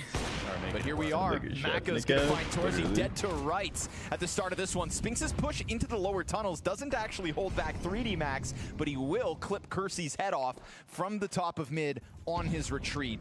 That's a great moment for a guy like Spinks, who could have just walked away empty-handed and tried to play a 4v5. Instead, in that final second of his retreat, gets a very tough shot and delivers. Xerxion's going to be pressed into the catwalk, tries to go for more than just his one, and opens a door for Maka to now push the forces forward. Long contact held back by Spinks. You've got Zelex just beneath this cat lip, and as he keeps that crosshair on point, they're trying to fluster him with utility. Flash finds its mark, and Lucky gets traded out instantly. Maka's gonna try to jump on this, but he doesn't look downwards into Zelex, and so it's a multi-kill from not the most recent piece, but still one of the fresh guns of MOUZ, who will get them one step closer to tying out this half. Yeah, they are keeping up here. Lots of good cat setups, and I think the majority of their util damage is coming off of cat for these CTs. Trade's looking excellent. And Spinks is just getting farther and farther from B every round. I was going to say go back to B. Yeah. I'm afraid to read the titles now. All 7. Yeah. Lean, don't Google it.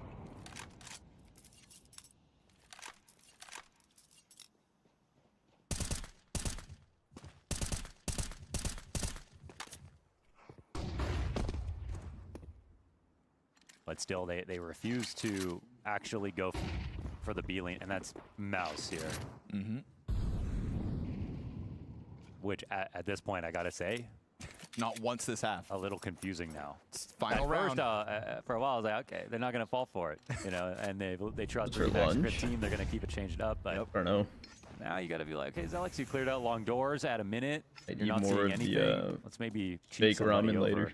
And it's not because Torzy has taken Spinks' place. They've gone back to the same duo that struggled in Spinks and PR. But look how good that molly is. In case Zelix had pushed the door, and it's at a time where it's still reasonable, the T's could take long control.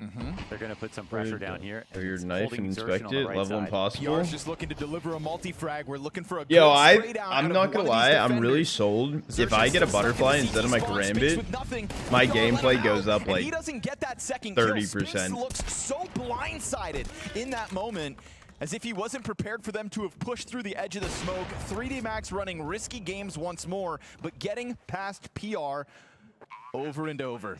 A 2-kill CT side really speaks to his pregame interview, in which he said, some of my discomfort still is on this defense. It's when these new positions kind of get away from me. Come on, don't misquote him. The exact quote was, fuck B.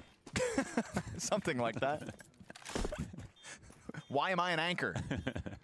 Now Zelix and Torzy are just going to straight up swing for the 2v4.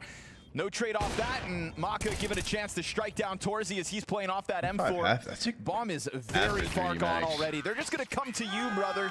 This is 3D Max with an is their map pick, though, at right? the end. That 4-0 start, 3 of the last 4 rounds. A constant success story towards one half of the map leaves MOUZ on 5 defensive rounds. Avo, 0% win rate on nuke map 2. Wow, that's actually kind of funny. Here on the sun-drenched streets of Mirage, we spot some of nature's most fascinating creatures. 1v9. Okay, to be fair, he did get a 4K on Eco, so the plentiful environments these fellows could inhabit. They seem look, Torzy's doing amazing, but he did get a 4K versus Glocks. Shining paradise. So I can't say shit. Over the stone architecture, in typical fashion, we see this species squabble over their preferred position. Let us discover where they shall end up. I'll do a quick 90. We'll push the timer back. A breakneck flurry of utility flies overhead, attempting to disrupt the defenders. The stakes could not be higher. And with nothing he can do, the A anchor is flash-banged like a deer in headlights. He decides his best bet is to retreat. No matter how much he cries out for help, support is nowhere to be found. However, the restless hunter has found its prey. It's one shot, one kill. Such is the life of the Opper, precise and deadly. On the opposite side of this erupting battlefield, our B anchor is as cool as a cucumber, having the time of his life with a spring in his step. Returning to the chaos, this perfectly executed attack has a problem. A noob. Fresh account in less than 20 hours played, duoing this season with a veteran. Blinded by one of their own, it seems as if their fate is sealed. The hunter is now the hunted. Revenge is a dish best served with a carrot. I mean, I think one of the craziest things about the BRS ranking right now has failed. Now it's only there's a matter of 3 time before they are South spotted, American teams and the round is over. In the top Through 10. all of this havoc and turmoil, our B anchor continues the kangaroo jump. Finally, after many hops, they hear a faint cry in the distance. He decides to abandon his post and regroup with the herd to claim what little glory may still be available. But he is not alone. The T's are nothing if not sneaky. This T's patience has been rewarded. How many NA teams in the top 10? And to make matters worse, the A attack was a ruse. The highest ranked NA team right now is M80, and they're sitting at 35th globally. The alarm sounded. The CTs must now migrate to the B site. Shit. This once stalking predator is now the prey. As a final solution, the CT has one last trick in its arsenal, the smoke diffuse. And as the famous saying goes to the native people of Mirage, pros do not fake. Bomb has been defused. Counter-terrorists win. That B bomb site will be the talk of the town here throughout this Dust 2. 3D Max got away with it on the attack for a 7-round T side. Now MOUZ trying to show us their ability to recover again. I'm down, Mom. Everything's in place right now for 3D Max to, you know, maybe by a hair take this game away, but they've kind of set the stage for a potential upset on Dust 2. MOUZ will have to work extra hard to make sure that doesn't happen. Kersey feeling frisky, wanted to join up with Maka. Now back in the first pistol, we saw 3D Max just be sharper than MOUZ's players. This time, it is Gravity to one-tap PR out of this. He is not having a good map. Yeah, the nightmare does not end. Gravity, good second headshot, gets value out of a position where he is committed to the duel, but this sprint away is going to be heard by Spinks. And this is where Spinks shines. He's found a perfect timing. They might turn around, but he'll get a shot. Oh my goodness. Adjusts up, does he always collect. Gets his, man. 1 for 1. Zelix through mid doors right now. It's a 1-1 split. Middle, and the fact that he saw those two mid players actually moving back to the B site means Zelix knows he's going to have a bit of space. This would be a nice late round move though for MOUZ. You know, the fact that Lucky has to consider long, cat, and mid, but now, ooh, one spotted, and that changes things a little bit. Zershin has a smoke, but you can see that he wants to hold on to it for as long as possible. But if they put that down on CT, Lucky is so out of this position. Lucky's got to go so far to clear out long, and they're second guessing themselves. Are they thinking that Lucky maybe pushed long? It feels like that's the case, and he's still here watching this. But he's on this patrol timing. Yep. And it's almost too late to go long, so he's really thinking about Cat. Oh, that's just beautiful. That's not Lucky at all. Yeah. That's pure skill. Two-tap. That was clean. That's essentially 4 one-tap kills coming through from 3D Max in this pistol. And that's not to say that in this pistol, MOUZ looked bad. They looked rough in the first pistol. This time, 3D Max just powered up. I think we're seeing a pretty high-level game overall with the moves, but like 3D Max aim across all their players is really shining through. Yeah, Tyler's top 20, I know. That's filthy, because if he doesn't get both, it's a 1v1 that's T-favored. If he gets neither, it's definitely a T round. But No, I like the way MOUZ took Catwalk instead, because it just means knowing that there's a was B player, satisfying there's as nothing you shit. can do to shoot at you. At least that way, worst case, you trade out Lucky. But no, sir. Denied any sense of an entry up that Catwalk. And it was, I think, because he didn't reveal himself to mid-B, which he may or may not have done by accident, but positioning towards Cat like that was just great. And now we've got a Goose player versus the exec. Good chances to deny any kind of bomb plant.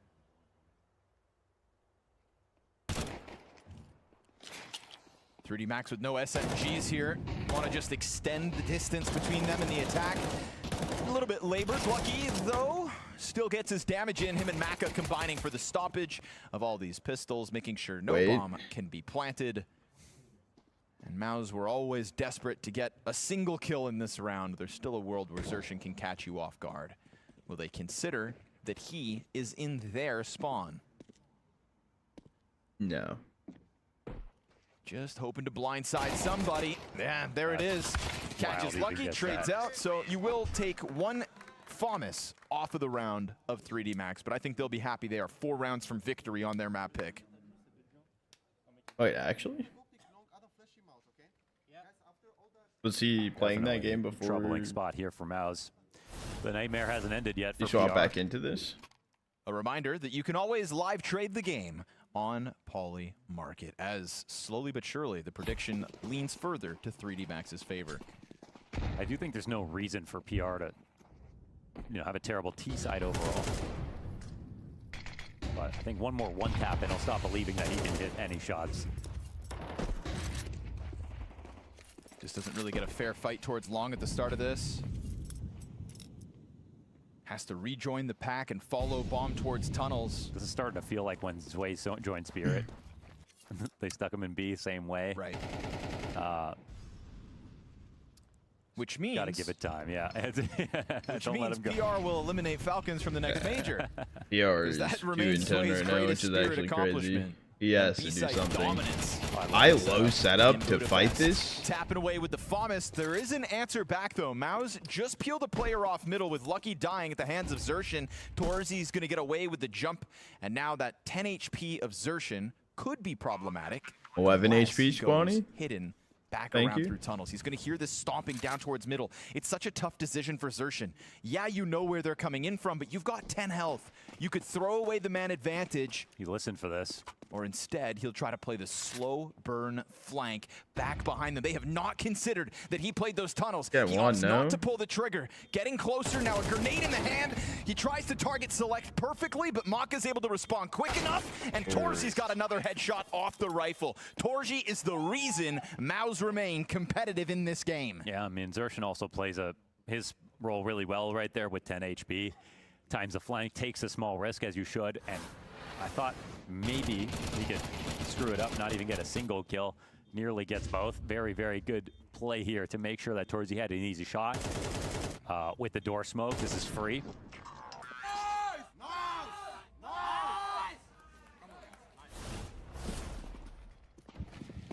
Now they're definitely in business.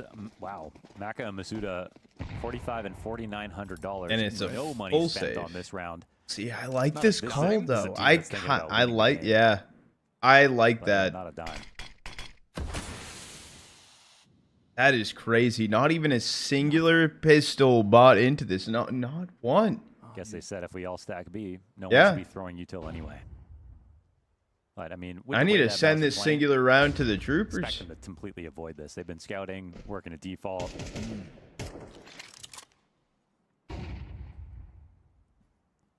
I think the only way they actually walk into B is if they're just scared, essentially.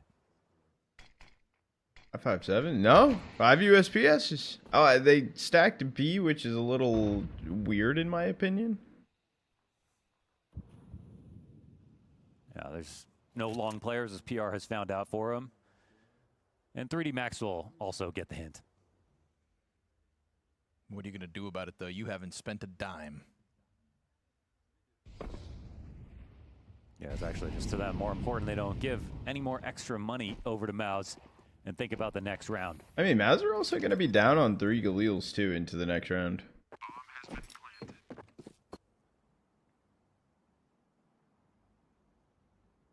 So weird.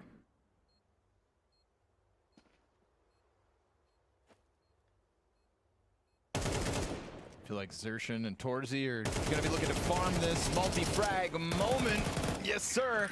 Xerxin gets the edge with the third. Yeah, I mean, they played it out kind of weird. The 2 players already top-heavy for the MOUZ camp. They are tit for tat at 16 kills apiece. Got some asymmetrical money here. Lots of, you know, Maka gets his op as his full buy-in. Kersey still can only get a FAMAS.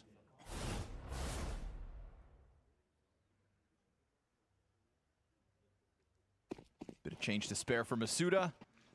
But 3D Max took a knee in the last round to get back here. First W. Mac has yet to win a map against MOUZ in his career. 0-8. Damn. Fast play, out long. Good trade from PR, but while blinded, will not get given a chance to retreat. Gravity hot on the heels of this opening move. And so man advantage earned by 3D Max, offered up by MOUZ with that instant clash through long doors. They're looking for the full commitment. Bomb's still here at long, which is insanely risky. Gravity did something tricky, shot some bullets, but he didn't reload. Perfect. So Torzi doesn't even bother clearing it. They smoke behind him, and they walk into their death. Maka confirms Spinks is out, sees him trying to bridge the gap to that bomb site. Doesn't have the bomb, of course. That belongs to Gravity out on long. He'll burn Maka to a crisp at least, and I don't think anybody's going to reach that op in time, so you actually shave a bit more money off. Yeah, Kersey goes from a FAMAS to a Galil.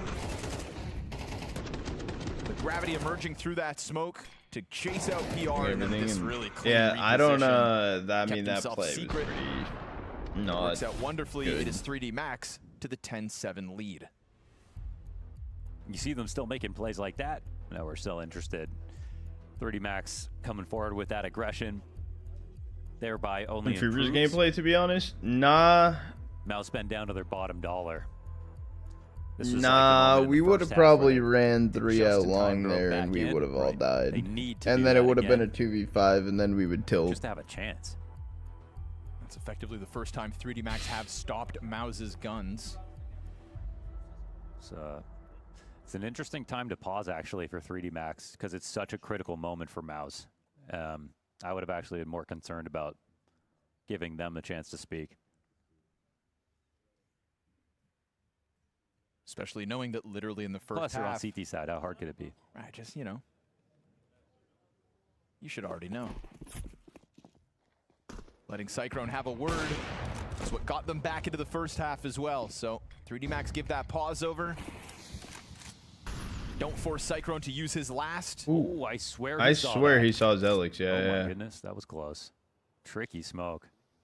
Maka thinking about going back Holding in. Nothing here. Just waiting as it goes on cycle. Kersey's got a challenge. He hits the headshot, but remember, that was a Galil he picked up from the last round. Spinks didn't have an AK for him to rob.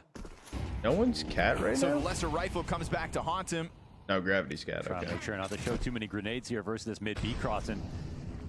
MOUZ are hoping to elicit a reaction to give him some info, because they want any reason to pick a site right now. And B is that answer. It's an approach through the tunnels with Masuda solo towards that bomb site. He's actually must have heard that dismantlement going to on group up towards mid and a retake site. Totally clear about it. The 3D Max make a move to clear this out themselves. They could attack the flank of Xerxin out through middle. But I mean, look how clear of a run out tunnels is going to be for MOUZ. Masuda of two mines at the moment still has no help. I mean, 3D Max haven't moved a muscle on this catwalk. Oh, he's got to call for help now. Masuda's got to get them activated. He's going to be No, he dies. Oh my goodness. Xerxin whips it back around on 9 HP. At least Gravity will clear that out, but there's nothing you're going to do about stopping them from hitting that B bomb site, and tunnels is still maintained by Torji. Now you're saving.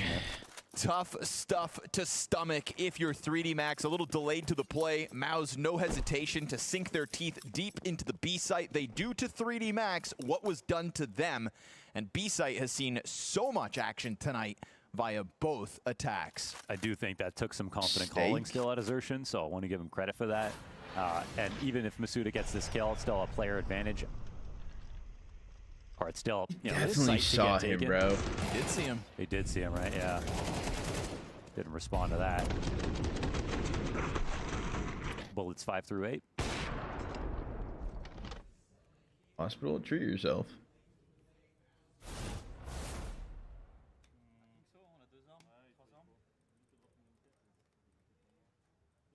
Take those kind of sound. Only happened. I have been a free 12 rounds straight right there from 3D Max if they had won that one, and now they've let MOUZ back in. And they put all of their I've been enjoying playing Dust, so I can't say I don't like Dust right now. I don't like watching Dust MOUZ mainly. have earned a chance back into this game. Yeah, they're using the same tactic. It wasn't spotted last round. I mean, they didn't see anything. And they also smoked himself off, and yet again, question mark. Oh, okay, you can down. MOUZ would have absolutely walked into that, and I really don't think they ever found out about it.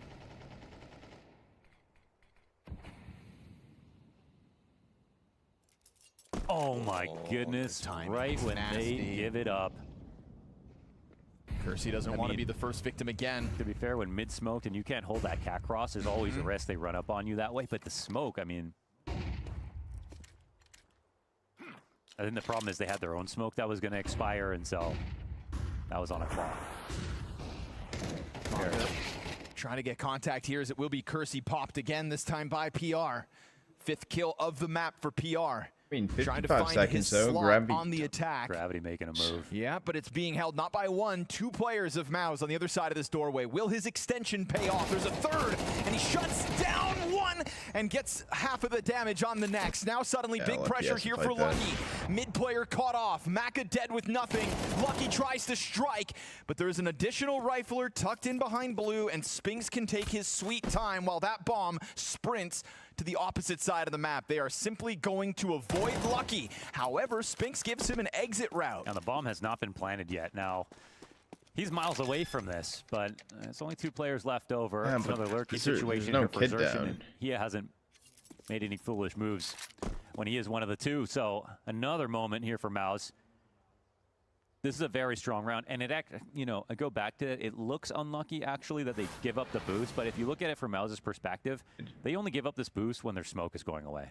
They had a moment where they said, "Okay, here's when we're got a game actually plan getting off mistake. of this, and we're going to transition." And MOUZ waited out that entire time. Got to plan a day in mind, prep, and then send it. What's worse for them? How's is everything this time been going, by the way, though? It gets spotted, and they give Everything it up. good? They don't get a kill with it. Yeah, it's like if MOUZ already had this You've been sneaking sleeping? suspicion that it could be a possibility. Now you know exactly what they're up to. Because you'll see people boost on the other side of Cap by the corner and hold lower, and it's a little safer, and your rifler underneath has a nice angle versus I think Cap. I will do But when max you're both lead. on the left side, you're in Yeah, jeopardy of everyone just getting killed and you getting nothing out of it. Yeah, So, what are they light buying around the A4 again, here just, and letting just it tie credit to up? MOUZ for being Possibly? careful. Not falling victim to the small details. Their mid control is super dog shit. I'll be honest. They're heavily reliant on the boost peak in towards lower tons, and it's just not. Started their season. First map we saw out of them in this round, where Lucky is the only player with an AK. First half we saw out of MOUZ was so slow and overly cautious. And if I'm not mistaken, it was the T side of Dust 2 as well. And we thought, oh, maybe it's just about trying to get PR into the system, getting him comfortable, etc. But there's method to the madness, as now that MOUZ are looking to get tested by what was a very hot-handed looking 3D Max, their pistol ability, clean indication of how sharp they're shooting tonight. And again, a team that has tricky ideas.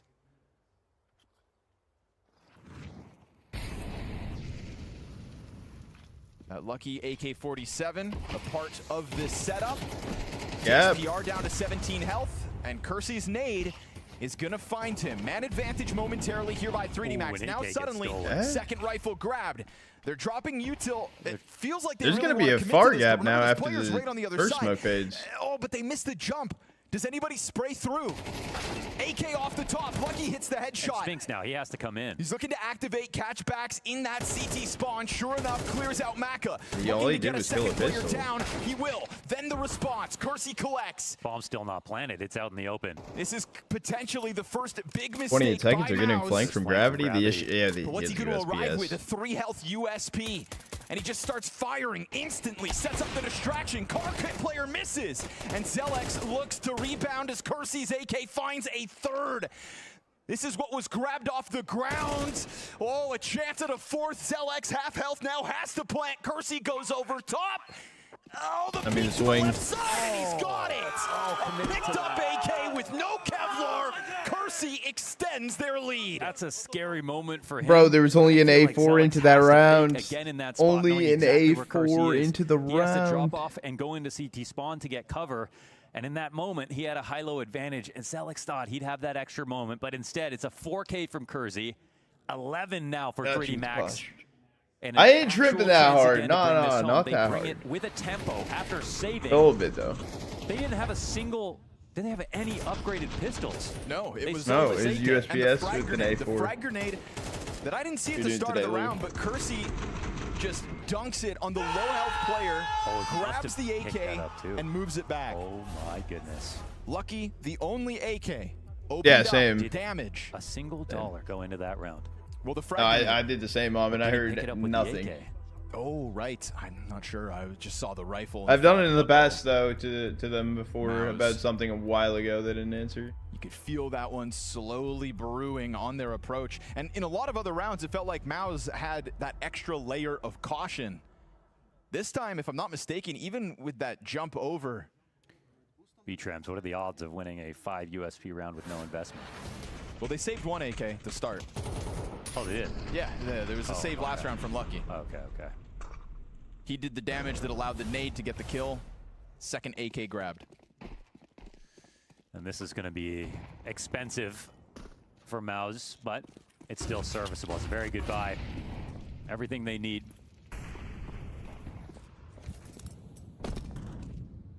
But you got to think with this one goes the game.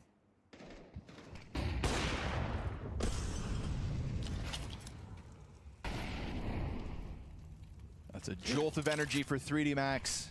And a round they have no business winning. Keep it calm, keep it clean, close out. Xerxin looks to test the waters without really announcing his approach, but doesn't catch contact. And now Maka inching closer towards him. Good, Rick. We get How are you doing mouse today, fall go? back from Cat. Insane approach there from Maka. I'm not sure how much farther he's getting, but too much forehead, not enough phase. Okay. It's crazy. They're all readying the extremities, but if you do this, you get everyone a little tied up, and the B players can get isolated. Flash in. Good chance at the split. Want to call it's a good call from MOUZ. Oh, Masuda's within them, but still Zelex catches the jump up. No way.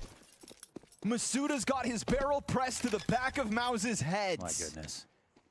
And the mid-door walk-up catches him without impact. Masuda, I mean, oh, that's a gut-wrenching moment. To have the last round go your way, to fall victim to how was he, one, in the smoke with him, two, jump up, boosted on the headshot angle with him? Max. And I think I guess at that point, why are you even peeking? They found 3 close shaves in these last rifles, but at the same time, going B in that spot was the right thing to do. There was no one in spawn to take advantage of any nade breaking open a smoke. There was no one boosted up to punish them as they were getting to the doors. And so, unbeknownst to 3D Max, that was bad. There were no timings to catch them.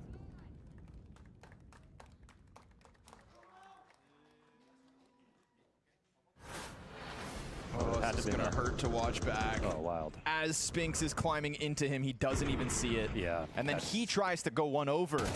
Oh, my goodness. As they're splitting mid and just got to walk that one off. I mean, that jump up costs him. You've already got the headshot. Yeah, that's what I'm also thinking. Same DZ. Like, why are they clearing it? Where he actually happened to come in with the resub 4-month-er. Appreciate it, go. Spinks point blank is his, but now 3D Max feeling a little riled up, like they want to fight for this 12th one, and they'll give Xerxin something to think about with that nade perfectly placed. They're on the fallback already. Not looking to hang around in lower tunnels, but it is a good way to elicit this utility usage. You've got MOUZ burning nades on the approach because they're worried that there's players floating around middle. Dude, today's such a shitty day out. Holy fuck. And funnily enough, after MOUZ never went for the 3B lean, 3D Max. Right in front of the setup smoke. They'll make it happen, and they'll go to try to duel with Spinks, who's holding his own with a little bit of damage, but it is Masuda to make up for it. Simultaneous walkout middle here by Zelex through the T smoke. Yeah, the shitty weather outside right now. Killed right here. I mean, surely they're going to be worried about this. He whips back around. That smoke in the doors. Not enough of a fake to have 3D Max off guard. But there's a second player out in that cubby that does almost catch them off guard. Still, by the time he looks to strike, Xerxin 50 HP in a 2 versus 5. Bomb is starting to make its move up catwalk. Dude, what is this play? He's alone. But a missed he is shot bomb. From Torzi. Things are falling apart at the seams for MOUZ, and it looks like 3D Max have guaranteed themselves 2 map points. Oh, bit of a mess at the final hour. Now it's just the captain here of MOUZ alone in a 1-on-5. Get the op. I mean, you saving your rifle is shit. Yeah, you need a save. Now you don't have any flashes for the next round. You get one, sure. He's going to try to carve his way out of the situation because every dollar counts. But it looks like he might be walking the wrong way. They really want to deny this AK, and there's a reason why. $2,000 left on Xerxin after that death. 3D Max, even just starting this round with a more aggressive, different look towards middle, had MOUZ, I feel like, scratching their head for a second. You know what I love about it? First of all, maybe the haircut, little util damage to begin with, but they have a second plan. Sometimes when you give up a really aggressive position, you're left with no space at all. I do need to clean up the hair though. My hair's fucking long. 1:30. But instead, it's too long. The issue is my hair grew, so like my hair was shorter. Well, no shit, my hair was shorter when I got my hair cut. Yeah, no shit. But whoever cut it, they only needed one. Bro, I need the back too poofy. One moment in this. She looks like Ludwig. 3D Max totally outcalled MOUZ. Just a dash of flair in round 22 to secure that 12th round. And sure enough, denying that save last round means Xerxin has nothing but a Tech 9 and a couple nades in the 23rd. Real limitation on MOUZ. Who's offended? Will 3D Max have the nerve to make more opening moves? It's one of those things where it's in their personality. You want to see them commit to it. Look at this buy. Look at this buy. 2 Galils and Tech 9, 2 AKs. To shut down Dust 2. AG did nothing. Xertion ahead of the grenade, secures lower tunnels control. They know that there's no push from 3D Max this time around. That nade, though, thrown by Catwalk, means Lucky was here moments ago, but now Zelex is already ahead of the utility, and it feels like MOUZ are getting away with space, but this is big. A Maka op pickup through the long doors. PR could potentially end this map 6 and 16. Maka quickly shifts that op's attention back towards the bomb site, just looking to play around smoke here. They're trying to draw for Spinks, but Spinks is being held. Gravity looks to lock in that long doorway. Him versus Spinks, shadow advantage Gravity. He jumps the gun. MOUZ still not making that move up the catwalk, but now Spinks down to a quarter HP. 3D Max are damn near entirely out of grenades. A single flash left over with 40 seconds. I mean, I don't think they have anything to worry about. They've got enough players here on the A site. MOUZ know that. They're going to have to force the situation. Easy. Drop down from Xertion, gets caught by Kersey. He's then going to lose mid-control. It's Torji to try to break through. Single B-site defender in Masuda. And he just wants to keep his head tucked. He's going to let them trickle down in through the window, but now he's giving them sight. At least he takes one frag back. Zelex missed jump, gets his kill at least, 30 health. And that bomb has to get scooped up in the middle of this 15-second clutch. And he's going to commit to it as the door push goes wide. 3D Max right here for the taking. They will shut down Dust 2. They fight their way back into this map, get MOUZ off tilt, and from there secure their map pick. A big victory for 3D Max as we painted this series as MOUZ entering Malta as challengers. Now they're going to have to show that they've got the nerve to rebound in this series. Yeah, that's about as good as you could ask for out of 3D Max. I mean, they win with all those USPs. They're in a situation where they have to complete the win, but they play to win. And that's how they do it on CT that side. 3D Max closed it out. MOUZ now in the face of adversity, and I would say pretty heavy-handedly to some extent there, Viv, because 3D Max looked great. They had so many answers, and you were saying the CT side was going to be the strong half when it came to this map for them, but honestly, I would say it was just strong all around. I think 3D Max as a team are stronger on the T side in general. It's just that this is the only map in which they have a competent or at all capable CT side. It's a 58% win percent on CT side versus every other map is terrible. I think just abject terrible. And you look at their T sides, it's where they always find their strength. They found a lot of strength on B hits this time around. The A hits, not so much. I feel like this was a 3D Max that was surprisingly in control, and I think that MOUZ really let go of this game with some key mistakes. We're going to get into those, but I do want to just give a lot of credit though for 3D Max, because I think that they also recognize what was working for them, and sometimes just sticking with that sort of plan can feel almost too one note against tier 1 teams, where it feels like you want to adapt, you want to get ahead of what their counter would be, but no, they knew what they were doing best and they kept at it. They did the Paravision, go that site, and then go that site again, and then go that site again and again and again, and it just keeps working. It's always a fine line of, when are you one note to the point that it's a detriment, and when are you just being able to exploit what should be the stronger team's weakness. And unfortunately, MOUZ isn't necessarily turning up in an example or a form in which what we had seen for online. That's where my question mark is this 3D Max overcoming a lot of challenges and expectations, or is it also in conjunction here, Vu, with MOUZ just faltering a little bit towards what they can do? I think this is something we heard about in the interview from PR, which is there are some spots on the defending side he still struggles at least a little bit with, and we saw him struggle on the B side. I think he ended the first half with something like 2 or 3 kills, continually hitting his bomb site. He wasn't in the right spot, wasn't at the right timings, and he wasn't, you can see when the flashes come in, you have someone that's a consistent B anchor for a long time. He's going to do a 90 quick. Dodging those when they do have the 3-minute timer, every single time. That's what happens when you're using sensitivity that's so low it hurts your arm to swing away from the flashes. Also, the whole angle of Spinks not always being there too. There were times when he was a bit closer to the action on those B defenses, but again, he just kind of leaves his anchor out to dry. That's kind of the curse, and it's kind of why it's been a narrative now that Yimpat performed a little bit worse next to Spinx. It's why Mezzy played a little bit worse next to Spinx, because you don't actually get to be next to Spinx. He just kind of walks away from you. There is a specific round as well in which we saw this, and we were thinking maybe there's going to be a good enough adjustment coming out of MOUZ, and it was really early on as well, right? Round 4 was where we saw it really take into shape of what you guys are painting. Yeah, the very first gun run, I mean, B hits are very common in the scene right now. You can see MOUZ, they did their own B hits, right? So you're setting up for a B hit from 3D Max. You have Spinx lean away in the opposite direction. He tries to make his way back because they have the entire map control. They know that a B hit is almost certain, but he's not there in time, and when he gets blind, he ditches the site, and he tries to come through window, but it's too little too late as PR on the site, who's still at a molly. He dropped the smoke down to cover tunnels. He's still at a molly. He dodged the first flash, but he peeked out into a second flash, got taken down immediately. And then Spinx, if he's not on the site with them, if your anchor can't get the first kill, if he can't delay by some time, it's over. 3D Max's B execs are also just so especially potent. A lot of teams have been copying 3D Max strategies for a year and a half now, roughly. But basically every single team in their strat book last year had a strat that they just called the 3D Max execute.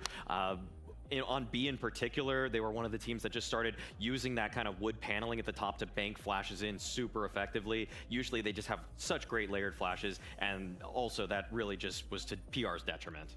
Well, let's see all of those rounds sort of come together, because you're talking about it. Yeah, it works once for yourselves, and if you're in the mindset of 3D Max, you go, we'll try it again. We'll keep pushing our luck, but the luck never stopped at all for them. In their defense, I mean, they did try and go the other direction, right? They went to A at least once or twice. The problem is when they went A, when they went mid, when they went anywhere else, it simply didn't work. And that's where my concern lies for MOUZ, because it became very obvious as the half went on that nothing is working for 3D Max when they try to go for map control. Yo, when they try a slow take, they have to hit B. It's their only option. And yet you still saw them struggle to this incredible degree. I was expecting, as you get later in the half, just send 3B. Just send Torji's having a great saying, send Torji B. You don't need to rely on Spinx and PR, who are struggling this game, to defend a B bomb site against execs that are clearly getting the better of them. And what's unfortunate is you see a couple of these rounds here play out where Spinx actually was close enough to PR in a couple of them, but then it's still just not enough. And I feel like that's just kind of been an issue with Spinx, where he always, like, who's he? Spinx is such a great player, but he has to be used in a very particular way. He likes pushing, finding timings. Who left Vitality he wants to play as that rotator, but he even wants to be the aggressor on the offense or on the defensive side. So counterintuitively, you just that was a bad call. You do sometimes just want him to play off, but you want him to just be more active. And I think sometimes when he would move towards Lake City in Utah, he just wasn't getting kills all the time. Like, he would get kind of tested, and then he would just fall off. And now he's between not being on the site and not getting action. So it's the worst of both worlds. There was significantly more success, though, for MOUZ when we flipped the script a little bit when they were on that T side. But there were still just really small mistakes, Maui, that we saw, and we're like, what's happening with MOUZ? What's the decision-making Oh, wait, here C-Mag redeemed personal process, command. Right? Round 20 was one of them where we felt if they just manned up a little bit, if they were willing to have that fight, that one. You don't know what you want, but you redeemed it. This one definitely ends with a 1v1 that they're going to want back, but also I think this just started with a catastrophe. They actually missed the smoke on the cross there, which leads to PR dying. He gets shot by Lucky, who has one of the lone rifles in this one, and even when they re-smoked the cross, it also had a gap. And yeah, this gets especially close in the 1v1 where it's Zelix, it's Exertion, you know, they're trying to fight back into this one, and I think this is where the nerves show for Zelix, because he sees Kersey in this moment, and you think that is a great fight. You think you have him dead to rights, you have all these options, you could have faked the plan here with G-Mag, I created a placeholder for you. Stick, and when he knows Kersey is either trapped or going to be caught in a moment of transition jumping up, that's where any just tier 1 vetted player is just going to toy with their opponent, but Zelix just kind of turtled up in that moment. And I think up until this round, you were looking at a 3D Max, they were consistently in the right spot, they had the right plays, they had a lot of activity, but they just couldn't land the shots, they couldn't overcome MOUZ. I think everyone saw this as a MOUZ comeback, that they were going to dominate this half, and then you have this 4 USP round where they managed to pull it out, and that's where they got the momentum to actually bring it across the line. I think up until that round, and if that round went MOUZ's way, I think we're seeing a MOUZ victory here. Okay, a lot on just that one pivotal moment that you saw, and yeah, whether it was just what happened at the start, again, when you're going to be looking back on how could we have taken that 1v1 a little bit differently, we do have to look towards Torji and Exertion, I think, more specifically for a multitude of reasons. They're the ones that aren't really necessarily having the rookie nerves for themselves, but being able to display a lot. Right before the game, we were calling out Spinks and Torzi as people that were underperforming so far in the recent memory. Right, you're trying to be nice now, dude. This game absolutely performing to a high level with the op in hand, with rifles as well. He was having a pop-off performance. 0.47 from PR. I'm not gonna lie, I'm surprised it's not lower than that. Expecting him to have these performances now. I still question if this is even possible. If we're in a different realm where IGL's just frag better. Spinks struggled, but I think you see Torji and Xerxin. Xerxin, you're expecting Torji doing well in a situation where I don't think he was expected to. It's one win condition here is being satisfied on the MOUZ X Factor list, which is Torzi popping off. As you've already said, Exertion's been the constant for them, but it's just a bit of a shame that they really weren't able to get the production out of PR, out of Spinks, or even Zelix this time around. Even though some of the ideas were good for MOUZ, I think the scoreboard might be great for Torzi, but he's going to regret that one smoke on the cross that led to his teammate dying. He wants that one back more than the shots. Well, I want to look at his numbers a little bit more, right? 20 kills for himself. Do you guys think on their map pick when we do get to nuke, it's going to be higher or lower than 20 kills? I'm going lower. Okay. Lower, they're going to win faster. Lower because there's just less rounds. I've got confidence in MOUZ moving forward, yeah. I like the reasoning there. It's lower there, but if you guys like the game of higher or lower, you can head on over to Blast TV because I see Market has put together a fun little mini game where we're looking at skins on the market and saying, is the skin on the right a higher or lower price than the skins on the left? And Bill, I think you need time for your redemption arc if you would like to kick us off here. You got to know this one. I know this one. It's higher, obviously. About one cheddar command says it's lower. Right, cheddar to you, and their command says I have that deal. sauce. Am I clear enough? So you're trying to bait in that doesn't look a command to a command? Yeah. It doesn't look special to me. We're so good at this. We're so good at both. All three of us are so good at this. This is a red. Yes, higher. all three of us. Higher. This is higher because it's a red skin. Yep. Yeah, I fully agree. Oh my gosh. Yeah. Well, Winter that was definitely offensive lower. lower. You don't even have to think about Sure. that. Yeah, it's lower. It's a case. Well, case. Higher. Higher. Yeah, I think it's lower. I think Agent skins are. Probably case I was right. Oh wait, but this is Higher, an early weapon. higher. Skin. This is more. This is Yeah, like I think 50. that's higher. That's higher, I got right? that recently. You bought it recently? I got a minimal drop of that. wear. I'm not sure. The chrome can't. That one's pretty nice. Say higher. I would have said higher. Ugliest skin in the game. I'll say higher. That is the ugliest That's the one skin in the Brokey game. was using for a while. And is Brokey good? I'd say He was higher. too busy marveling at the skin. He was too busy looking at the skin, which maybe it's that's an expensive and nice skin. It's the ugliest skin in the game. I think it's also red. Is it? Sadly, it is. No, red, higher. and I would go people like higher it. for sure, right? Okay. Yeah, it's probably higher. You guys agree? Let's go. Yeah. Nope. That's Newest lower. That's collection? lower. That's Lower? Doesn't it have the Desert Hydra? Like free. Budapest Legends. Lower. Lower, right? That's a recent Lower, major, so it's yeah. got to be Recent lower. major. Yeah. 28 Manic Aberration. Higher. Higher? Be higher than 28 cents. Nothing We're lower doing than too 28. well. We're going way too. This is going way too well. Whoa. Oh, we're getting they griefed us. sabotaged We by got griefed. production there. That's Oh my because God. as fun as higher and lower is, maybe you guys can give yourself a couple of minutes to go and enjoy that one there over at Blast TV because we're going into a break. Why on the production MOUZ's pick side. lower? It is going to be MOUZ's map pick with Nuke. What? That was just higher or lower, Elmer. We're having too much fun. I guess.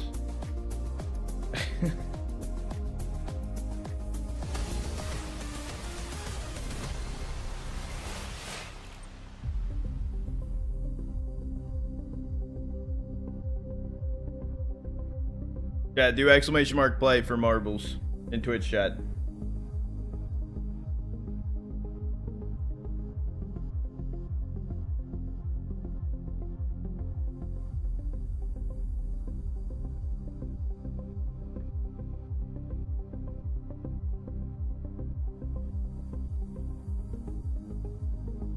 Twitch chat. Winner will get 5,000 ups. I am gonna do a 90-second quick. I don't know. We don't have time to run one right now.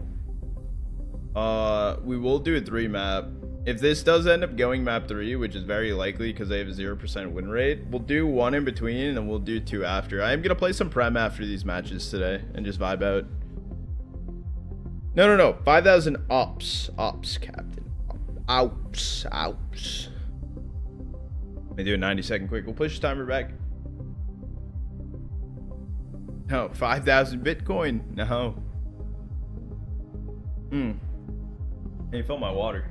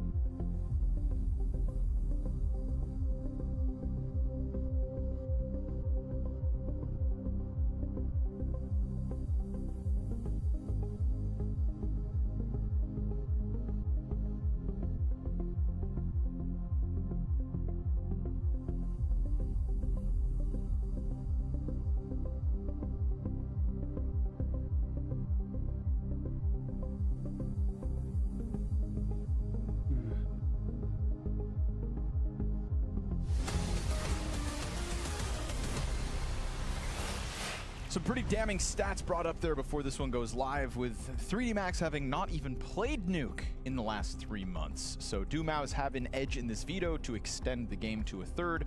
A big shift in the predictions over at Polymarket.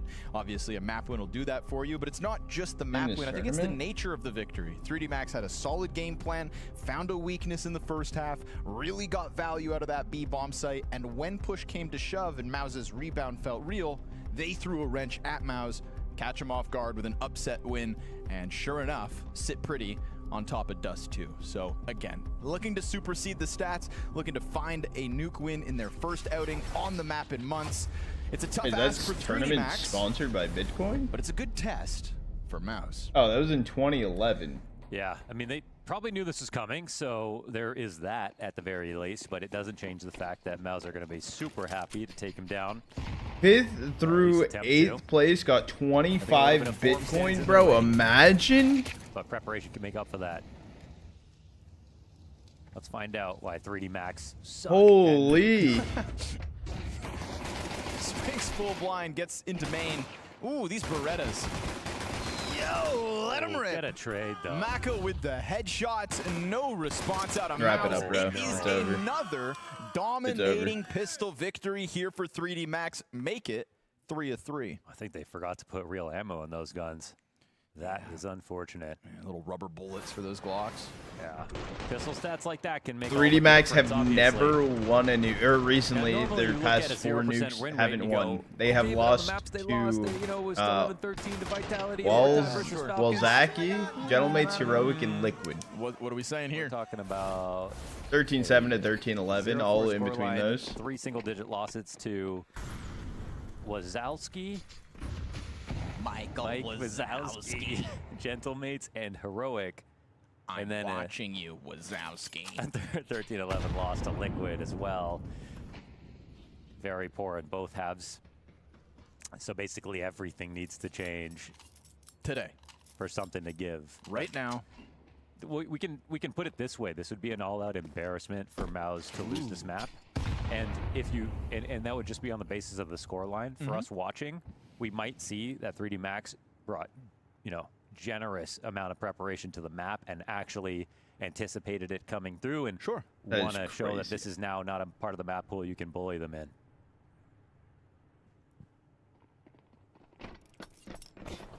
Masuda just tucks tail. A little uncomfortable. He doesn't have his, oh my, I can't believe he gets out of there. But He's it gonna is run him down. Glock storm coming his That- way. Oh, it doesn't He even, didn't get nothing. one. Yeah, that's a little. Multiple bodies, though, on the scene. That is, however, a FAMAS offer overed. Xerxian dies right after to Kersey. Oh, but then the Glocks find him. No way, don't They're you about to dare. win with just Glocks. This was 5 Glocks at the start of the round. Now, nobody's picked up that one FAMAS just yet. But there's not even a kit here for the play. 3D Max didn't even anticipate having to go for this retake. Who would have thought? Oh my goodness, they're. Oh no. Oh, they're gonna walk away. Okay, no, Mac is walking at this, but dude, 10 seconds, you gotta get going. No, they're leaving. It's They're a leaving. 5 Glock Glocks. win. 5 Glocks. Well, that's you know, kind of getting him back for the 4 USP 1 AK round back on Dust 2. But the problem is it happens immediately after your pistol. It's funny because Masuda would play ramp when he played on Vitality as well. Yeah. They did cut him. That wasn't one of the problem positions, actually. It's been like 5 years now, but The it was Glocks? partially very awkward for Masuda. It's but also one very thing. weird It's to one not thing have to get ecoed from like a block round. You have USPS no one playing fast over a rotation around. Glock. You have no one coming in turnpike to catch Masuda them. doesn't get I was one. They looking don't at him even. fall back the first time. I was like, Okay, to be but fair, he's like still Masuda alive. was low Someone going comes down. out. Okay, him He dying doesn't is even one know that thing. someone's gonna But come out, like, so he tries to move and gets into the site. That obviously looks awkward. It's incredible he gets away. And honestly, it's even more incredible that even though he gets away, they still win. that is. A Xerxian standing chirp. Yeah. Can't say I've ever seen that. That is insane. I mean, 5 Glocks. Neutrado would have got one with the I FAMAS. don't know if it's rarer than 5 USPs, but it's That is just unreal. probably. Because you're talking about Glocks versus armor versus USPs versus armor. Like that is actually unreal. You know, I Need didn't more put it together just kazoo. yet, but True. Xerxian's kind of on an apex arc from in-game, from entry fragger to in-game leader. Ruth. If he starts putting that together, if now? he starts chirping him this way, then he's Oh, I really, see. Okay. really inspired. True. Gravity and Lucky still picking up 2 kills because that M4 is out there on the field. Ooh, Maka catches you off. That burst inside 5 the bomb site HP. takes the edge away. Oh, and they win it. I think Right he had his, back, like, giving them he a was taste swapping of their own to his rifle. medicine. Yes, working with a little more. Somebody please stand up. I don't think Xerxian's going to try that again for a few rounds. That's, Oh, no way. there's no way to tell exactly who's playing well right now based on these last 3 rounds. Look, you had M4s. It's not as big of an upset as it was the MOUZ Glocks.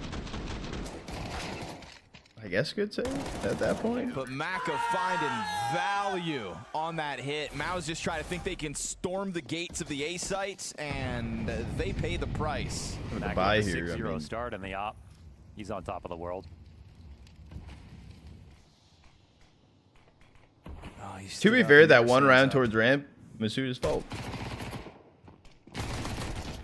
Tech 9 flushed back by the lobby push. It's going to cost Gravity's head. It's crazy. So Spinks, like, worst position ever. Just always gets that last headshot. Didn't even have a really great map back on Dust 2, but like all the most clutch kills. But this is where, you know, if you're already rough on Nuke, this is where it gets even worse versus a team like MOUZ. They're going to be very So comfortable. weird. What? Split timing is crazy important. Zelix doesn't break in. I was thinking, is that a little early? But they don't have that much coming into this buy. Mm-hmm. Here wants a rifle. There goes the Upgrade, AK, you though. wanna steal that? Oh, that's going to help. PR not hits the Deke shot, but second? Masuda's also here in heaven. You'd think this timing does not get predicted, but... Yo! Torzy recovers. A scout. Under pressure from the AK spray, hits the headshot. Xerxian lurks around the smoke to find Lucky. And now Maka's going to have big impact on that A site again, Saving. but with the op upgrade he went for at the start of the round, you know he doesn't want to lose that. If Xerxian stands up again, I'm going to be in tears. Please. Come on. That would be really funny.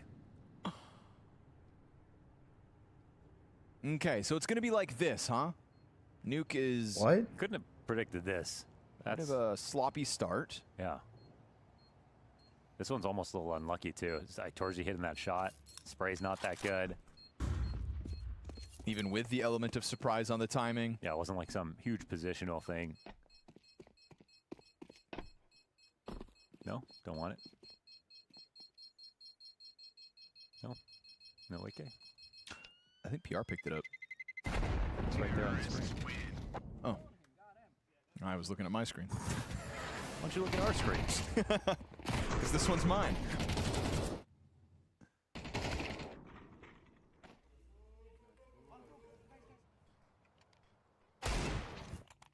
Back to second. Oops. Nice shot, PR. Damn. Oh, it's a... Oh, yeah, there it is. Nice shot on him, bro. You fucking go on him. Goddamn. Goddamn. Zelix from Texas. All right, who's going to win this round? Maka's still got enough. They're going to walk right into him, too. Oh, boy. He's on the run. Yeah, he's got the right idea. Took all Good that damage, but reposition, honestly needed to get out of there.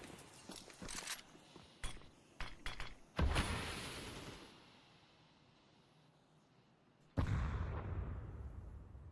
mean, this should be heard, though. If he jumps up.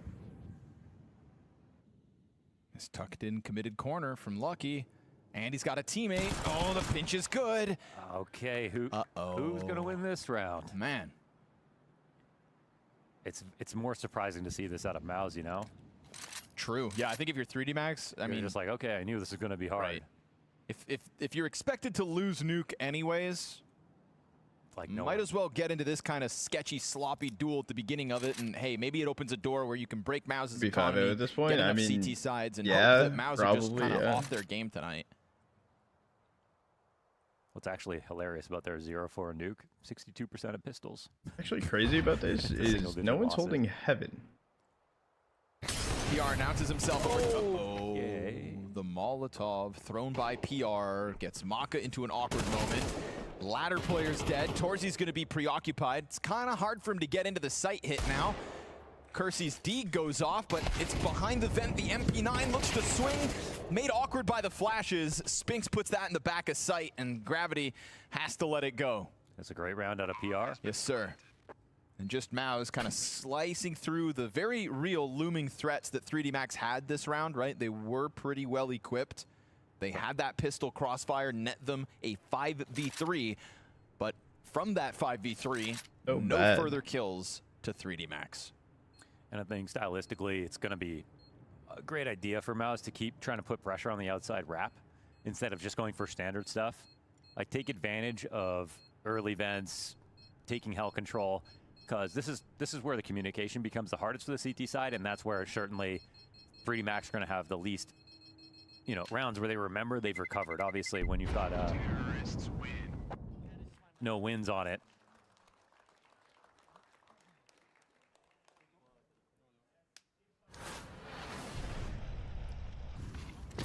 If a team's rough at nuke, it's usually because of rotations.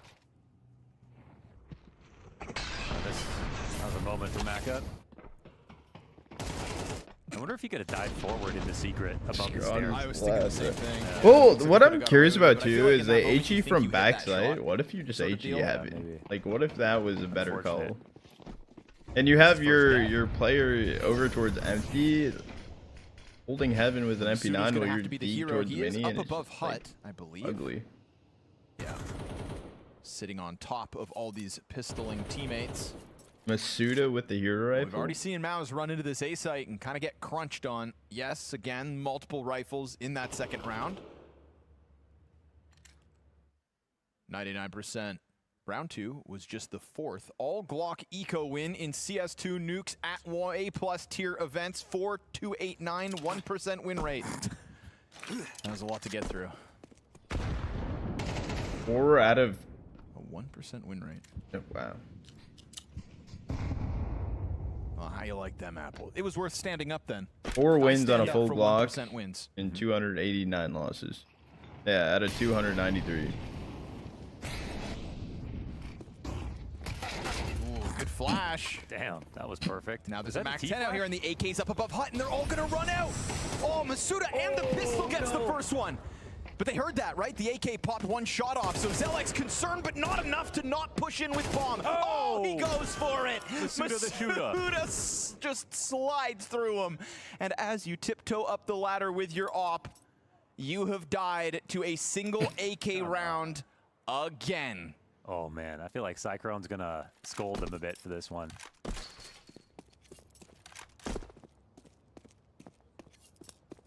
Oh, that's crazy. What do you even say about this game so far? Stinks.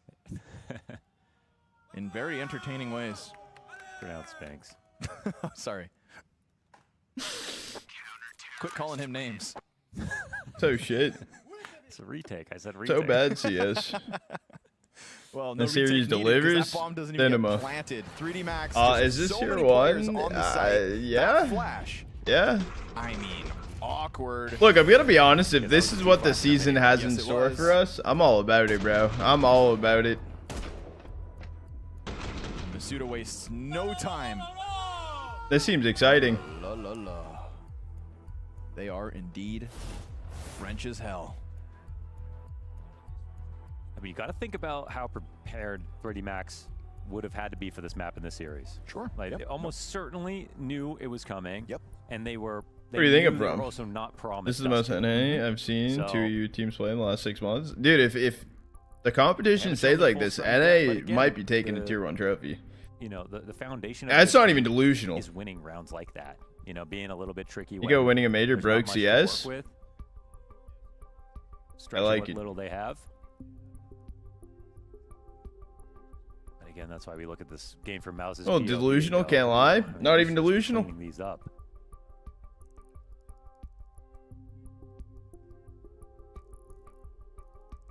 And again, with PR coming in, it's not going to be perfect right away. Where do you think I'm from?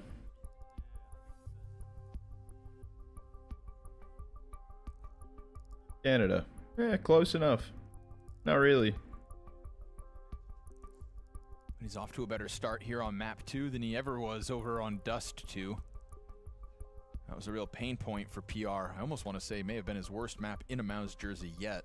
I'll check. Not that he would want me to, but I will. Yeah, you're getting close. I think we will see a strength for him when it comes his turn to play ramp, for sure. I think Maui put it well, where, you know, if there's guys on his screen, he is a laser. And he is has a lot of multi-frag potential. A lot more comfort, it looks like, when he plays ramp. Yeah, by far the worst map he's played so far for MOUZ just happened on Dust 2. You think about PR, though, he does have overlapping strengths with Spinks, I would say. He knows how to walk a flank on time. Super good at catching very difficult kills. Multis when there's, you know, nowhere else you can hide.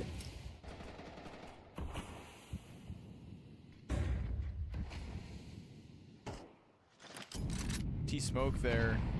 Just trying to make it a little more interesting to give them a potential route to credit card, and it does get a lot of utility as a reaction from 3D Max. Oh, the third nade. Yeah, fourth nade. Another one from Lucky. Oh, he killed kill. That's amazing. I think he ate every one of those nades. Good only getting one. Spinks. Full commitment might be a little unwarranted. There's no rotators. You see how heavily lean this map is. 4 nades. But they fan out pretty nicely, actually. They still have outside control. Like, it's really upstairs. That's totally vacated. But it's also on MOUZ to try to figure that out. This is kind of a wild rotation, though. Yeah, I mean, you've already got 2 guys down there. You have no idea what's going on upstairs. They've gone upper like 2 or 3 times so far this half. Oh, and just that difference in 5 seconds of the timing. And now it's not even their sight. They're going to have to go back around the lobby.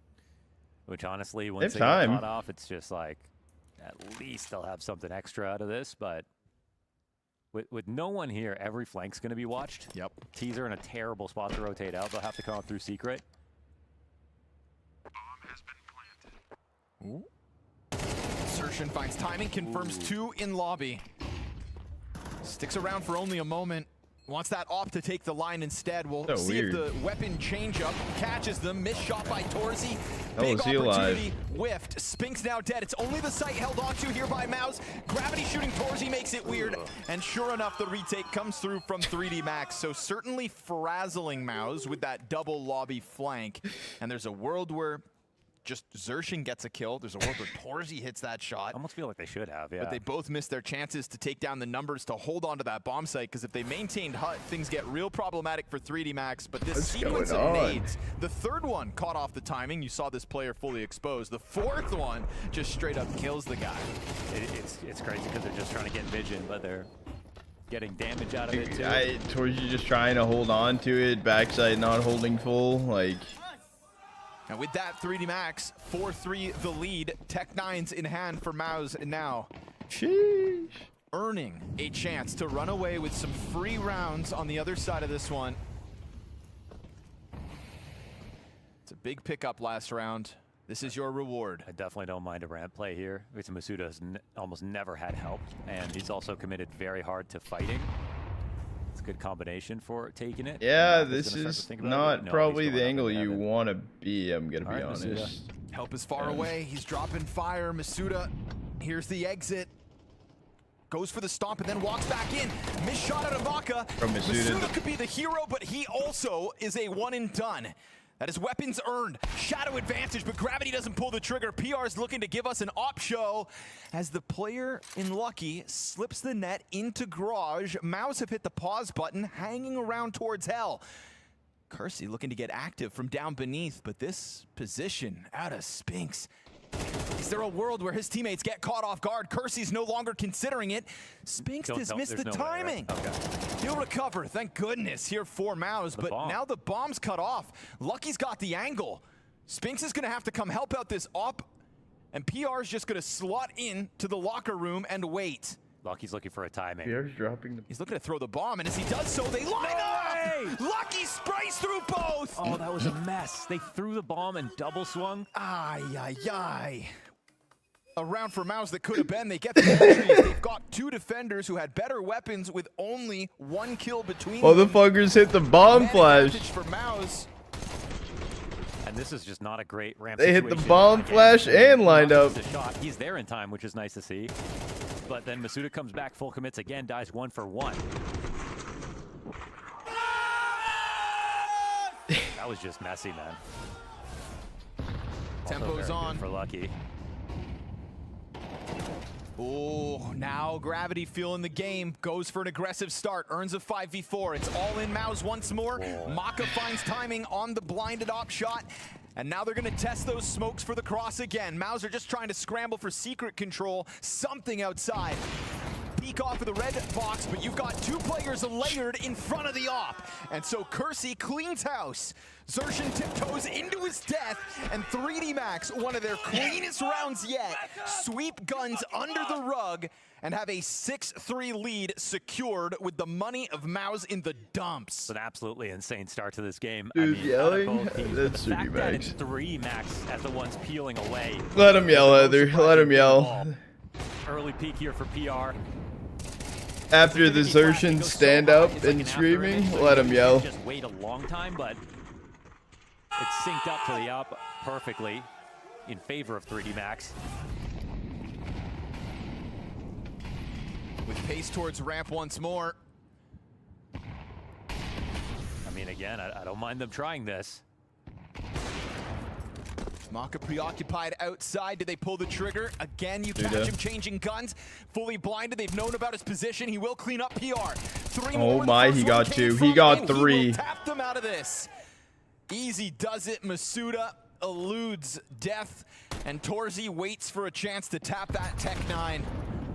He'll find the headshot, but by that time, Kersey goes for that full lobby wrap, and 3D Max will dispatch of MOUZ's attempt to take over ramp this time. I mean, at what point does full tilt come into play here for MOUZ? It's not something you ever see, really, with them.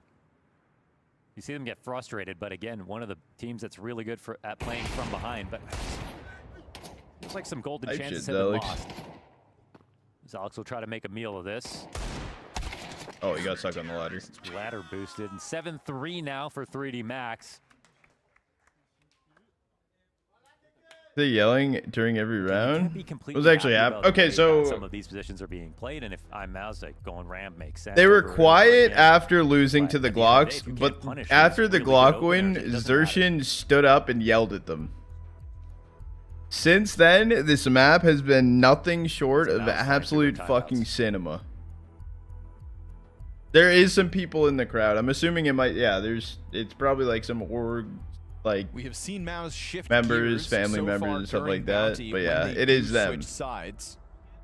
And maybe a fresh start on the defense will bode well for their chances of making this ground up versus 3D Max. But you still got 2 rounds left in this half where it can't help but feel like 3D Max remain in control. We got Size from the in-game leader of MOUZ now. Oh, yeah, I'd be so frustrated. They know they've got their work set out for them on their map pick just to try and get to Inferno. 3D Max.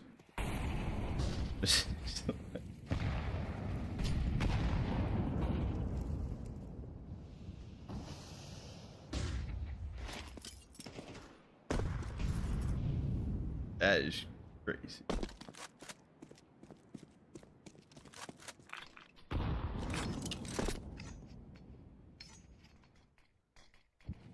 They're just going for an A-pop?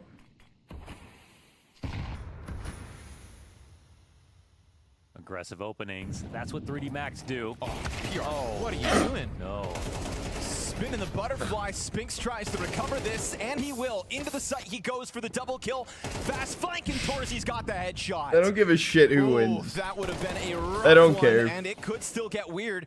You've got I don't Kersey care. inside Squeaky. Now they seem worried, but they look towards heaven, and Spinks is going to get cut down for his efforts. Lobby maintained twice by Torzi. Pushes Lucky to the clutch, and he doesn't seem to want anything to do with that. Imagine if that whole round fell apart by PR. I mean, I don't know, but it seemed like he jumped out because Spinks had already gotten across the site. Spinks and Kersey, I believe, crossed paths on Squeaky. Yeah. That's the only thing that could have happened, I I think. need to We're replay watching what PR happened. spin a knife. I think for him, it's if Spinks is out here, it doesn't even matter. If there's someone in hut, they're dead. So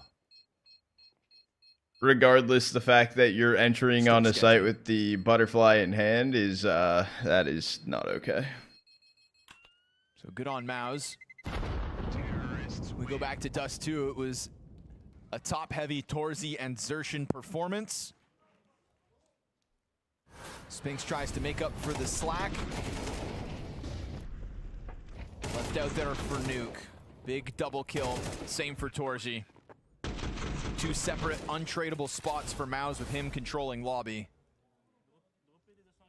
And he collects both. 4 rounds on the T side for MOUZ, guaranteed.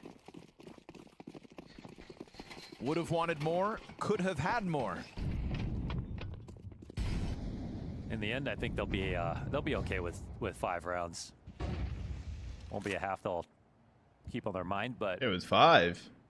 Just makes me nervous knowing they've still also yet to win a pistol. Yeah. Putting a lot of weight on that first round of the second half. And that's even if they get this 5th. Nice shot. Such a good job with that. Times it to perfection. Kersey to test those squeaky corners once more. It's him and Spinks.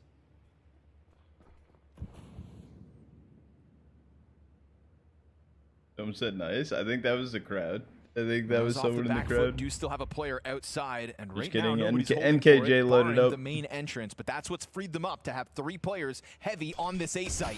Maka misses his chance at a second, but does activate Kersey from inside the corner, and he's going to land both headshots. There's that late main activation. Yikes.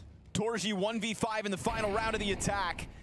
3D Max don't waste their chances. They throw more bodies on that A site, and with Maka's missed op shot, it is the Riflers to extend in front of him and to shut MOUZ down.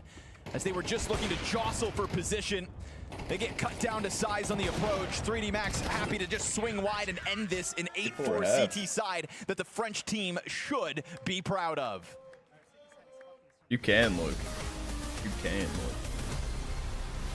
We have a few Maltese words on flashcards. if you give it your best shot, go through these one by one and try and guess how it's pronounced. Yeah, I'm gonna do quick 90-second here. I'm gonna be honest. If you miss any of this game, this might be the funniest match of a Tier 1 LAN I think I've ever watched. I have no idea. No clue. Maybe it's something related to weather, maybe? It's a place, one of the largest places here in Malta. Ah, no chance. Okay, then the next word is... Next one is this. Zurich. Zurich. Zurich? Zurich. No? Zurich. Zurich. Zurich, okay. It might be Where's that? Place as well. It's a city near I've never even heard of that. Next word. Well, it's getting tough. What's the score? 3D Max 1 map 1 and 3D Max are up 8-4 on the half. Aliotta. Aliotta. I think like it's probably like some city or like. The meaning? It's a fish soup. It's a fish soup. Fish soup.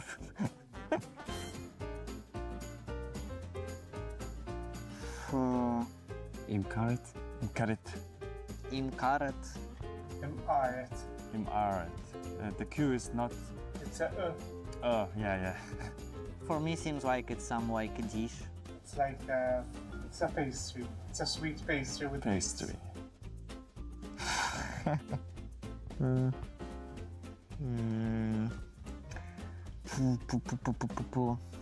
Gigi Poku.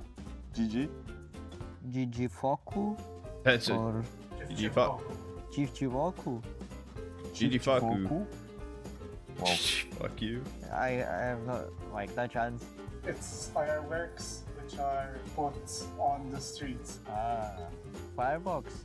Chief Foku. Chichi Poku. Okay. The last one.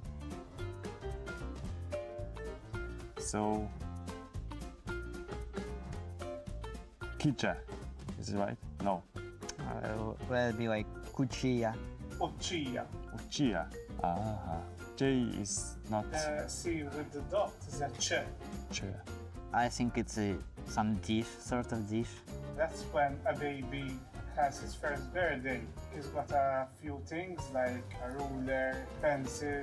It's like a tradition. It's like a tradition. Okay. Whatever he grabs is what he's become in the future. Computer mouse. Yeah. Or computer. Not a real language? Nah, it's a real language. Israel. 3D Max hit the ground running in Malta with a very tantalizing opportunity in front of them for a team that has not played a game of Nuke in 3 months.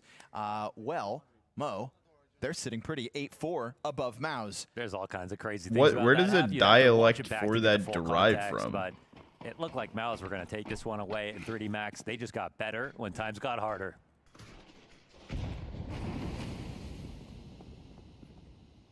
Also, this series features ramp? 0 MOUZ pistol. Wait, no one's ramp. Wins. His PR went all the way to secret. Has to be the difference.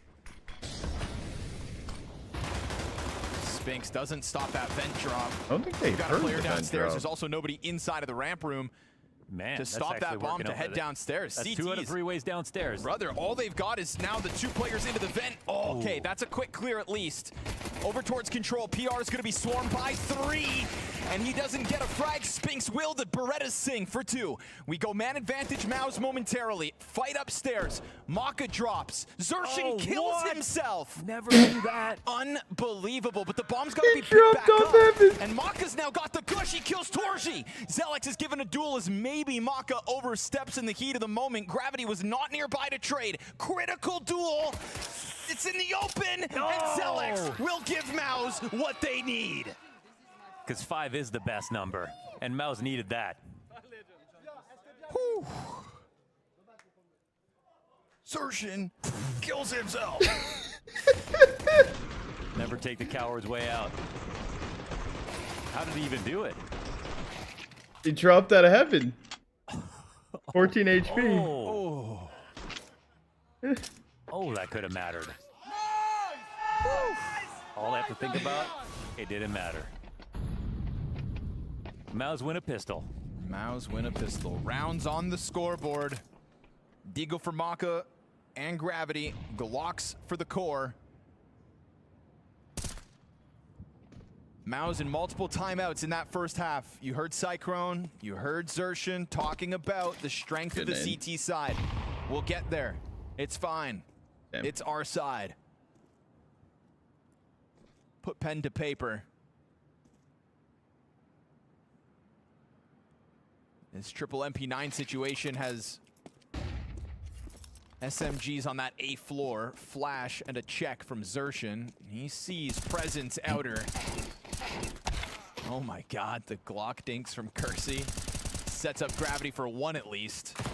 But with both the Desert Eagles now on the ground, all should be smooth sailing for MOUZ. Yeah, confidently gonna gun him down and keep 4 players up. Spinks with the triple. MOUZ 2 rounds from tying this game.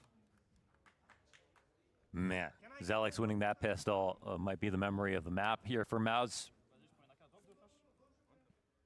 Just makes this series so much more real. Torzy goes instantly into an op. And we'll have to see about this 3D Max T side, because as many doubts as we would have had about this map, their CT side is still better than what we've seen from them on T side. That's natural, obviously. But I guess the question is for MOUZ, like, what have 3D Max brought into this map, you know, to be ready to play it? Because, again, there'd be no doubt they would have brought in new stuff.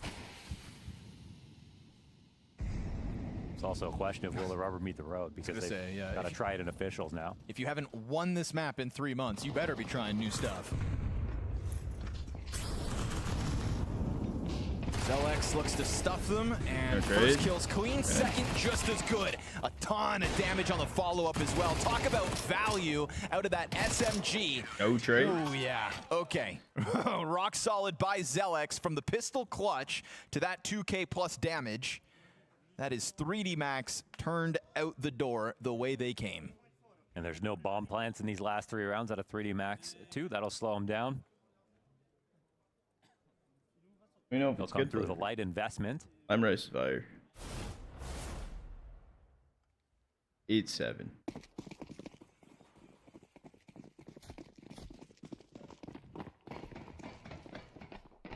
Surely that's such a sigh of relief for MOUZ to win the first gun round, but to do it with still the majority SMGs to get even more money on top of it. It's the best way to win those, yeah, for sure.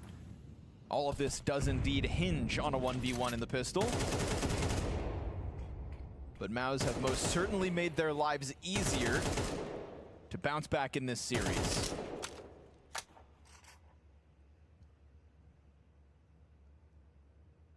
We don't get what we had in the first half, which was that messy back and forth.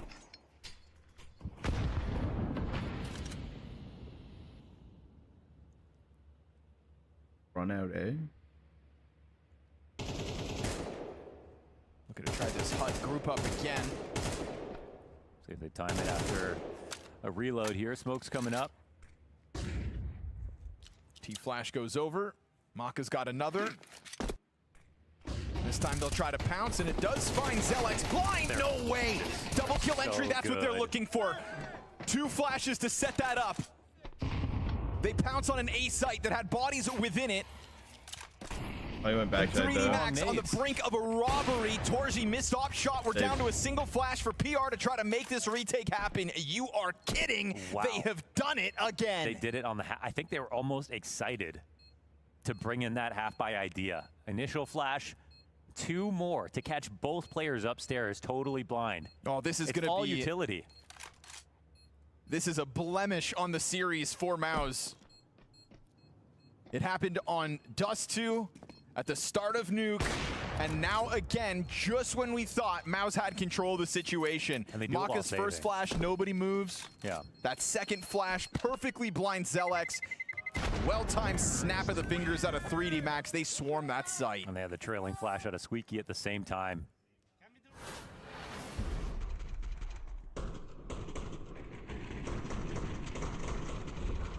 Wow. 3 players on that bomb site as well. That is... That yep. That kill with the Mac 10 on the backside. I mean, just how many disasters can you sustain? Well, luckily it was such a strong start from MOUZ that economically they can stave that one off. It's an op immediately back in Torzy's hands, full grenades, the kits and caboodle. But it's not, it makes up also for the bomb plants though for 3D Max. They win not even fully investing right there. No, you're a threat across the server. Huge uptick for 3D Max. I mean, coming through with a lot of set plays is a totally viable way to play Nuke. You can go for your more difficult defaults and try to take heavy control like we saw MOUZ try to do if you want to, but any mistakes on upper in a map where maybe the T's want to do are heavy on it, like they do 3 or 4 of those on rifle rounds, and your economy is totally screwed, so they have to hold on tight. I was pretty excited to see PR and MOUZ's ramp overall because the rotations are going to be better, and I thought that might be the way that, you know, they guarantee this fun flavor. But already we see a vulnerability upstairs.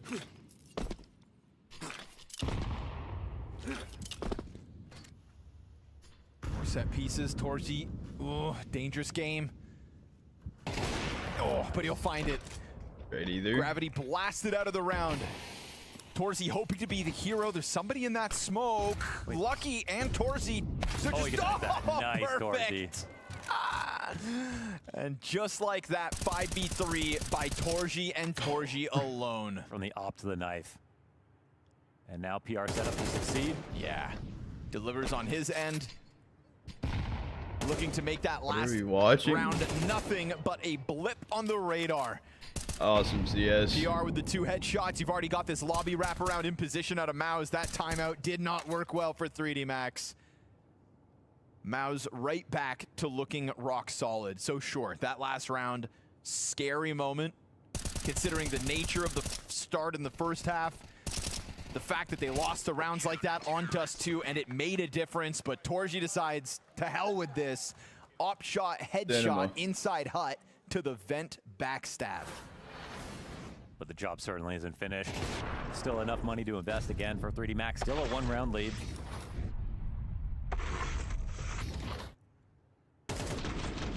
And PR gives us a clean sequence too. Yeah, look, the comfort here is so much higher.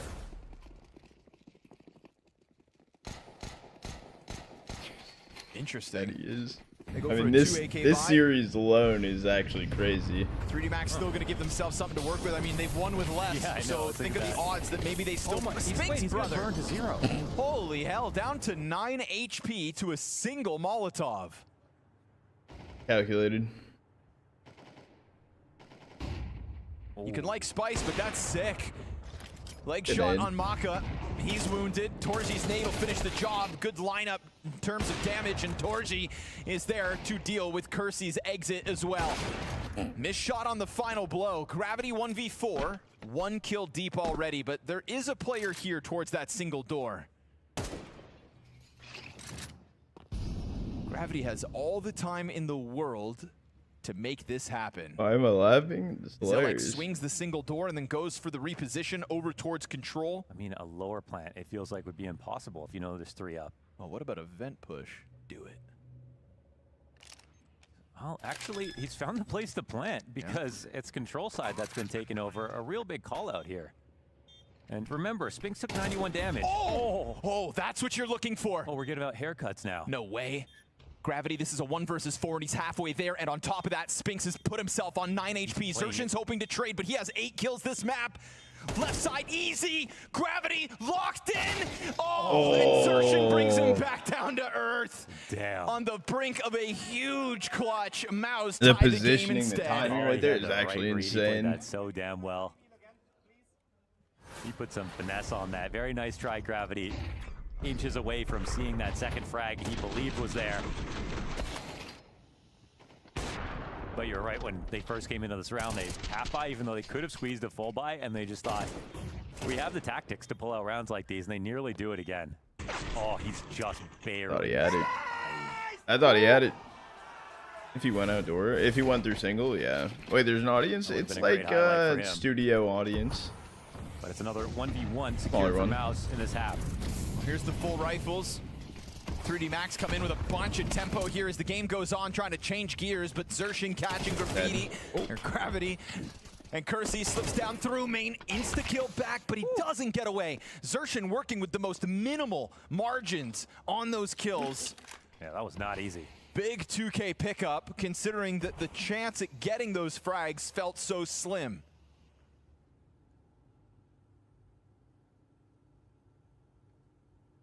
I mean, how adventurous do they want to get? They're readying 2 pushes. Holding, All being watched, actually. And now it's kind of dangerous. I mean, I feel like you got to... I'm in hut smoke now. Stay inside of hut. Xerxin's going to let him know there was a second player flanking, here. but he peels away from it. Masuda cautious, but will he expect Zelex this pressed in? They're going to be hyper aware of this. No, man. Ramp player, obviously the information found. Now they're going to wrap into the site, see no resistance whatsoever. Bomb plant goes down for free unless Torzi tries. Oh, he missed his no molly. Way. This is falling apart again, but there's still a chance to recover. Torzi's here now, and that quick peek out from Lucky's got a second to his name. Oh my goodness. 3D Max will fight, bite, claw their way towards this victory. A 10th round secured.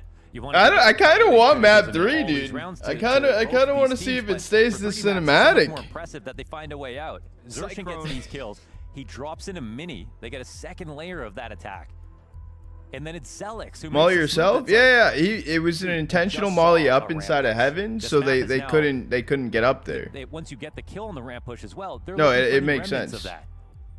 Clearly aware of something inside of hut, and that's an advantage totally given away. No, yeah, that was actually really calculated. After Xerxin starts with these, yeah, he put in so much work. That kill was great. Right? Oh, but then... Oh my goodness, a comedy of errors here for MOUZ.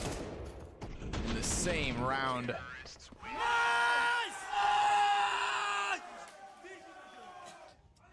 And this is where, even though you only get 4 kills in that previous round, it just becomes very expensive. MOUZ have their back up against the wall again. Yep. Gonna have to pull this one off. Not again. You can't do it again. There's saves on the other side if MOUZ can't find success here and now in round 20. Kersey's looking to drop. On the reload. Sure enough, same thing. Xerxin dead, but there's players here. Kersey 2.5. Fast to get out is Lucky. Ooh, that was a good shot from Torzi. We're in a what? It's been 20 seconds, brother. Bomb did drop. No, it didn't. It didn't. It didn't go down vent. Gravity's hands, no? No. Wait, does he have to go up? Where did it fall? Wait, Gravity's going quick at this. And now dropping down. On the escape, will go back downstairs. This man himself damn near pulled off the 1v4. So what's a 1v1? He's got a lot of confidence in this position. He immediately grabbed that bomb from upstairs, trying to read this. PR now, who's walking around in mini, has to think about walking down the vents. Gravity can play this from anywhere. What does he choose to do? Did he plant backside? No, he's inching over towards dark. But did he plant backside? Yes, he did. The bomb isn't for him. Oh, he's making a risk. Oh boy, he's Gravity. making a big risk here. We got a smoke that could come out. He turns back around. PR's now afforded himself the gap to the site. He's going to clear up above the rafters. Smoke onto the bomb, trying to flush Gravity out, and he does! But he loses the duel. Gravity making up for that one missed step with a 1v1. And he showed bravery as bomb got dropped. Didn't waste a moment. PR thought he'd have time to reposition down towards main. I don't think so. Oh, big mistake here. Xerxin running out of ammo. It's Kersey again, dropping off into mini. It was the second layer last time around. I thought the bomb fell down vent, but it just gets thrown out. That was definitely a bit of a mistake from Lucky, because the bomb's going to drop where you're facing, so he should have just said, okay, you're downstairs, I'm going to at least get this to you. And here's this next force situation. MOUZ playing with scraps. Couple FAMAS, Scout MP9. Smoke into flash, all they have left already at 1:35. Insane this could be their first nuke win after 4 losses versus a team like MOUZ.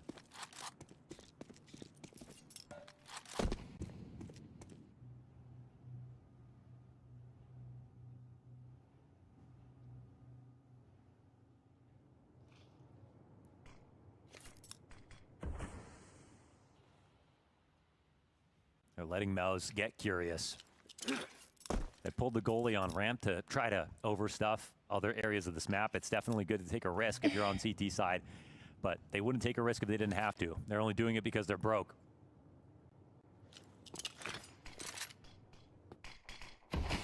MOUZ know it's absolutely possible that 3D Max fumble this.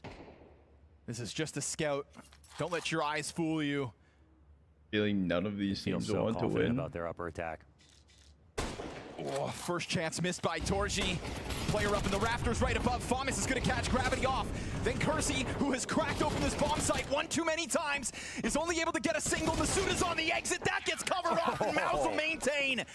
Bodies on the bomb site makes the difference. That was a great risk that they took.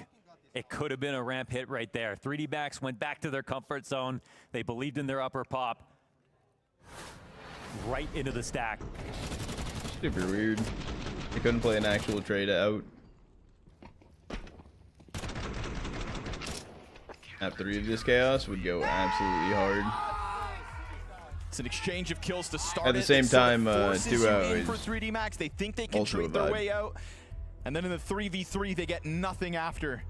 And they've got to crunch the numbers now because 3D Max even worse off than what MOUZ's most recent buy just was. Yeah, they're the ones who have a round to spare. That's their resource right now, so they've got to let MOUZ mentally get up to 11. This is a round where they're going to try to do something tricky because, I mean, we've seen insane stuff so far this map.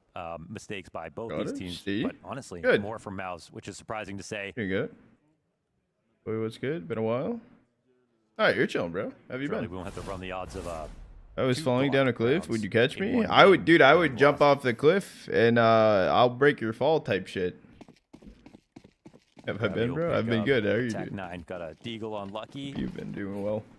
1 nade on. Having a fucking stroke right now.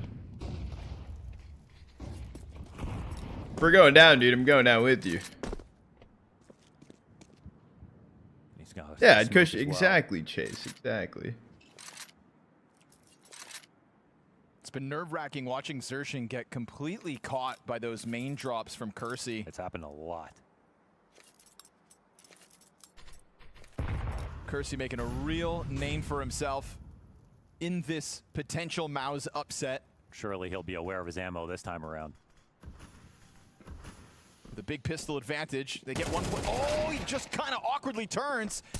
Lucky's picked up the deep shot, but the Heaven player, ton of damage here for Torji. Still, 1 too many kills could make this way too weird. Yeah. But the cleanup in full effect. Maka knows where he is. Possess the bomb. Zelix tapping his way through it. PR will find the frag. It's majority alive for MOUZ as they tie up at 11.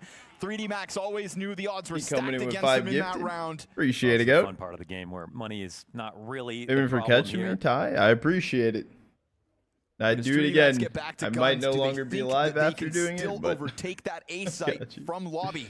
You know, they were confident in their A splits, can't complain. Getting ready for back to Kersey's the move from Houston to North Carolina. For other ways, so oh shit! They kind of have options. Hope everything goes good with the move. A lot of people have been moving Max lately. Have shown so far. They know odds are not in their favor per se. It's fast util usage out of Lucky. Duel's coming his way. They smoke it off. Oh, Kersey reacts. Big mistake. This time Good burn backside Spinks. Spinks at 60 health. He's been found out. They just crash into them again. They pop open the main smoke. Okay, good from Xerxin. Shots whiz by, and they have managed to slip Kersey into lobby. It's not quite being held, but it doesn't go around the corner, and now they consider it from the other side. Yeah, but I mean, he's going to get flanked from Squeaky now. Yeah. And as Maka goes back into it, he's got the edge. Man advantage earned by 3D Max on the brink of a 12th round win. Oh, desperate moment here. I mean, given a little bit of time, this is instantly a save. And maybe those extra kills they got last round were enough to keep MOUZ low enough to not even attempt this.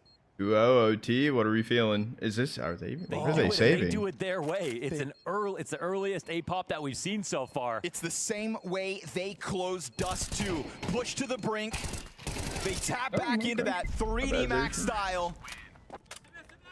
Slam themselves into an A site. That actually makes it expensive. We're going to be very low on grenades for 3D Max. Oh, shit. Oh, boy. 2 kills at the end. It's a very nice save. Keeping the gun as well. Zelix dying once more inside of the hut. It's a great reaction. Spinks was blind for all of, I think, 10 seconds. Like, he didn't see this round at all. Yep. The flashes upstairs have been pristine out of 3D Max. It's not horrendous, but it is 2 Galils. Yeah, that's courtesy of Xerxin, so that'll be something. They'll take any advantage they can get. This one has a high likelihood of OT, but you never know. Towards ramp they'll go. PR instant. Oh my goodness. Untradeable moment there. Oh, still manages a second. They try to take it to the ramp, but they don't really use a lot of utility on the approach. Gravity has been afforded space down Secret. And there's nobody to actually stop this ramp and push down from 3D Max. He's keeping Spinks occupied. This is a moment where they can take lower, and they know Spinks is far back. Getting this bomb down coming quickly to help with would Spinks. be the way. They're watching the vent push. Oh, and Kersey's got another one. Yep. Up to 22 frags is Kersey. And he is the reason that numbers have been evened out. This retake is on. We've got utility short for MOUZ, but they need to find a way to get the hell out of this Gravity's still chokehold. Secret, and he's not even peeking. Through the vents. Gravity lets them inch their way down the double doors. 2 sets of eyes here for 3D Max. It's all on Masuda. Down to 11 health. Ramp arrival makes a world of difference, Holy and shit. we go to OT. Oh, thought it was 3 coming down control side, but it wasn't. A late rotation in here from Torzy. 1 kill, another 1v1 secured for MOUZ. And now we go post-regulation. Kersey is a sledgehammer on the attack at the moment, breaking down these walls. The reason they trade out on the ramp, what started as a 5v3 for MOUZ, still comes back to the nitty-gritty. Yeah. PR on the ramp has been a stud. Like, he's getting his 2 kills. He's staying alive. He's rarely had to fall back. He's playing all his favorite aggressive angles. This was great awareness out of Xerxin. And great damage. Yeah. Best play of the game by Trotta. Reported Trotta for sure. What?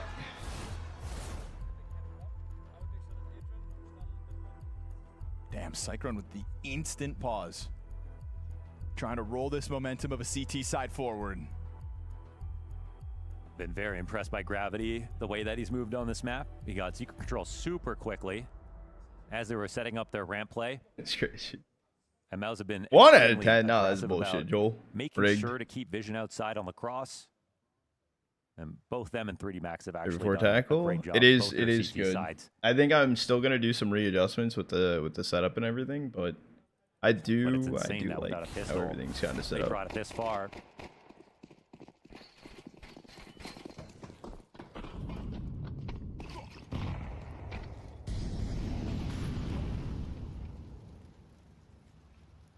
Maka on the prowl.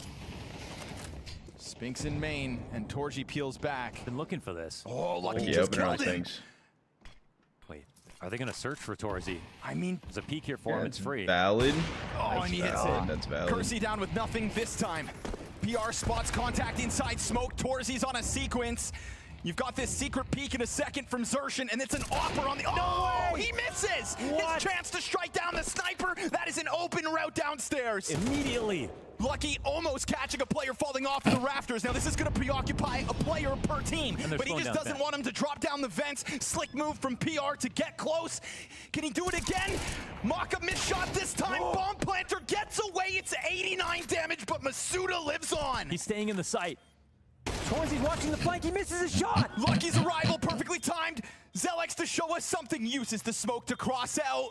It fades, and he's found. They've pulled it off. You're joking. 3D Max strike first in a T round with a lucky 3K. His multi-frag's fantastic.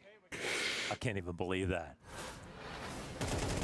Xerxin missing 2 or 3 bullets inside a secret allowed the op to get a line.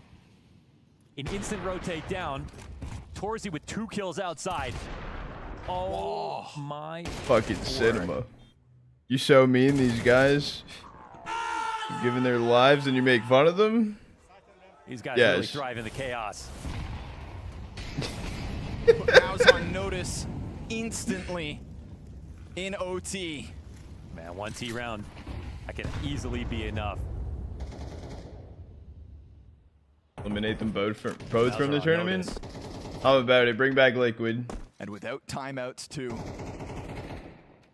It's untenable, the amount of mistakes they've made so far this game. And I only say that because it's a team of this caliber.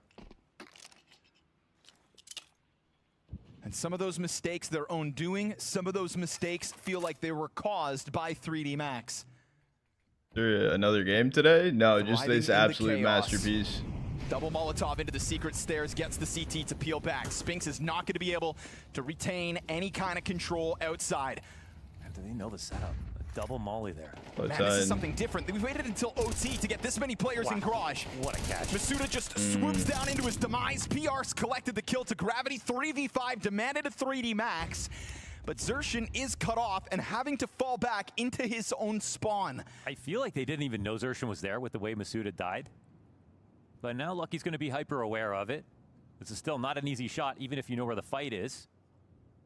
Kersey down lower, loses his head to Spinks. Lucky's got a tough duel here towards spawn. He'll happily take it. 2v5. And now, he's the last 1v5. Zelek's Bomb dead drop instead. mini, So this 15 round seconds, absolutely it's fizzles over. out. We try something different from the 3D Max camp, and it will net them not any space towards a bomb site, not any kills. Yeah, MOUZ gonna have to fight for this one. Yeah, I'm interested to see how that first round, goes, that one, event. 3D Max. I'm sure they feel they have the game if they grab this last one. I hope no one feels like they have the Xerxin game. with like 2 inches of space is catching these unbelievable kills. I mean,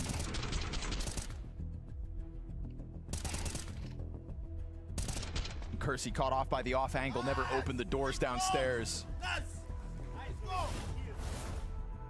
feels like 3D Max have gotten away with a lot of upper pops, but also without being too repetitive. They've really dressed it up differently a lot of rounds.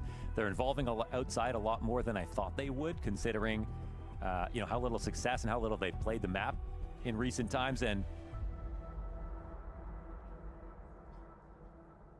ironically, the round they win, it's a 2K from PR on the ramp, where he's been actually fantastic. Yeah, PR was on Gamer Legion. Probably been the most they got PR of the map, and then Flamus is on Gamer Legion now. With a broken chair, dude. Talking shit. Wait, Lever got kicked. I'm assuming sold to MOUZ.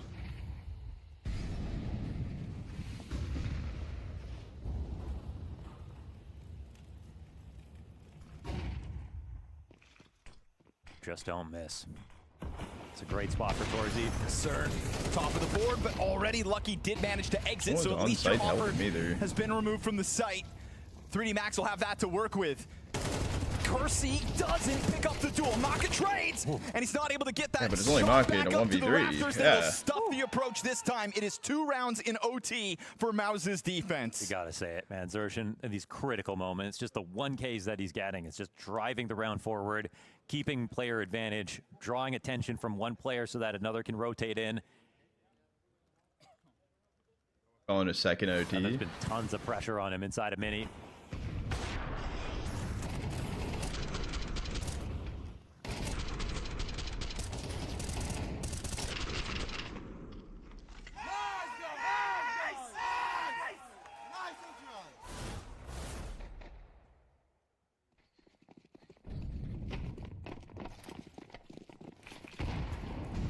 MOUZ instantly trying to give Torzy an angle through Squeaky. Nobody oversteps it. Does Kersey have the nerve? It's a dangerous game in that doorway. But we can already see this movement from MOUZ over towards the ramp. 3 players inside of Trophy, bomb included. MOUZ 13 and 20. Yeah, he's been no PR, I'll tell you that much for free. This is the place to go, and also very little support for him, so a great combination of reasons to attack. And that gap has existed multiple times throughout regulation, right? His closest rotator is nowhere to be found. You've got Lucky throwing grenades outside because of that fake wall of smokes. This is all on MOUZ. Delivers the first one clean and at least escapes. This is something for 3D Max to work with. That's officially his best ramp round ever. He's out of there. He gets his kill, unscathed as well. Kersey climbs up to hut roof. Maka, passive angle from lockers. This crawl forward out of MOUZ is going to give them space to the perimeter of that lower bomb site. And while MOUZ got away undamaged, there's nobody else just yet. It is Lucky to press in behind them. Could not be better. This is efficiency to the max. Easy flank. Lucky gets his. And MOUZ is already down. 3. Suddenly MOUZ definitely going to feel squeezed. He tries to attack at the heels. MOUZ going to hear that drop into the dark room. Kersey's won the 1v1 lurk battle upstairs. This is going to perfection until Zelex gets his one. But 3D Max will be happy with that. MOUZ with the peel away. It's exactly what they needed. It's the only time he's both gotten a kill and got out. You can honestly get out without a frag and still be doing your job as a ramp player. It's not the perfect situation. If you're a god like PR has been, you can get 2 and stay alive. That's not expected of you unless you're literally Rops. For Masuda to do this is already improvement from what we've seen in the first half. And I, again, don't blame MOUZ for trying to test him one more time because he failed, I think, every single round that he was holding. Still a scary scene to see him left to his own devices like he was. Yes, it's always not, it's also, as you're saying, not always his fault. If there's no one on Turnpike to catch a rotation, to come in and frag after he gets the first kill, well, there's also only so much that you can do. But we could also see that gap created by MOUZ's smokes outside. He had Lucky with hands busy chucking nades. But as MOUZ showed nothing outdoors except for that utility, it's Sershin over Kersey this time. Outside, just walking through his smoke. That's a free one for Maka. There goes your man advantage. And Sershin tagged down to 1/3 of his health. 2 players in close proximity, but he's going to announce himself downstairs. Drops that utility, causes a scramble. Oh, but it stays alive. It shuts off the ramp. PR, nothing. And now it's only those 2 guys. 4v2, and they're coming back up towards A now. 4v2. That was a scramble across the map. And it is 3D Max to come out better off than MOUZ. The last 2 remaining paces with the bomb in their possession here on the A site. It's the only thing they've earned a chance at the plant. They find the right play very quickly, immediately in this 2-on-4. Don't write him off just yet. Spinks is trying to take this to another level. He's pushed back out into the hut. It leaves Torzi alone. Man, he's going to have to multi-frag as they set themselves up through the heavens. And also the player in the backdrop towards spawn. That's Flash's set up for this heaven push. Masuda's going to late play because of that low HP. They're already out. Torzi pops up. 2 headshots. No way. A triple from Torzi. Bomb past the halfway point. Spinks off of the flashbang. A jump and a bait. Now secure this. No. 2v4 and that 3K was actually fucking sick. Triangle of doom out of Torzi. What a beautiful sequence from him. Carried by Torzi? No, that was actually fucking clean. 2v4 post play. It had to be that clean from Torzi. Gets the 3rd player out. Instant transition into gravity. And the prediction over on main.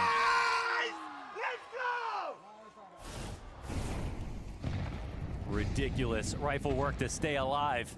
MOUZ's first chance. You've never checked that? A lot of people don't play that spot anymore, to be honest. Less and less checked. Just because it's easily utiled out of position.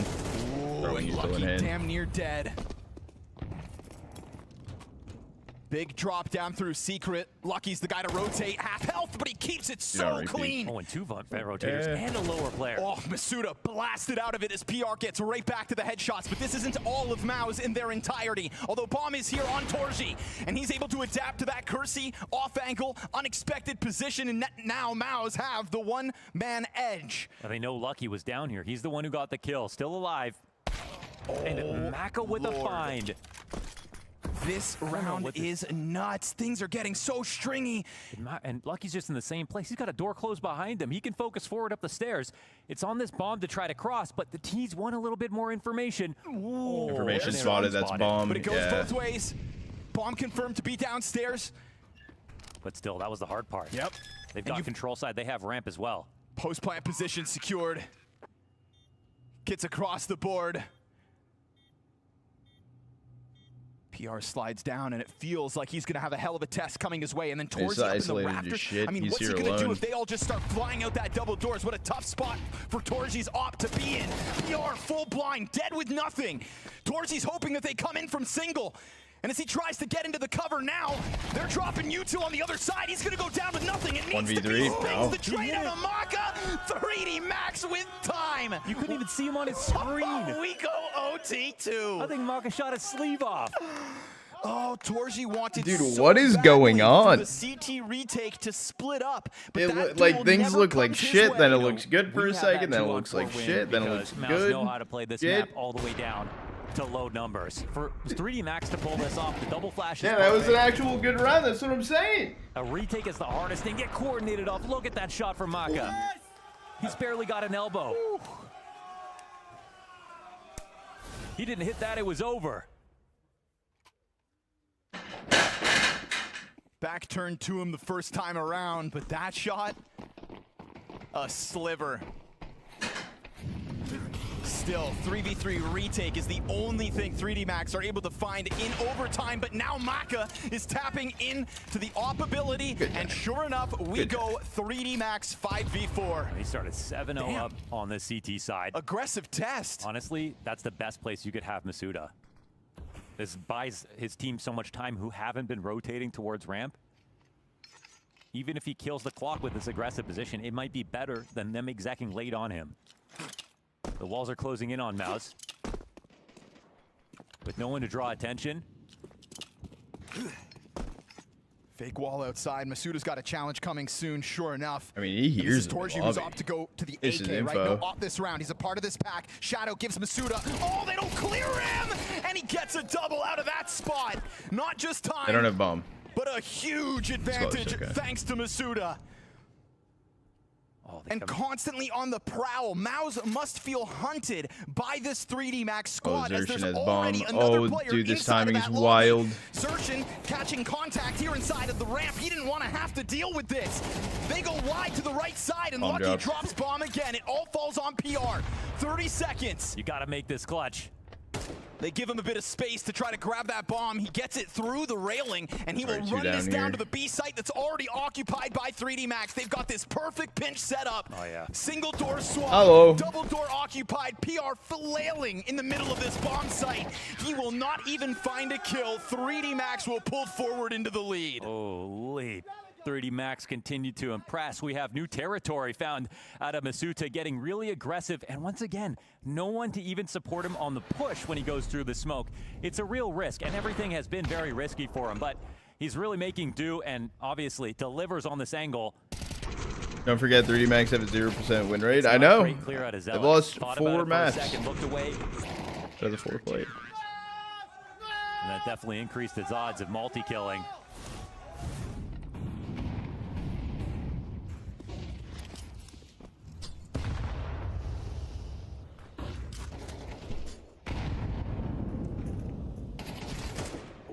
Dangerous, always. And these two have been locking horns throughout both sides.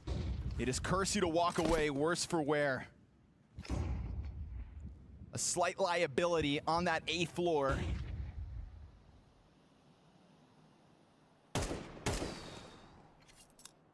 PR's position revealed. Masuda's going to have a challenge coming his way, but it's a different angle. Yeah, this is rough. Ooh, but he start dropping Beautiful nades. time volley. He'll deliver his one. Oh my God, the fire damn near spreads, but look Oh, at the this. timing to turn around. Torji turns around. A second one as well. Mad awareness out of Torji. Because it's starting to be the 3D Max swagger that they attack the flank like that. So Torji locked in on the hole. That's actually crazy. Not gonna get away That flank was huge. Time. I was like, man, when at some point, when are they going to help Masuda? But also, is he just going to keep getting better and better? Is his damage nearly a kill and a half?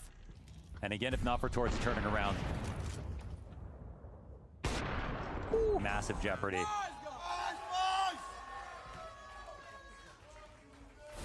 That's meeting the quota of the first overtime. Nobody yet to win. 2 on the T side in OT. Ooh, what's happening here? Masuda's already left his post. Ramp's going to be given he's open just for free. Over encumbered with responsibilities. Like they can, yeah, go ahead and take this. There's not even a target here. Oof. You got 2 players rotating back in, but by the time you get into the ramp, it's going to be MOUZ all over your lower bomb site. They're going to try to retain position for the retake. Kersey smoked off. Oh, the control. Damn near double lineup. Kersey tries to test the smoke, but they're so ready for that kind of a scramble. MOUZ gain man advantage off of the push from 3D Max. Just becomes incredibly desperate at that moment.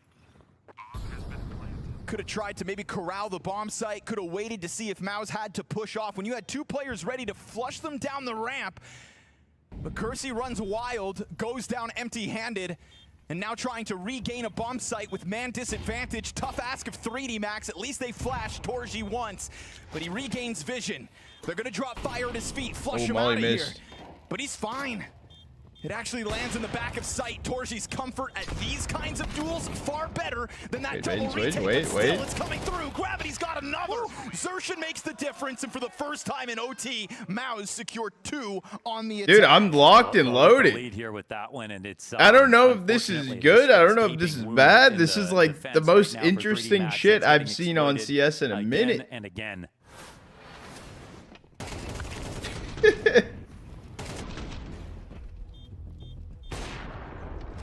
Masuda can't clone himself. And MOUZ are being pragmatic. They're going where definitely 3D Max haven't tried to stop them. This is entertaining. That's what I'm saying.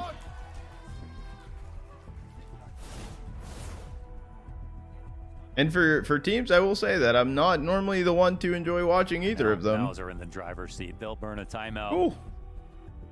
With a round lead. And in a battle of the weak T sides, MOUZ finally get majority rounds. Nuke's a fun map, dude. You should go play with them. Safe to say at this point, anyone could have won this game, but battle rages on. So yeah, there's no argument to want to be 3D Max in this 31 position. and 20. Still rather take the CT side. Not too bad.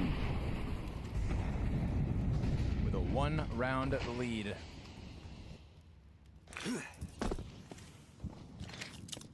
Makes a fun watch. I get what you mean, DZ. MOUZ's wall of I don't know. Map 1 has wasn't as so fun much as this of one. 3D Max's attention allocated to it. Xerxan's going to try to follow them through. Oh, it's a brave move to make, but he's in the middle of it. Garage player turns right back around and executes him with only his 1. A 1-for-1 on Xerxan outside is, I feel like, a win. You have to stomach some damage on Maka in the process, but he's hopping. Torji could catch this off. Oh, they're worried about it. You're putting him on high alert, and sure enough, he'll deliver his. Gravity's down, MOUZ man advantage. And Maka walks the no man's land.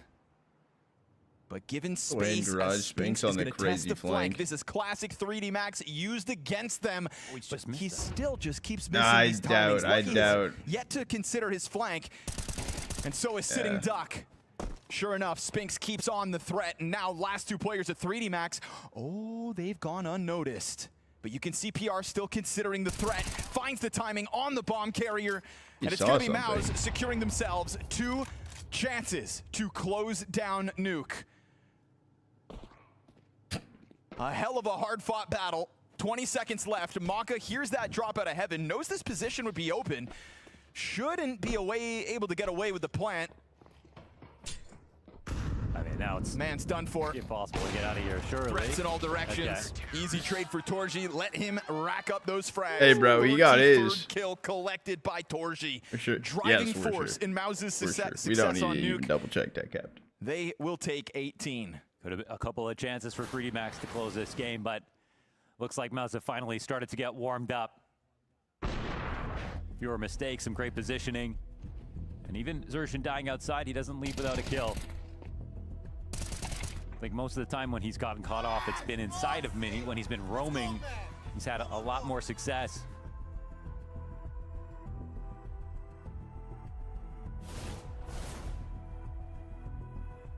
Bro, that's me, dude, playing with my hair. I'm like... We're going to be fully out of prep now if you're 3D Max. Digging deep to come up with a new strategy. I mean, last OTT side, they still threw out that like heavy garage wrap around. It didn't work. But they were trying to dig deep.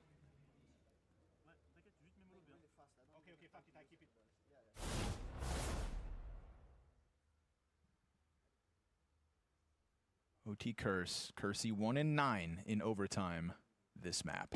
Oof. Damn. And we talked a lot about that main impact he had over top of Xerxan.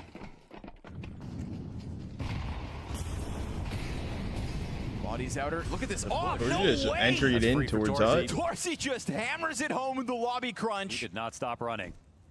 Aggressive off the rip. Now you've got the secret player also looking to get into the action, dueling with Maka up above. Spinks wasn't ready though. Players come wide. Maka damn near dead.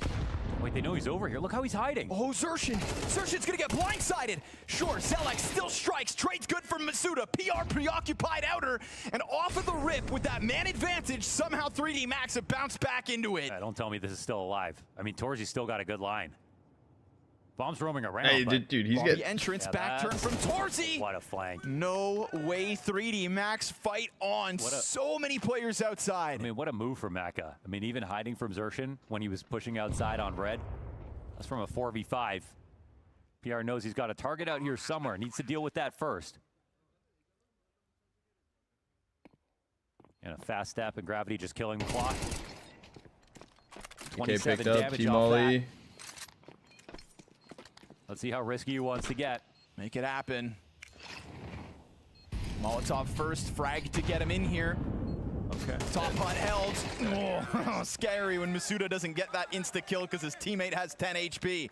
But what a chaotic spot for 3D Max to find themselves in, not only after the man disadvantage from that aggressive Torzi push, but all the things that could have gone wrong outside. 3 people pushing. No shot we and go to they come out on top of it. There's actually no Maybe shot an open this door offered by continues. Spinks, who was playing with nades. By the way, that was off the tac pause. Something, like you said, brand new, where they've been bringing in brand new stuff into overtime. It's the perfect risk. Door off the hinges. Oh, these oversimplified A hits have gone badly Pretty for opener on 3D Max Kirsty. before. Nice shots. And sure enough, 5v3. When they don't come in through main, it gets shredded. This round, no different, but is the recovery truly underway? 2 versus 4, the first step's clean. Maka needs to grab bomb and also dodge all looming threats. I love this layer. Heaven. Throw a body up, try to catch this player off. Smoke fades, and they've done it. Numbers even down. They've got the edge. They've got another OT. Style points from 3D Max. A reverse boost into heaven. Ay, oy. From a 2v5 to stay alive. They are the chaos. Can you believe your eyes? Not even one of them died. Absolute perfection. Flashes of exactly what MOUZ did back in regulation. 2v4 A site. This is a new level we're getting out of 3D Max. Zershin right behind the red box. That's going to catch you off, Elgar. Gravity not ready for it. Oh, there's Torzi through main. They're slamming themselves into the A site again. They know about this position, but Torzi's given 2 dry duels. He picks up both.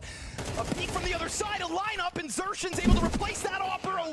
I just missed all around. Carson OT continues. Oh, there's no mini smoke. Not able to deliver. Kersey comes up empty-handed in what could have been another 3D Max smash of that A site. Yeah, she was the hydrated. Missed that It's piece better of than We're talking today. about overtime. No mini smoke when they're taking upstairs, and they get the opening kill as well. This should have been no chance from Torzi, and he ends up getting 2 from this spot. GG's. Plus W. Zershin's 3 Big W. kills out of that main presence from MOUZ. Critical error here from 3D Max as this game's gone on. They trip over their own feet on that one. It's an electric tempo, and it's this constantly evolving threat of Zershin outside. You can feel Maka nervous about it. And sure enough, Zershin still trying to press into his opponents. He's never used this spot. No, Oh but my those goodness, shots shot come comes right through, looking to keep his head tucked. But as he stays hidden, it has opened a door for 3D Max to surpass him. He's padded it perfectly. Kersey's gonna walk into him. That's They're better. super aware of this. Man advantage earned off of Kersey, who is looking for a chance to get back to the sort of form Dude, he Gravity's had already in inside of regulation. heaven. What a flank. This isn't being watched at all. PR has made it all the way around. In Maka turns. turns. Oh, they come and see this. Still too Wait, close for Maka to be ready. It wasn't calmed from the roof. He just came to check. Does Venti Lucky goes. catch this somehow? Barely. Yeah. He would have to have gone squeaky. Oh, But he's still, immediately 3D going Max down. poised Oh, if he themselves to goes hit this squeaky. A site. This is huge out of Lucky. He's walking right by PR. He's Heaven going to have player an open hut. on the challenge. It's going to elicit utility out. CTs are going to have to hold off for the time being. Lucky's emerged from Hut. Back turn, executes Zelex. There's a second known main player activates. Trade's good from Percy. Multi-frag found. PR back in. Locked in. Finds the headshot. And when Masuda dealt with, it's Gravity up from heaven up next. And he just got spotted. 20 seconds. Oh, no, he didn't. They don't know he's here. Now they do. Audio on the fall down. Bomb procured. Oh, what a fake. Fake plant once. There's the activation. He delivers the first, but Torji slides wide with the clutch. It is MOUZ to 20. Absolutely insane rounds. Back to back, man. Back to back. Brother, overtime to overtime. This shit's been non-stop. I can't believe that they found Zershin here. This move from Lucky, he spots PR. No, it was awesome. PR goes ramp, he sneaks by out a Hut. He did help so many a lot. chances to multi, Honestly, but it's PR who gets the last word with his second. It was sick to finally bounce back and catch it up. And Torji just every 1v1 since the second half started, though. It's. I think he had Gravity win one of them. There's been 8 successful 1vx clutches in this game. 5 of those belong to MOUZ. Smoke outside. 2 of them to Torji. In his sleep today? I'm Zelex up in the rafters. freaking awoke. It's him and Spinks on this A floor right now, and the rotations aren't that close. You had 5 kills on the half. Let that sink in. That's actually crazy. CT-sided player. Man, with no Hut pressure. Yeah, Torji's arrival swift enough. Got to be. They could just walk out dry. He missed the leg shot. Player up above. Zelex easy does it. Shooting gallery delivered. Spinks is going to emerge. Zelex on a tear. A quad kill late in this game. We've got finally a sweep. 21 All right, they got it. Damn, surely, right? Surely. It's been a nightmare for him upstairs. The flashes that they brought in on these attacks, he survives it all, crushes them as they come upstairs. Keep a meter stick between them and 3D Max now. Plenty of rounds to play with. Oh, that's your check.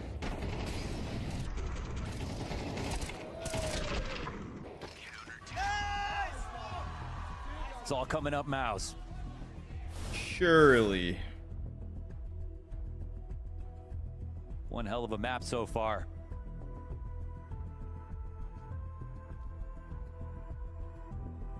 And all the fight that 3D Max have shown so far through this game might be going to waste. Just another nuke loss at the end of the day if they can't come back. 3 rounds in overtime on a perfect CT side.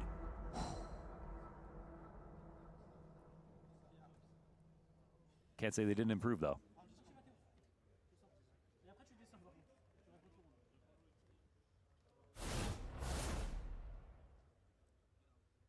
Torji's on the brink of 40 kills.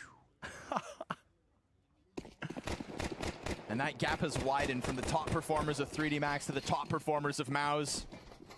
You're getting multi-kills and clutches that just sway the way of MOUZ ever so slightly. Flawless CT half demanded of 3D Max. Once again, do or die, map 2 of the series. I mean, I'm pausing to let them breathe. I'm thinking about going ramp late again. Just clearing out Masuda in any kind of aggressive position. W would be flavor. the first thing. Hope it turns out good. Still a large uphill battle. I don't know if 3D Max are able to pick it up. I'm surprised, to be honest, that MOUZ aren't just going ramp. Lucky. Pushed up to Unbreakable. 3D Max have been so blindsided from all the smoke presence outer. There's not usually this many players behind it. Good so grenade. many. That was all 4 though. Oh wait, is there another? Or is this a flash sheet up? Lucky finds the first and another. And then as he spams through that Got some smoke, damage. welcomes the response. Gravity winning the duel inside, but barely. And as Zelex has managed to get himself through Garage, Zershin on the open ground 54, outside by the way. offers up a distraction. Maka off the angle, missed his chance. And now he could Zelex die. is going to get the kill from inside Knife him. CT spawn. Knife but him. what he wants is more. I mean, there's no... Oh, what's going to happen? Taps out the worst. Now it's been figured out, but these guys got to go get that bomb. Yeah, 2-on-4 situation. It's now brought down to a winnable chance. CTs just give him the space because Gravity's working with 10 health and Masuda nowhere to be found. And he's not going to try to make it downstairs. Running right towards Gravity. Both CTs are here. Oh, Heaven player's dead. 10 health, and he's going to know that this is Gravity somewhere on site. Is he sniping the wrong way? He's missed his chance. Now the gun's back up. And as Zelix tries to find just the sliver of vision, he'll get it. Turns around, Gravity embarrassed in the 1v1. MOUZ pushed to their absolute limits, 22-18. And if not for Torji, and if not for Xertion, and if fucking not for cinema. all those 1vx clutches, Yo, we'll have to cook up an idea. I don't know. We're making a video about this one map alone. I don't know what it's gonna be yet. I don't know what it's gonna be yet, but we're cooking something up. I don't think anybody expected just how close this matchup would come to. Not before the series, not after the display that we saw on Dust 2, but to get triple overtime. That might have been everything that we were so lucky to get to the watch worst through. It ever feels like an unexpected performance on both sides in a than tier anyone 1 LAN CS loss, experience. Regardless, 3D Max made some fans off that one. Like I feel like I was watching like I would say what would I compare? I wouldn't even compare it to CCT. I'd compare that to like an EPL matchup. Triple OT game, and MOUZ, they just bought enough time for Torji to come activate. I mean, we talked about Torji in the pregame. The question is his current form. He is insane right now. It's almost a shame that 3D Max walks away from this with like a 0% win rate on Nib MKL 3.0. With how well they played themselves back. This was terrible against MOUZ. I mean, they were. But like this is on land, like at Blast Bounty. Probably wish they could play this whole map all over again, especially the 3D Max ones with how close some of those rounds got. How many times they gave themselves chances to just win the series, but MOUZ are able to withstand the pressure. And this was MOUZ. The cherry on top for MOUZ has to be the fact that your rookie, who's having a really tough time getting acclimated in Zelix, is able to win on a clutch like that. I mean, sometimes numbers or stats actually do lie, because you're right, to walk away, still have a 0% win rate on Nuke, but knowing that it went to triple overtime, knowing how far and the distance that this one went, but you really have to question, okay, maybe we gotta look more into 3D Max's stats. Maybe I can't just blindly believe that anymore. This was an incredible showing from 3D Max. At the same time, I think MOUZ dropped the ball at least a few times. The fact that Torji, he had to become the pivotal player in this game. They waited for him to finally, he took over several rounds in this game. That's not the Torji you usually see. They leaned on him because the game plan, the 5-man stack, it wasn't working for them in the way that it's supposed to.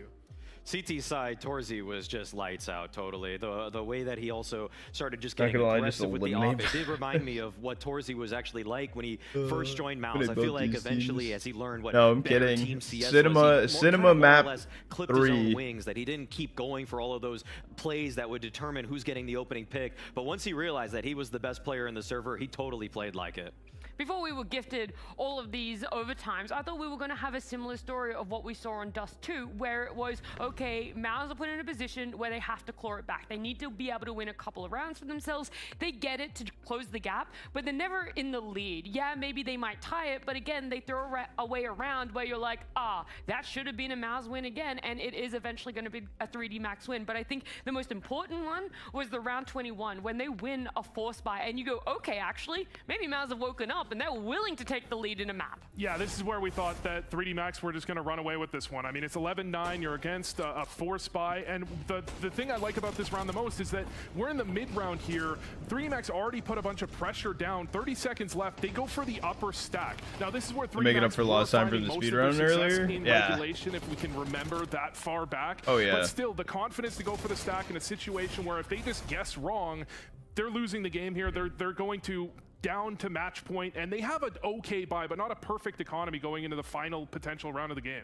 Yeah, pivotal moment, and I think highlights just the confidence in sort of understanding the tendencies of your opponents from MOUZ there, who finally just kind of they had to get a beat on their opponent. It took them a long time, took them 3 overtimes, but they showed those glimpses like they did in that round. And finally, when that ball started getting rolling, when we got into that overtime again, the person that you're pointing out, Torzi, really stepped up. Not only was he getting more accustomed and aware of the flanks that were happening, but bro is out here being able to just clutch up, get a 3K in a 2v5 situation. situation. The way that Torzy was able to bring back this round, like Spinks left him on an island. I can't believe that he was able to get this 3K here. Like look at where Spinks is on the radar right now. This is Torzy or nothing. If he gets 1 for 1, it's completely over. So the fact that he lights him all up to get the 2 headshots immediately, the 3rd kill as well, puts this into such a winnable situation for Spinks, who also thankfully delivers on his 1v1. That is such an incredible round from Torzy to have the presence of mind. There's a guy above him. He focuses the mini player. He knows that's the next angle, going to be attacking him there, and he gets taken down. But that really is almost a 1v3. All in for 3D Max Trust. No support. Yeah, channel point prediction open. Is it open? Channel point prediction open for map 3. 0 lobby flanks are coming in, and that's where it feels like he started to get this urge, this idea that I am carrying this game. I can't just pick up the op and go for opening frags over and over. From that round, I think he got the confidence to propel him forward for the rest of the game. Super necessary for Torzy to get this. I know. I'd say fire back. I know. Joel sees it too. He definitely was falling off at the end of last season. Flem. There were a lot of moments where it felt like you weren't getting. Flem, is he here? Is he here? He might be lurking. I don't know. What? He was an HLTV top player for 2 years in a row. Right now, it actually still feels like he's slipping. But with maps like this on land, in an environment where it's do or die. That's crazy you said that, Joel. I was thinking it as well. For years now. And we're seeing a lot of highlights from regulation, but I think the key here is how he powered up into overtime. You don't typically dude, I was thinking it that whole map and I didn't say a word. Performances where he goes for the opening plays, he goes for the hut push with the op in a pivotal round. He had the confidence into the overtime to actually carry his team and put them on his back in a way you don't usually see. A statement being made for Torzy on who he is as a player, but on the flip side, there's also statements being made from 3D Max as a team, as individuals. They get themselves into a position in second overtime where, again, they're in a 2v5, and you go, there's no way they're going to be able to win this one and put themselves in a position to be seeing a 3rd overtime. But my goodness, again, they just over-deliver and make so many more fans of the 3D Max viewers out there. The way that this round played out, it was unbelievable. I feel like this is one of the best team play rounds I have seen. I mean, wait, I'm an idiot, bro. I posted a schedule for like my stream. The idea to boost into heaven to in the Troopers Discord. You're now in the rafters. One day. It's pure brilliance. I can't believe they assembled that plan so quickly, because as soon as they had that idea, you could see both players start jumping up Tetris, and I think that's the kind of moment where everybody on 3D Max is relishing the fact that they're on a French-speaking team, because you were so quickly able to assemble that boost, put that plan in place, whereas the guys that we talked to from 3D Max that have played who are you wanting to win FML2? Now that all of them are coming back, I don't know. They know they can just turn on a. I don't know. I need to see a little bit more action from the NA boys before I. Because who do I want to win? Shit. I mean, 2 seconds late, that smoke comes down. The smoke came down right after he got boosted. He was as long as it's one of the later, and he's top 4 NA boys, no? Getting boosted up. Instead, I think you're right. The communication, the speed of rotations, of plays, and after plants and retakes from 3D Max here, incredible. That is a breathtaking round. I honestly don't think there's a duo out there that could have been able to do what they did in that situation. Of course, I'm exaggerating a little bit, because maybe you guys at home, you think you and your duo could do it. If you wanted to put your skills to the test, you can head over to Refrag, because there are so many different scenarios. That was blowing my ears out right. Yeah, you could have a lot of fun in that training modes. That's just the arena simulator for how loud it is when you win and the confetti comes out. That's actually the white noise that they're dealing with on stage, the players. I'll just say it as I do, that Refrag is by and large the best tool on the market, or for free. It doesn't matter. Any way you can access it, it is easily the best way to get better at Counter-Strike. You're going through live simulations of rounds repeatedly. You're honing your skills in environments that are very much mimicking what you would see in a live match. So yeah, get on that. Get on refrag.gg/blast. Yeah, you don't get this type of practice playing against the standard bot. Another game. There's a map 3. It mimics live scenarios, as you're saying. I think it probably is the best way to learn Counter-Strike, or to improve your mechanics specifically. So when are you going to start using it, Vu? I have a subscription. I have a subscription to Refrag, and I used to use it when I played regularly. I was using it all the time, but it's been a while since I've launched the game. All right, well, I'm excited for you to dust it off. Show me what happens your before and after Refrag training montage there. But for now, we're going to head to a break, because a very deserved and an extremely hype map 3 is coming our way in Inferno. Good luck.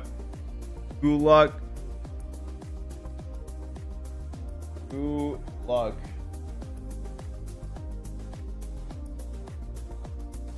Yeah, channel point prediction still open. I am gonna do a quick ad break. I need to go.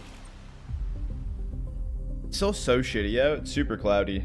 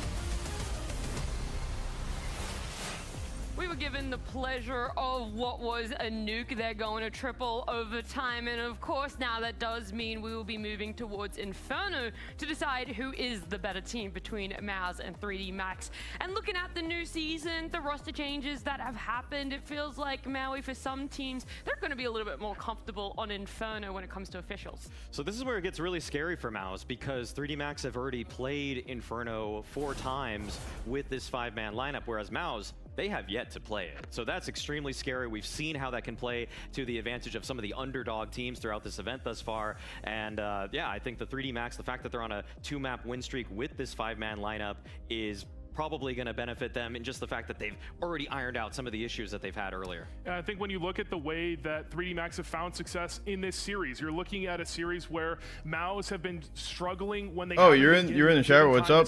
Flem. Their execs when they've been caught in transition. Can you wait a minute? And so when you go to a map like Inferno, you have really won't be able to unsee it. Sure, okay. In Banana, you have obvious plays that can be made. You have more experience, and you're playing against the MOUZ team that doesn't look like they did for much of last year, much of last season, where they were much more coordinated in these transitions. Shaving your beard, like fully for 3D Max, and they're going to be able to attack them. You going baby face? Going all the way to map 3. I haven't really had the chance to ask you guys this yet, but do you think it's going to be a MOUZ victory or a 3D Max one, knowing the information you do have? Ooh, I'm actually, after how well 3D Max played that nuke, I'm kind of feeling it. You look like a spitting image of very Torji. Possible here. I think that there's a lot of moving pieces here for MOUZ that I'm not sure if they're going to be able to put it together. 13-11 MOUZ. I couldn't pull the trigger. My heart says 3D Max. I love the way they're playing. I love the strategies. I don't want to hear a but. I love how fluent they are, but the problem is that MOUZ is just better individually to a degree with Torji activated. How could I predict 3D Max? Everything says 3D Max have a good chance, but MOUZ is going to manage to take it home. Well, I'll give everyone a better one, right? My heart says 3D Max, but let's hear what our casters think. Scrawny and Launders. That's a real smooth evasion, Nat. Well, I like what you have to say, but I think I actually am going to go with 3D Max. I won't lie. I mean, I think prediction says otherwise. Yes, it does. In this game, based on what we've seen, when it comes to individual level, I mean, Torji was awesome, but I saw lots of individual skill out of 3D Max. Lots of clutches, and even teamwork that stood out above MOUZ. 2v4s. They probably have better flashes. They got just as many opening kills. I mean, I don't know the numbers on that exactly. They did excellent work when it came to every portion of the round. I don't know. You already knew it. Yeah. Even their T sides. So we got a new map. That might be the thing that dictates this. But it's MOUZ who haven't played it with this lineup. But it's not the clutch. That's where MOUZ still outshined them in the numbers. That's where the difference was made. Putting rounds on the board at the end of the day, you know, there were clutches for 3D Max, but MOUZ got away with more of them. And, you know, I think that's when that X factor really comes through. I think it really does. Torzi is an animal at the moment. He has, you know, again, if you've seen great instances of 3D Max. Yeah, Channel Point prediction open right now. 104K on MOUZ, 70K on 3D Max. Then taper off in OT. As that game went on, Torji was constant, and that could just wind up being the difference too. If there's one individual who wins this third map potentially, maybe it is Torji. And then after this wraps up right now today, chat, to let you guys know, PR has shown real I'm not gonna do Prem today.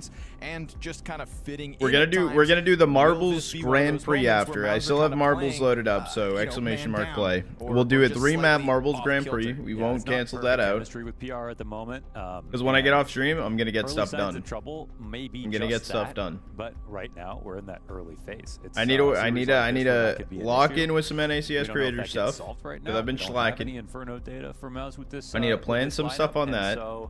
I need to talk with Joel because kind of a worrying sign. We need to talk about some content stuff. 1-9 in overtime, but Gravity and Maka all the way to the end were inspiring, honestly, and it makes sense. They're the oldest dogs on this team. But they really did come close to bringing this home. I mean, you could look at that and go, yeah, like obviously MOUZ won. 3D Max still had map. Getting stuff down? No, not freaky like that. So it's not like it was a very clear victory out of MOUZ. And in fact, with all the fumbles in the beginning. Have you caught any of Summit's matches? I have not. Have they been good? But the numbers at the end: 7 wins in the 1vX for MOUZ, 3 of them to 3D Max. Gonna have to just finish off what's in front of you if you're 3D Max. And a CT side, when again, they have won 3 of the 4 pistols this match. We'll see if 3D Max can keep it up because Masuda pushes forward, catches first blood over Spinks. It is gonna activate MOUZ into the B bomb site. Utility trickles in from both sides. Flashes find their marks, but the kills don't get found by the defense. A great tear-through moment from the young guns of MOUZ as they will put that bomb down, plant their feet, and find a second consecutive pistol round win. That's also something that's nice their first for loss MOUZ to be able to get now, obviously, after what we saw back on Dust 2, which feels like a year ago at this point. A long and arduous nuke.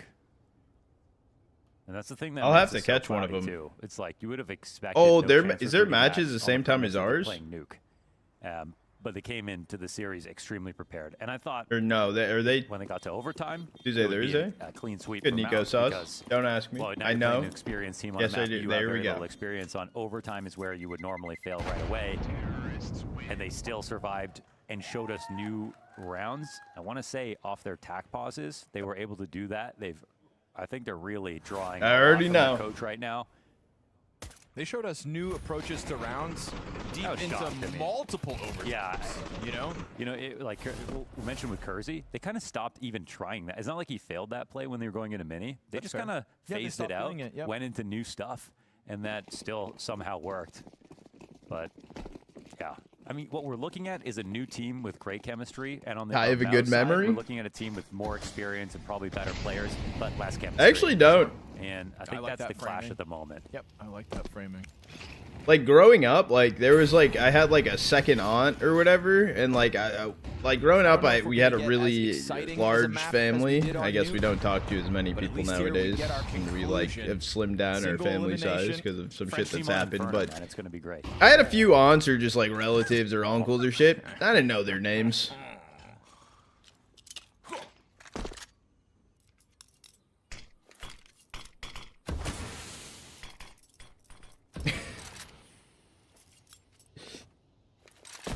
There were just so many, and they were like my like second or third cousins or some shit, and everyone would come over, and I'm just like, God, dude, losing to force buys, if they avoid that entirely in the third map. I don't know. My memory's terrible that would also though. do them a lot of good.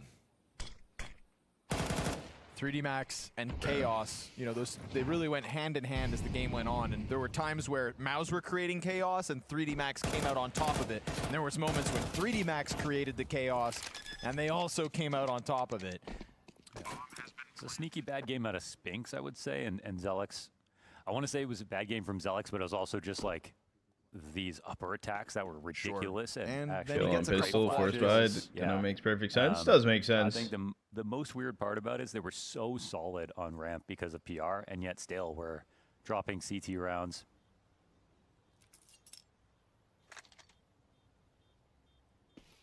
No, it doesn't yet. Wow, that was a nice shot.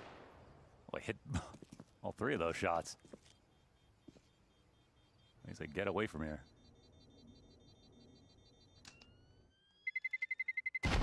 For the record, we brought up the opening kills and deaths back on map 2, and you said, I don't know the numbers. Yeah. It He didn't want to get the gun because he knew one loses armor in the D gets fast. So, yep. Edge them out. I think we had Spinks and Torzy win a 2v4. I think 3D Max won a 2v4 and a 2v5. That reverse boost into heaven. So it was kind of insane some of the rounds. Yeah. Oh my god.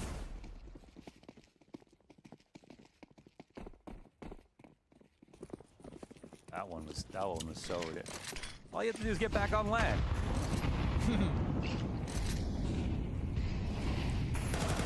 Bringing into this gun round, or rather round without guns, they buy up. Last round, save a few. Let's try to restart that. Everybody, excuse me. Let's restart. We've all got guns. Saving what they did in the last round and not getting full guns, 3D Max press into the rifles and find a 4v3. Please take it away. And now, Zelix really needs to be the difference. Secure that kill with 20 HP. And the bomb doesn't get caught. Nice recovery here, because 3D Max pushing into their opponents. Catching them off guard. Man. Again, Masuda finds the headshot on Zelix. He's kind of going low-key's going crazy right now. He hit all those deagle shots in that previous round.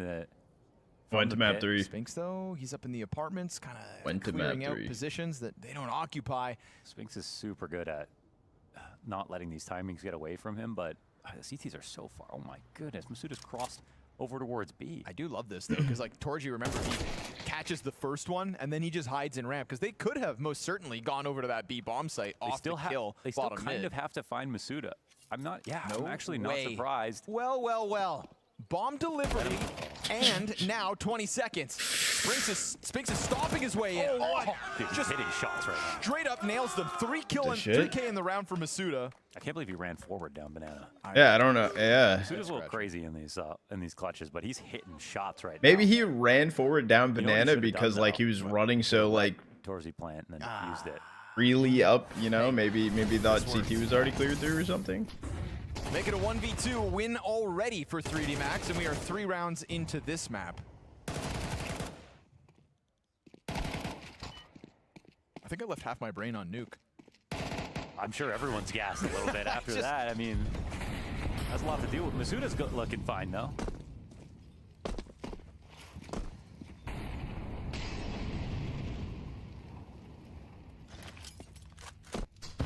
Makes this start to the game real interesting. What's with these guys in interesting starts to the game?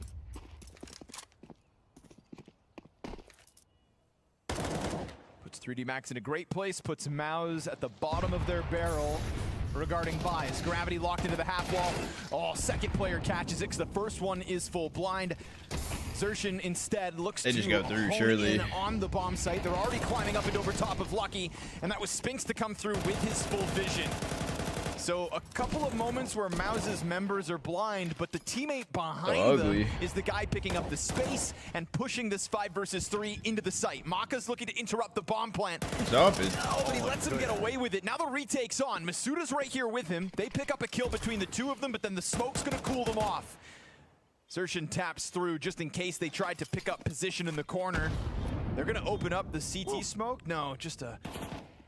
Yeah, I got 10 damage on Zelix, couldn't finish him off. Chance for the exit, Masuda one for the road. And it's a save call pulled by 3D Max to keep majority alive. Maka still just floating around, would love to get some extra damage in because you know that MOUZ's coffers are looking pretty bare. You can just play exit here and save inside a church if you need to. I mean, it's nice to see MOUZ getting some openings off of flashbangs. It felt like it was basically 3D Max showing them up in that department in most situations. They had unbelievable flashes, both on Dust 2 and on Nuke, by the way. Just an overall strong series from them from a util perspective. Back on Dust 2 was save. great on I mean, AG front, I think, from MOUZ. That was something to note. But this one straight up sets up the victory.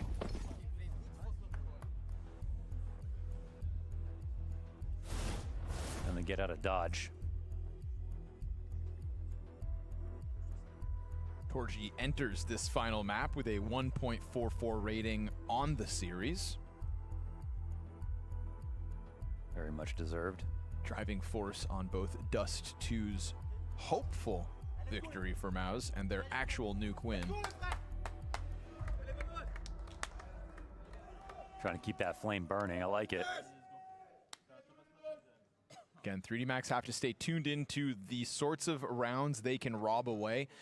Stylistically, we saw aggressive just decisions being made when the game gets tight that caught MOUZ off guard early in the series. That Dust 2 round 22 that put them on 12. A couple Hail Mary moments in the middle of Nuke to maintain control. Round 22. There's that top mid nade on Xertion. Here comes Maka, only op on the field. Hopefully he has a beard. Gives up the angle, teammate burning in front of him. Do MOUZ want to dive bomb Banana? Because of that, they're fully rotating around. They're going back towards top mid.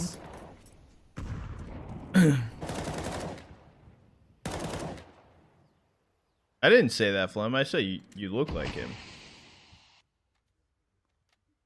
Just a fake smoke that Mac is in front of, but they just want to keep his attention. You saw a leg, bro. Ooh, maybe wanted to peek into that fight. PR comes in, cleans that angle nicely. Ball on Lucky's Galil. Oh, and PR coming through the wide side of the smoke. It is another moment where MOUZ just worked their way into this B site. Oh boy, that's a problem. Yeah. I mean, you say it how you want to, Flem. That's well, it's a problem for 3D Max, not for MOUZ. Yeah, big problem for 3D Max.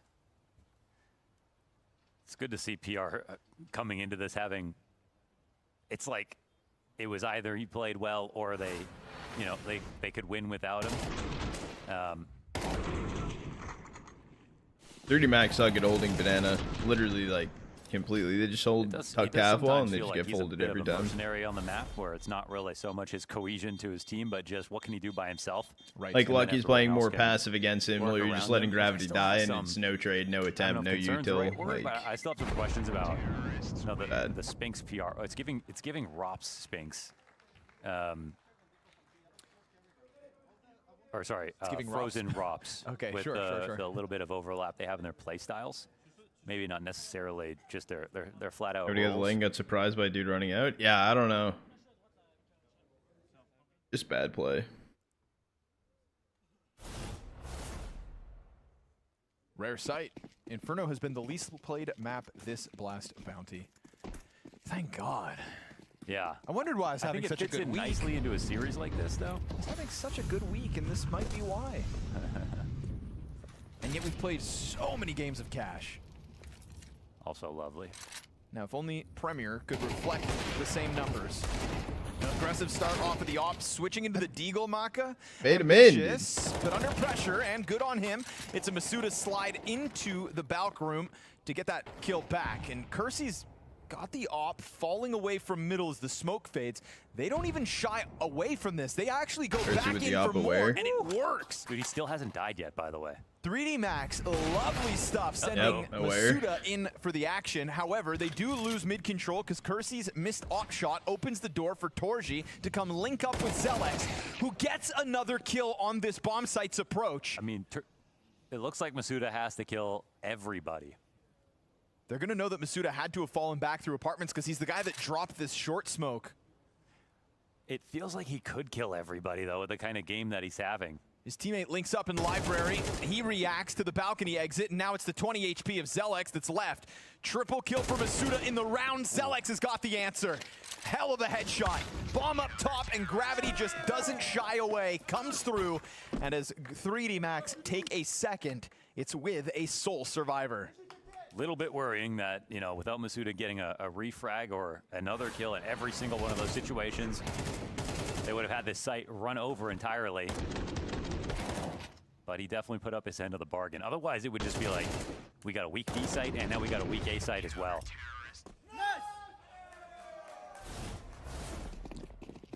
It does feel like, as the desk was saying, though, with, you know, this map and the util on Banana, you'd expect MOUZ. They can hang with the best in the world when it comes to their util on this map. Gravity trying to slam it home through the Banana smokes. Instead, first casualty of round 7. And even though Gravity and 3D Max have kind of shown presence and thrown things at MOUZ, they've never looked uncomfortable. I was going to say, like, you spotted Zershin's head. I don't know why he literally just ran down. That landed, hey, that connected. Holy shit. Through 2 Ball bang walls. leg shot. Thick walls. Gonna be a save again. European stone wall. Man, maybe not. Okay. Never mind. Catches Zelex's head. Spinks has been killed off the pop-up. Now it's a 2v4 post plant. At least 3D Max have done the hard job of getting man advantage. Molotov just picked up here by PR. They're already very close. He's just gonna kill Masuda, the heavy hitter of 3D Max. Awkward movement, but he's getting away and tucks into back sight. This opens the door for Torji to take contact. Now both players have delivered a headshot. And remember, Lucky's been low health from the get-go. PR down to the clutch now. Kersey over top. Time is ticking fast, and he'll find him on the jump up and over. Big round for PR, overtaking as the top-performing MOUZ player. Yeah, this just kind of looks like GG's MOUZ cleaned it up. 4K, different positions for all those kills. And he's playing off a teammate in this situation, looking extremely comfortable here on the T side of Inferno. That's a weapon to have. VMAX DT is it looks crazy this round even comes close to the way that it starts, and with Lucky getting hit down so low. You're jumping in a 1v1. He needed to reposition. He shouldn't have went boost up there like to begin with. An exciting matchup for each other. I think he was trying to play up there in the 1v2 or 2v1. But man, you've got to be ready for Masuda at the moment. But it's Inferno. You can't avoid a player, you know. If he's going to anchor on A, he looks like Trooper CT side from B, and that means that. Damn, Blum, you're trying to say our B is the issue? You wouldn't be more correct. They can go B, and he never gets a chance to retake the site.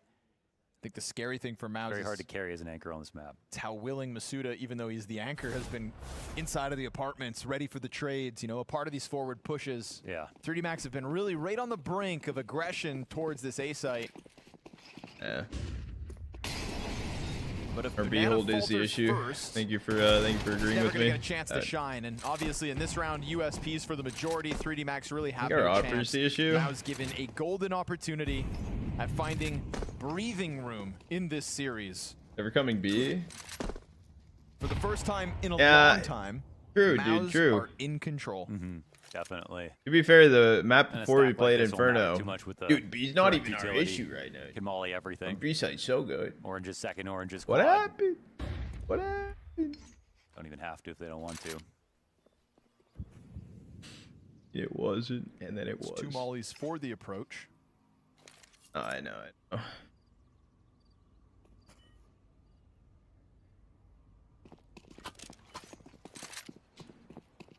And they're off.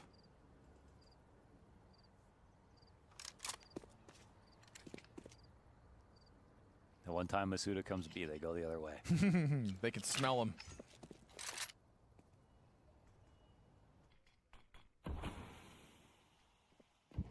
Champagne and oysters. I was gonna ask what French people smell like. Now you're just zigzagging aside where no one is. I mean, it's just pistols regardless, but... Cigarettes and espresso. Not cheese? Nah, some of them. Depends on where they're from. Ooh,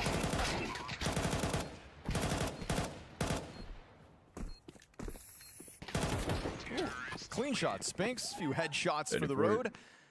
And obviously, MOUZ feeling comfortable. Yeah. I'm complaining. Don't get too used to it. It feels like 3D Max. We'll figure it out.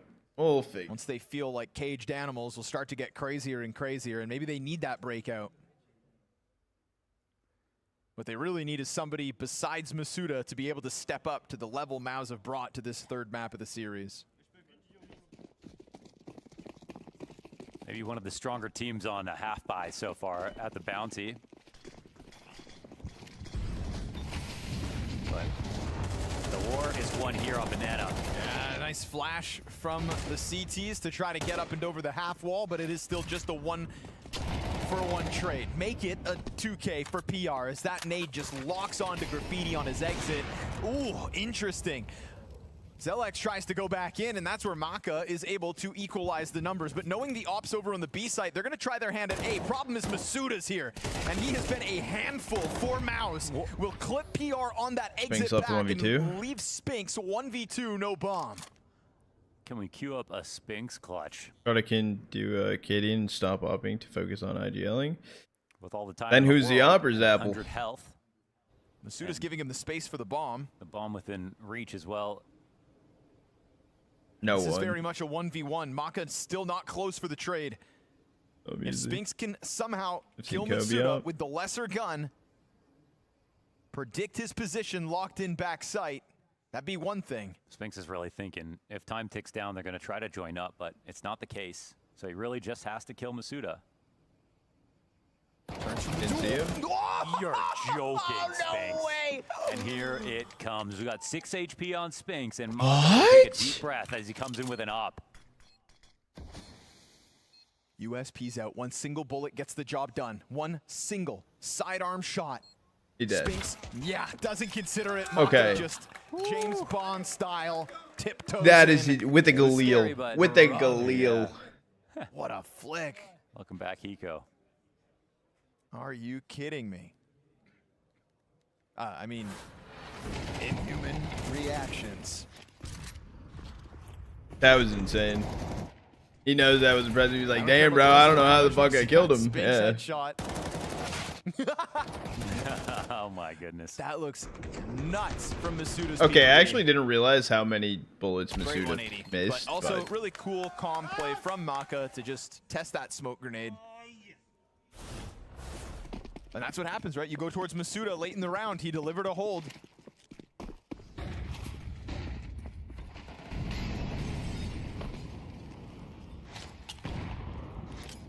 Cost MOUZ bodies as they got closer to that A site.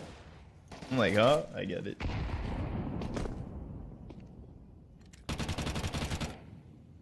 You should swap your name, George. Right here. Gravity's going to have a setup high and low with Urzi, but he can only get a single kill.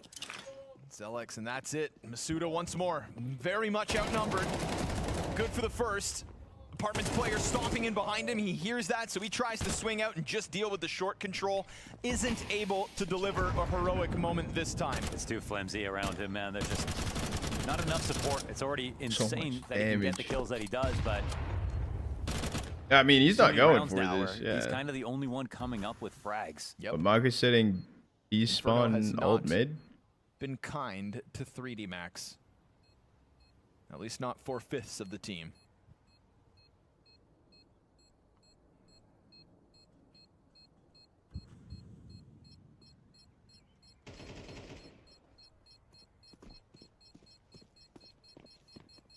I'm really curious about interviews in this game, no matter who wins. Just what's the recap from their perspective? Costly. Okay, I was like, is he even going to get the gun? An AK upgrade for Lucky, you take it. But they need more than guns saved at this point of the game. 3-7, MOUZ lead. 2 rounds remain in the half. Masuda plays like shit too. I think Masuda just doesn't play good on ramp. Like, Masuda has been okay, but him on ramp is actually just useless.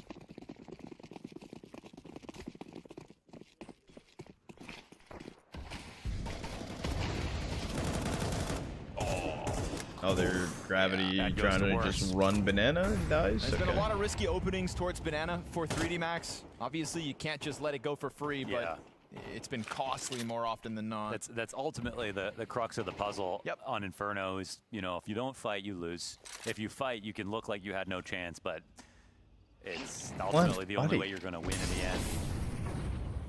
You got to take control. There's a good conversation on the desk. It's way more about spam timings and util than it is aim. You mentioned banana would be key, and obviously Steam MOUZ held invites? up their end of the bargain. What do you mean Steam invites? They're gambling B. I think what none of us could have anticipated, Wait, why unfortunately for 3D Max, is the individual drop-off from the majority of the team. Yeah. That's kind of what kept this series so competitive, and it's been awesome to see Masuda try to be the hero, but if he wasn't performing as he is, and that's round save. Then they wouldn't even have 3 rounds. What a call. Yeah, why are you... Hey, Opper, you're on No Man Land. Good luck, have fun. Like, for the final attempt. It'll be 4 rounds, best case for 3D Max's defense. What was he holding there? I don't. Have indeed. I think he was holding stairs angle. World-class Inferno team. They let them into the series. Honestly, it would have been such a humiliating way for MOUZ to lose, to get eliminated on a map like Nuke 2 3D Max. Yes. And that reality was very close to happening, but they clutched up. Chrissy one tapped away by PR they bring right us now. Here and they kind of changed the entire narrative. They now show us that was just a one-off. Big numbers. Okay. Dude, a boosted second. You know, I think what's been really cool about this T side, sure, maybe we don't get the He competitive element that many had hoped for after such a nail-biter on Nuke. Kersey. That bomb aim punch is so real. Displaced his aim so badly. Oh my goodness. That was not cool. What's been cool about this T side though is like there was questions around MOUZ's first time with this 5 on the map. PR is 14-7. This isn't Torji going 3 maps in a row. This isn't Zershin with big entries and a high rating, even though he's averaging 1.14 as his lowest map. This is Zershin 1-7. Torji I mean, 4-6, coming on HLTV, not even wrong. I don't know what he's doing. It'd always be a better compliment to Zershin to be able to say that his new pieces are feeling comfortable, that they have new places they can go in their map pool. Yeah, you're an in-game leader now. Those are compliments you've never had. And no trades. Now Lucky didn't even like swing with them. He's dead. Like, I mean, how many times has Gravity just kind of, I think, unfortunately, been fed to the beast? It's not even unfortunate. Just give up car if you need to. Not a full buy, of course, but it doesn't matter at this point. It's round 12. Here we go. Kersey. Yeah, that's what it is. Literally just him. Spinks off. Unfortunately, here for 3D Max, they may lose the B site. So quick to find the right site. By the time anybody can get over here, Lucky's going to have to go massive again, and massive with 32 health. Huge ask. He will catch PR at least. 15-8 in the 12 rounds they've played out on this T side. It's phenomenal for the newest addition to MOUZ. Giving his team a chance to just lock down the post plant. Here's the CT test. It gets covered, sure, flushes the bomb planter off its first attempt. Kersey announcing himself up from the banana flank at 35 seconds. They're just trying to keep MOUZ corralled on the bomb site. But now as they try to fight, down on low health for 2 of the 3. Masuda, kingpin of the CT side so far, disengages back, gets caught off by this blind side. Zershin's triple kill in the final round of the attack leaves 3D Max shattered. Yeah, I don't know. So Gravity wanted to play active, but then Lucky's literally like, nah, bro, I'm chilling. Don't worry. Like, I'll smoke when you back off. And then Gravity never backed off, and Lucky's just like, oh, well, shit, dude. I'm tagged all the way down, sub 40 HP. Don't worry, I'll smoke it. They won't come here. Not being able to be pushed. Gonna take a second here and throws Yellow over to this side. He gets behind the tall box, looking to cut down Library. ZywOo 3 kills into this. One kill, 1v5, if he can, and he always can. The best, the absolute best. Quesarado trying to keep himself slim by the pillar. Oh, okay, dude, he's had some. Oh, what are you doing? Surgical precision on these shots. That was Xantares on roids. Because he doesn't have a teammate just yet, and this is... Oh my god! ZywOo is an animal with a shot like this. It's another KW not fling. even on his screen. Oh my god, he did it. Yeah, I don't know. I don't know why they're not telling him to just like calm down.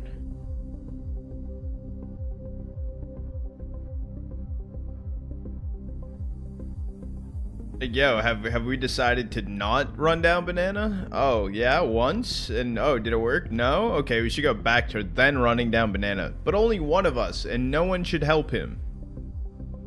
Lucky, you're doing a great job sitting on site.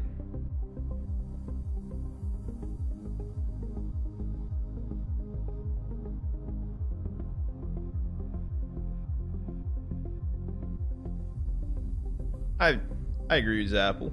I agree. They play too cookie cutter of CS. It's too clean. I like randomness. Wow factor.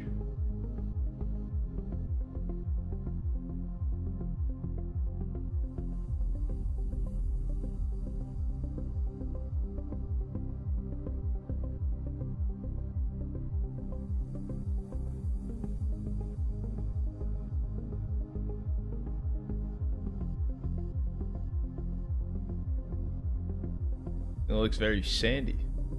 Looks like dust.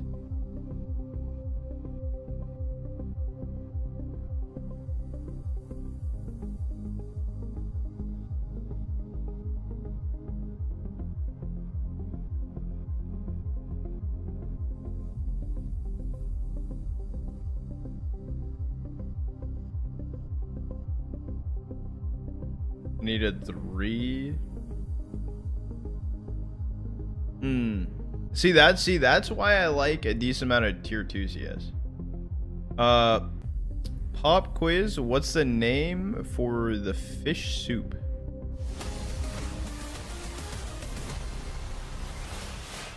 Not quite the fireworks we had on Nuke, but there is something to celebrate, and that is MOUZ's arrival on a whole other level in this series. Truly putting themselves one step forward from the competition. This is a roster that's expected to be Spirit's biggest contender come Grand Finals Sunday, and they had to hold up their end of the bargain in getting there. Transitioning into LAN for the first time as 5. Shaky stuff after Nuke, but here they are now dominating and given a golden road to victory in this best of 3. Ooh, the decoy flash into a real flash. I like that. As the series has gone on, if MOUZ can find a 3rd consecutive pistol win, it feels like this one's over. Probably my favorite setup for a CT pistol. Just kind of catch all with a little B-lean sprinkled in. Vision on every important choke point. Wait. Flashback. So I'm getting a flashback right now. This feels like, yo, I have top mid for free, but they go B into a stack. Gets there in the end. Flash is interrupted. PR is here to help. Oh, he's farming. Beautiful 3K for PRR off of the coffin. We thought Masuda was going to steal the show, but PR has now clearly surpassed him as the final boss of 3D Max tonight. Yeah, he's looking awesome now. Everything has come together for PR. If Dust 2 was the last map, it would have felt different. It's a great closing statement. Are there not more kinds of fish soup? Feels like the ultimate unlimited. I think we're all cheering for this map to be a little bit closer, but it's also I think important for MOUZ that, you know, if they're to go on, really see themselves have chances as this tournament moves forward, that they could close out on not a over till note. it's over. I can't read. I'm dyslexic. Damn, 2 HE's only doing 2 damage. And that's not to say there aren't other teams that could still upset MOUZ on their way to grand finals, but that's just where the predictions laid. Spirit hold up their end of the bargain and totally trounced Liquid earlier today. MOUZ tested as Xertion's anti-eco ace gets cut down 2 kills shy. And Spinks hold on. SMG that actually doubles back to Banana and then has second thoughts. Ooh, hold on. Was this just Glocks? That's a little wild. Can they get that gun? Can Masuda work his way over, grab the M4? Because then suddenly it's going to be tough, especially as Gravity finds another. Forced by Victory on the cards. Oh, Torzi locking him in. Oh, okay, never with mind. him. What a sick peel off from both sides to make sure MOUZ keep on the highway to victory tonight. This just looks right at side. That's actually crazy that it got that close, though. Did you see that, Papa? Who do you want to win? I'm clutching, Papa. Oh. Come rub my shoulders, Papa. What? But that sort of feels inevitable at this point with Torji. Any chance?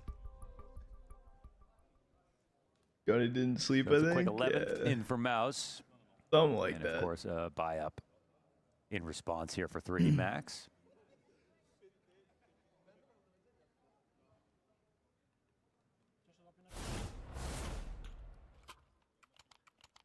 It's a bit crushing that this game falls as flat as it does because we had the fans in Malta on their feet for 3D Max Thinking too back deep when they of a were chase fighting is strong. hilarious. We won't forget how great Nuke was, though. That was game of the event. That was the saga. That was Map awesome. the event. Yeah.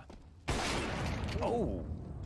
Well, actually, this event did have 100 Thieves eliminate Falcons, and That's Vitality true, also actually. got cut You know what? down. Besides the actual name value of the teams, we casted that one too. I feel like that Nuke actually beat it. It's kind of insane.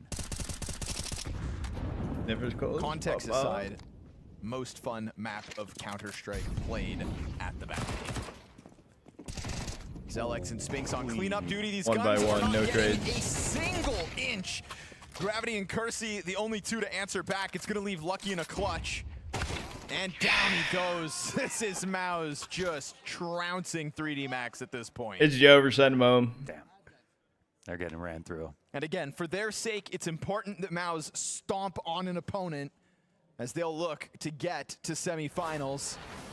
They were probably a little bitter after Dust 2 as well. How close Nuke went, all the mistakes they made, so... The Stroming is not a dick. They'll go to sleep That a is little happier. In the fish of disgustingness. Have I had it? No. Obviously, the second map Does it look absolutely repulsive? Leads you to believe yes. that you can claw back into games. You lost Dust 2. You lost the first half of Nuke. You kept telling yourself all Nuke long, guys, the CT side is ours. That's where we do our best work, etc.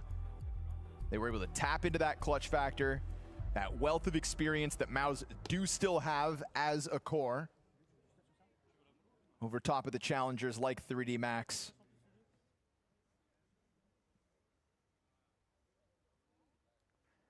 But still got to say, for a team like 3D Max, who, you know, we're always reminded how streaky they can be. Yes. I feel like they showed so much grit in the series, and obviously on Nuke to nearly take it over the line, but I'm not surprised that they'll be gassed here. Yes, hey, kind of surprised that Torchy going more aggressive there. From the inside, but I think as outside witnesses to what they put on display in the face of MOUZ, it's definitely steps forward for 3D Max at the start of this season. And as an organization and a core, they need it. And we had high praise for the connective tissue, right? Their ideas flowed nicely one after one another. Now this MAC-10 swing into Banana, and any round that PR only gets already one. Here. This is such an early rotate in. Well, that's a sigh of relief for 3D Max. They could try to just still flex the numbers into the B site where Spinks looks to lock down. Teammate inbound, throws the flash up. That's going to activate him. He can't manage the player in pit. And so he's going to start dropping utility to try to slow them down to get his teammates closer, and Gravity gets caught trying to get over top of the orange box. The timing. Masuda answers. He's been a monster throughout this map despite the round count at the top of the screen. Fake plant and a push. Uh-oh. Torji, though, is all too ready. And the double push, it's going to continue. Kersey's got to seal this up. 28 HP to stay alive. Doubles back. Zelix Zelix on arrival from Banana has sight. already made it past that point. Toys with it. Gives him the jiggle peek and keeps Kersey locked in. This one's going to come down to a 13-3 victory. MOUZ not looking in their rearview mirror. Nuke, an absolute nail-biter. No denying MOUZ were pushed to their limits tonight, but powering up bodes well for their tournament hopes here in Malta. Or 3D just bad? Very fun series 3D Max played that some good bad memories map 3. for 3D Max as they sort of build on this new project, making a risk in the roster move that not a lot of people believed would work, and they're here to prove that themselves. So when they go up against a team that there's a bit of a mismatch, I'm still going to give them some odds. It was a strong performance, but overall important for MOUZ that they keep a meter stick between them and their opponents.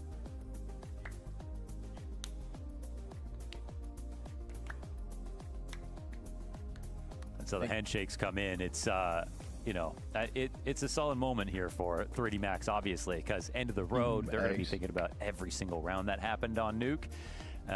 But if you zoom out a bit and they get a few days off to look back at the match, I'm sure there are some positives that they could draw from it. And they lost to a very strong team, and a team who picked up PR, who had an incredible final map. Yeah, I think important that that final map has his name stamped on it. Again, we saw the awkwardness back on Dust 2. He has addressed that awkwardness in still some roles and positions, and yet this one on Inferno, where I think MOUZ's expectations will remain high. We're going to see MOUZ continue to play Inferno. It's a critical part of their map pool, and he is a critical part of that tonight with domination on map 3. Congratulations, MOUZ. We throw this down to James Banks to get a word from our winner. Yes, that's right. We've got Zershan with us. Wrap this up. They will do marbles. This was a crazy series, Zershan, to fight your way through. At the end, it looked a little bit too easy, but just tell me what it took from the team in terms of energy and how difficult it was to call through that, especially the nuke. Yeah, I mean, it was a really crazy game. I think that they played well in many rounds. They put us under a lot of pressure, and we definitely got tested mentally. I think that we didn't show up with a good level for the first 2 maps, kinda. But in Inferno, we bounced back really well, and we actually showed some of the actual CS we can play. In terms of that, right, looking at this nuke, you guys had 7 clutches that you won. There was so much back and forth in it. What was keeping you in that game mentally and keeping the energy going for the team?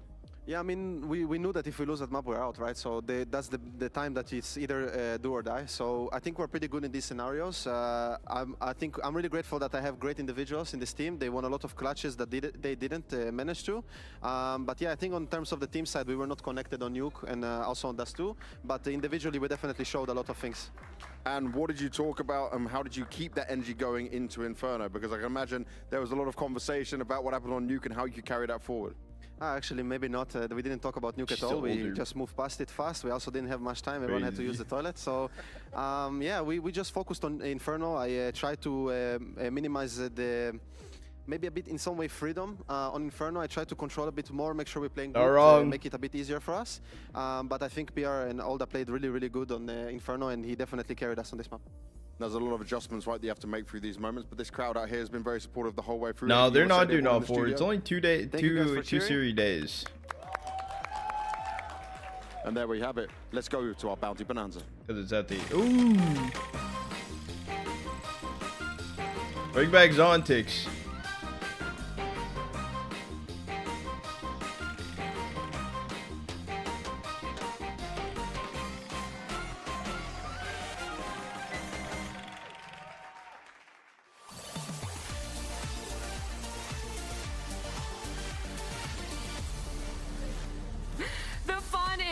Without Bounty Bonanza. Of course, we have a new player, a new audience member, but big prizes to be given away. We'll start with that lovely lady standing beside me. If you'd like to introduce yourself, and I want to know, is this your first Counter-Strike event? My name's Kelly, and yes, it's my first one. And how long have you been supporting MOUZ for? Since today. Okay, wow. Torzy, maybe a bit of a good luck charm for you guys, considering how well you won that series? Yeah, thank you for cheering. Well, look, it's a lot of fun. You're not necessarily going to be winning. Now's your time, bro. You gotta take wheel. that Okay, singular Tozy, person in the crowd you cheering for you guys. Everything you possibly can to give your lucky newest MOUZ fan, Kelly, what she wants. So please, spin the wheel for me. Okay, let's send it. You gotta do better than Zontic, so like, let's give a lot of oomph, bro. I know you've been hitting the gym. Ready? Yeah, we're ready. Kelly, That's so much better than Zontic's. Zontic's, I don't even think did a full spin. I think most people want the Bonanza. It's looking like a great win. It could be landing on the Bonanza. It's going just past it. The bounty, oh, it's gonna be landing on number 12. Congratulations. Let's have a look though at what Tozy's won you, Kelly. Okay. Courtesy of IC Market, you've won a $100 Steam gift card. And of course, it's for our player, one of our audience members, and you at home. Invest wisely. Coming out. Oh. Thanks to IC Market. I mean, Tozy, you also got one of those as well. It's a $100 Steam gift card. Damn, Zontic's only got $20. I know that, like, okay, I want to say not every player is winning a prize of this wheel, but you've gotten lucky, Tozy. You got a double win today. Kelly, $100, what are you going to do with it on Steam? Yeah, but Torji at least spun the wheel. Yeah, more Counter-Strike skins? Anything, everything, all the games. Anything, everything. She's rich. Tozy, what are you going to do with your 100? Damn, maybe just put it on red and double it or nothing. Tozy, that's exactly how we're playing the game. Thank you so much for joining me. That's it for our Bounty Bonanza. I'll let you go back, and thank you guys so much for playing. I'd put that on 00. Let's go. It's always so much fun when our players get a win, but of course our audience members do as well. Unfortunately, it was only MOUZ going to be walking away with a win, Tozy the double win, and 3D Max, whilst they put up a fight, and they also have a lot of fans in the studio with us, they went up and continuing on at Last Bounty, despite going to a third map. I too am glad that that one ended in 2 maps and we didn't have to see the domination on Inferno. Oh yeah, this was a bit of a shame, and unfortunately, people are just 3D Max could have won this forget series. everything that happened on maps 1 and 2 in favor of 3D Max, because map 3 just felt like MOUZ turned it on. Matt, we're not gonna forget about map 2, buddy. I'm not gonna forget what I saw here today. I'm not gonna forget how Dust 2 went in the favor of 3D Max. I'm not gonna forget how they pushed them on Nuke. I'll forget this Inferno for their sake, though. People are going to be wearing pins of this. Never forget map 1 and map 2 of this series. Oh, gosh. It is a really tough loss when you look at how close it could have been for 3D Max to be the underdog that gets the victory, to be those bounty hunters that continue on to break the chain, to break everyone's expectations. Yeah, unfortunately, Inferno, despite not having seen it from MOUZ just yet with this 5-man lineup, it was pretty impeccable. Unfortunately, this is a tale as old as time. You have 2 close maps. The underdog feels like they have it on the line. It's in their grasp, and if they fall apart, they can't pick it up. And then third map, MOUZ realize, hey guys, we don't win this, we're going home. Like this is it's over, and they finally show up to the third map. We've seen this time and time again in the pro scene. Unfortunate to happen to 3D Max because I thought they were so impressive. Throwing on music. On Nuke, on and the reason I'm throwing on music, cause oh, we're up in marbles. Exclamation mark play if you guys haven't already. We're doing 3 maps, and then after these 3 maps on the Grand Prix, I gotta dip. I gotta get some shit done today. Finally, I know, the long-awaited marbles. I gotta get some stuff done though. I'm gonna do some NACS creators stuff. I gotta do content stuff with Joel. I'm gonna eat some good food today. What's everyone eating today? Give me something good. Yo, peanut butter and fluff kind of sounds fire. Got some shit done. Go. Devil. Pub sub. Ooh. Got some burgers. Subway steak sandwich. Subway steak sandwich. I don't think I've ever had it. Steak subs are good. Like steak tip subs. Green hot pot. Chicken tender sub. I'm not a huge chicken tender sub type of guy, Gandalay. I won't lie. I just go for the Italian. If I don't get an Italian though, I do chicken tender.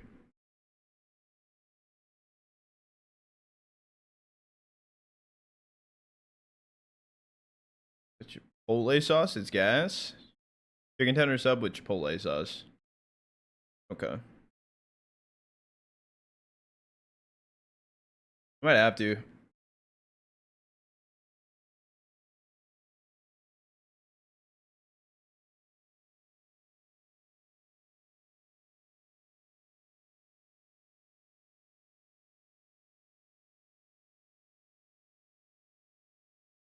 If you guys missed this race, don't worry. We are doing 3 maps.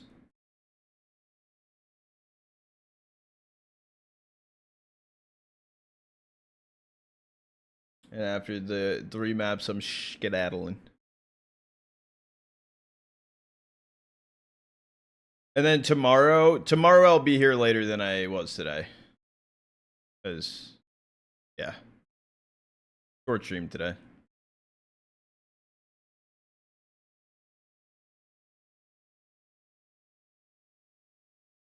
Okay. Isn't kind of clapping, you guys. Heather's in last. Not surprised. Not surprised. Dota, can we have this emote? What is it? Oh, people are dying. Risen actually died. Wait, hold on. Hold on. Wait, Gandalf. Joel got first and Gandalf second. I'm pretty sure. Didn't even know. They're cutting emote.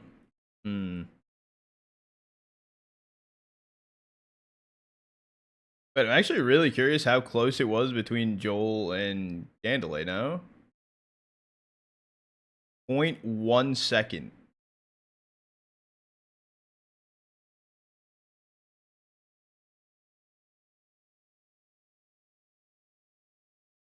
That's actually crazy. Alright, exclamation mark play map 2. We're doing 3 maps. The winner of the Grand Prix of the 3-map Grand Prix gets 5,000 ops. Got 60 seconds to join in. His ball is smoother because of his head. True.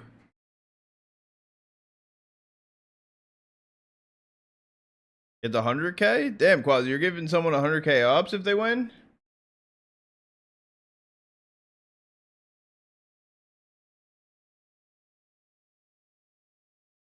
I'm not here. Vizzle, type exclamation mark play, buddy boy. What do you mean? You're here right now. You're typing.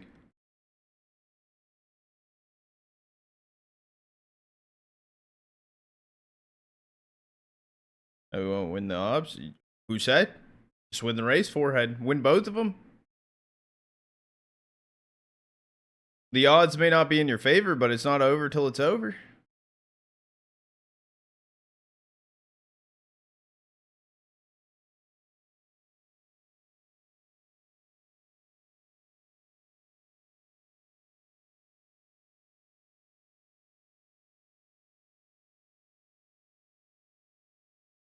Yeah, true, bro. I know. If we gave up last night, we would have lost our match. We didn't give up. We could have. We didn't.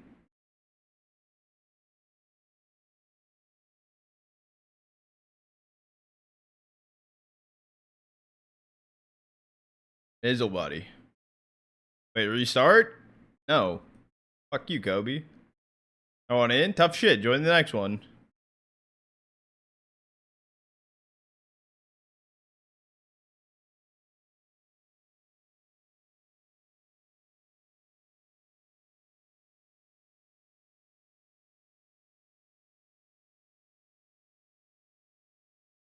I want a marble. So like a dance, bro. Is Apple in first right now? Wait, no. Bass is in first. Wait, I actually don't know yet. Hold on. Bass is in first. Okay.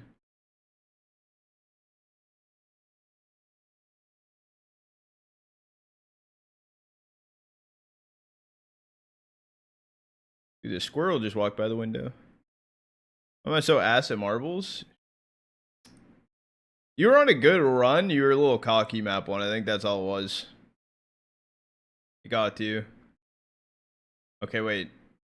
Good Muffin right now in the lead. Vizzle close behind though.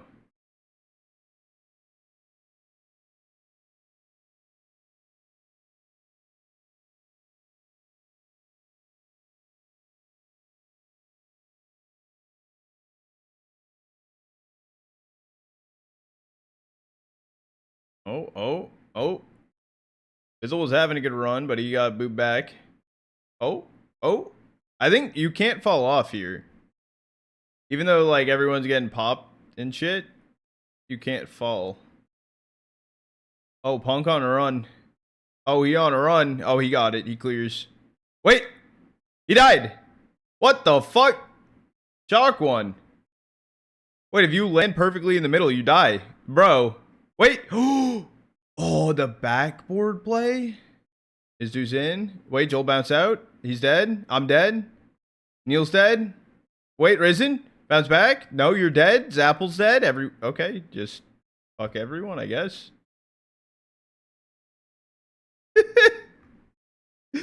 What the shit? Good muffin? Cooked? Quasi? Hold on. Cooked? Vissel? Cooked? Get away, run! DZ's dead. Oh, the backboard. Oh, DZ died. Candlelight backboard? No, you're dead. What the fuck was this map? Only 4 people actually, like, okay. That map sucked. All right. Hey. It's not like I picked the maps or anything. Exclamation mark play if you guys haven't already. This is the last map of the Grand Prix. Winner of the Grand Prix, 5K ops. 5K opus. 60 seconds and counting down.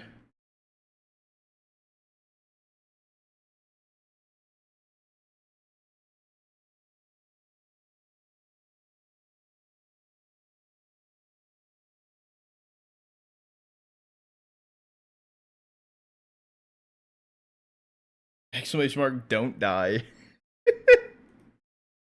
No, that map Haikyuu was dog shit. I'll make sure to remove it.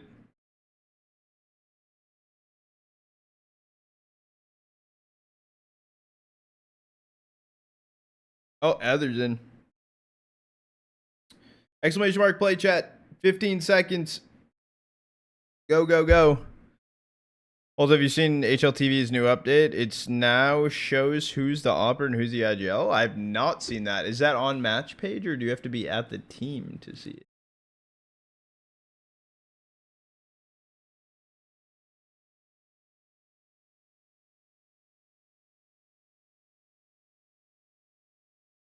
Click on the team.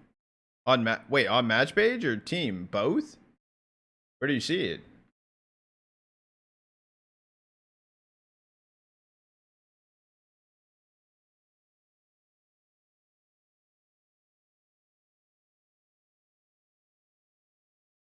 Click on Liquid, for example. I know, but like for match page, I don't see it.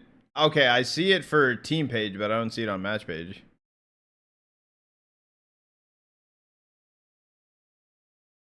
Oh, I see it. Wait, but Galleries doesn't have IGL?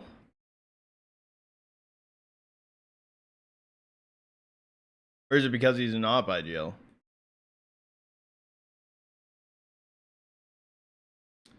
That means HLTV doesn't know. Got it. Okay.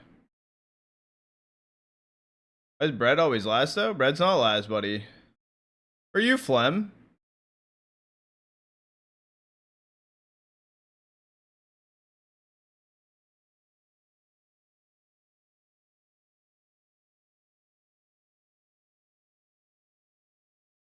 Like won the Grand Prix easy? You think so?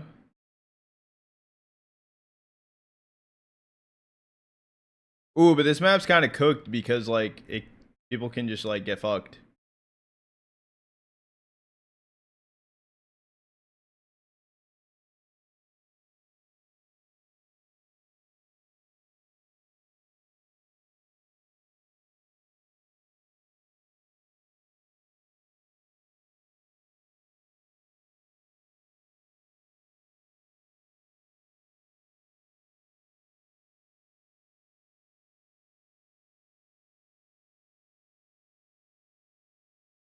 Nope, Heather's dead. Oh, Punk's dead.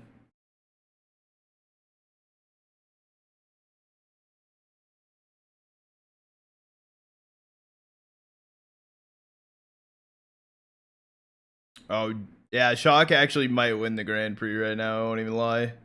Oh, but you have to make the jump at the end.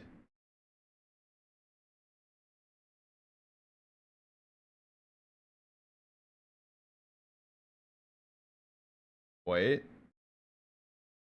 Hold on. Oh, going up? How's everyone in the back doing? I gotta go watch the jumps. I gotta go watch the jumps. We gotta see. Bro, Heather, you're so bad at marbles. Like, come on. Alright, I think you whiffed. Oh, Quasi coming in. Quasi looking good. Quasi hit. Gabe's in. 6 out. Oh, barely. Vizzle made it. Shock, can you make it? Wait. Hold. I think Shock made it. Shock made it. Okay. Apple Phlegm, his dude, DZ. Don't know where you're going, bud. Dolan Good Muffin also completely wrong way.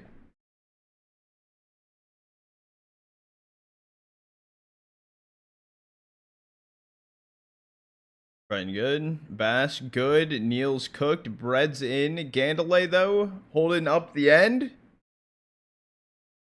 I think you're good though. You're good. All right. Third place, making the podium, but getting nothing, but being better than everyone except for the top 2 is Gabe. W, Gaben. In second place, and knowing they could have won the ops, but they didn't win the ops. Quasi. Why your ball be looking like that? And then I think we might know who's in first. Right? I think we might know, right?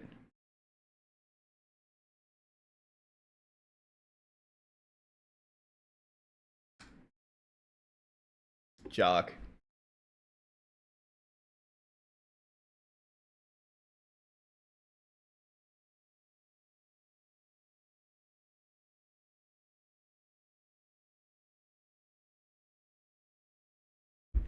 Enjoy. All right. Let me. Oh, where's my mouse? Oh, there it is. Hello, mouse. Do that. Okay. All right. Can I have more, please? You go. Hey, you won 5K. Oh, you just gambled 5K. All right, chat. GG's today. I know tomorrow I'll do a bit longer of a stream. I know I literally have only been here for 6 hours, and I feel like I should be more, but we'll shoot for more this weekend, and we'll get some gamages and gamage in as well. There we go. GG's. I will catch you guys tomorrow. We're gonna do the FaZe Mongols matchup, and then we'll do Astralis Pain, and then maybe not maybe after that, either Prem or Face It. I don't know yet. But I'm gonna talk with Joel and think of some good content ideas about stuff. Cause yeah, August is gonna start picking up soon. Yeah. 070707. Here's the follows if you guys are new here. Welcome in the Charter Troopers. But other than that, I will see you guys in the morning. I had to think about what the fuck I was gonna say. Are you doing 10-mans? You talked about doing it. So I tried doing the Face It thing.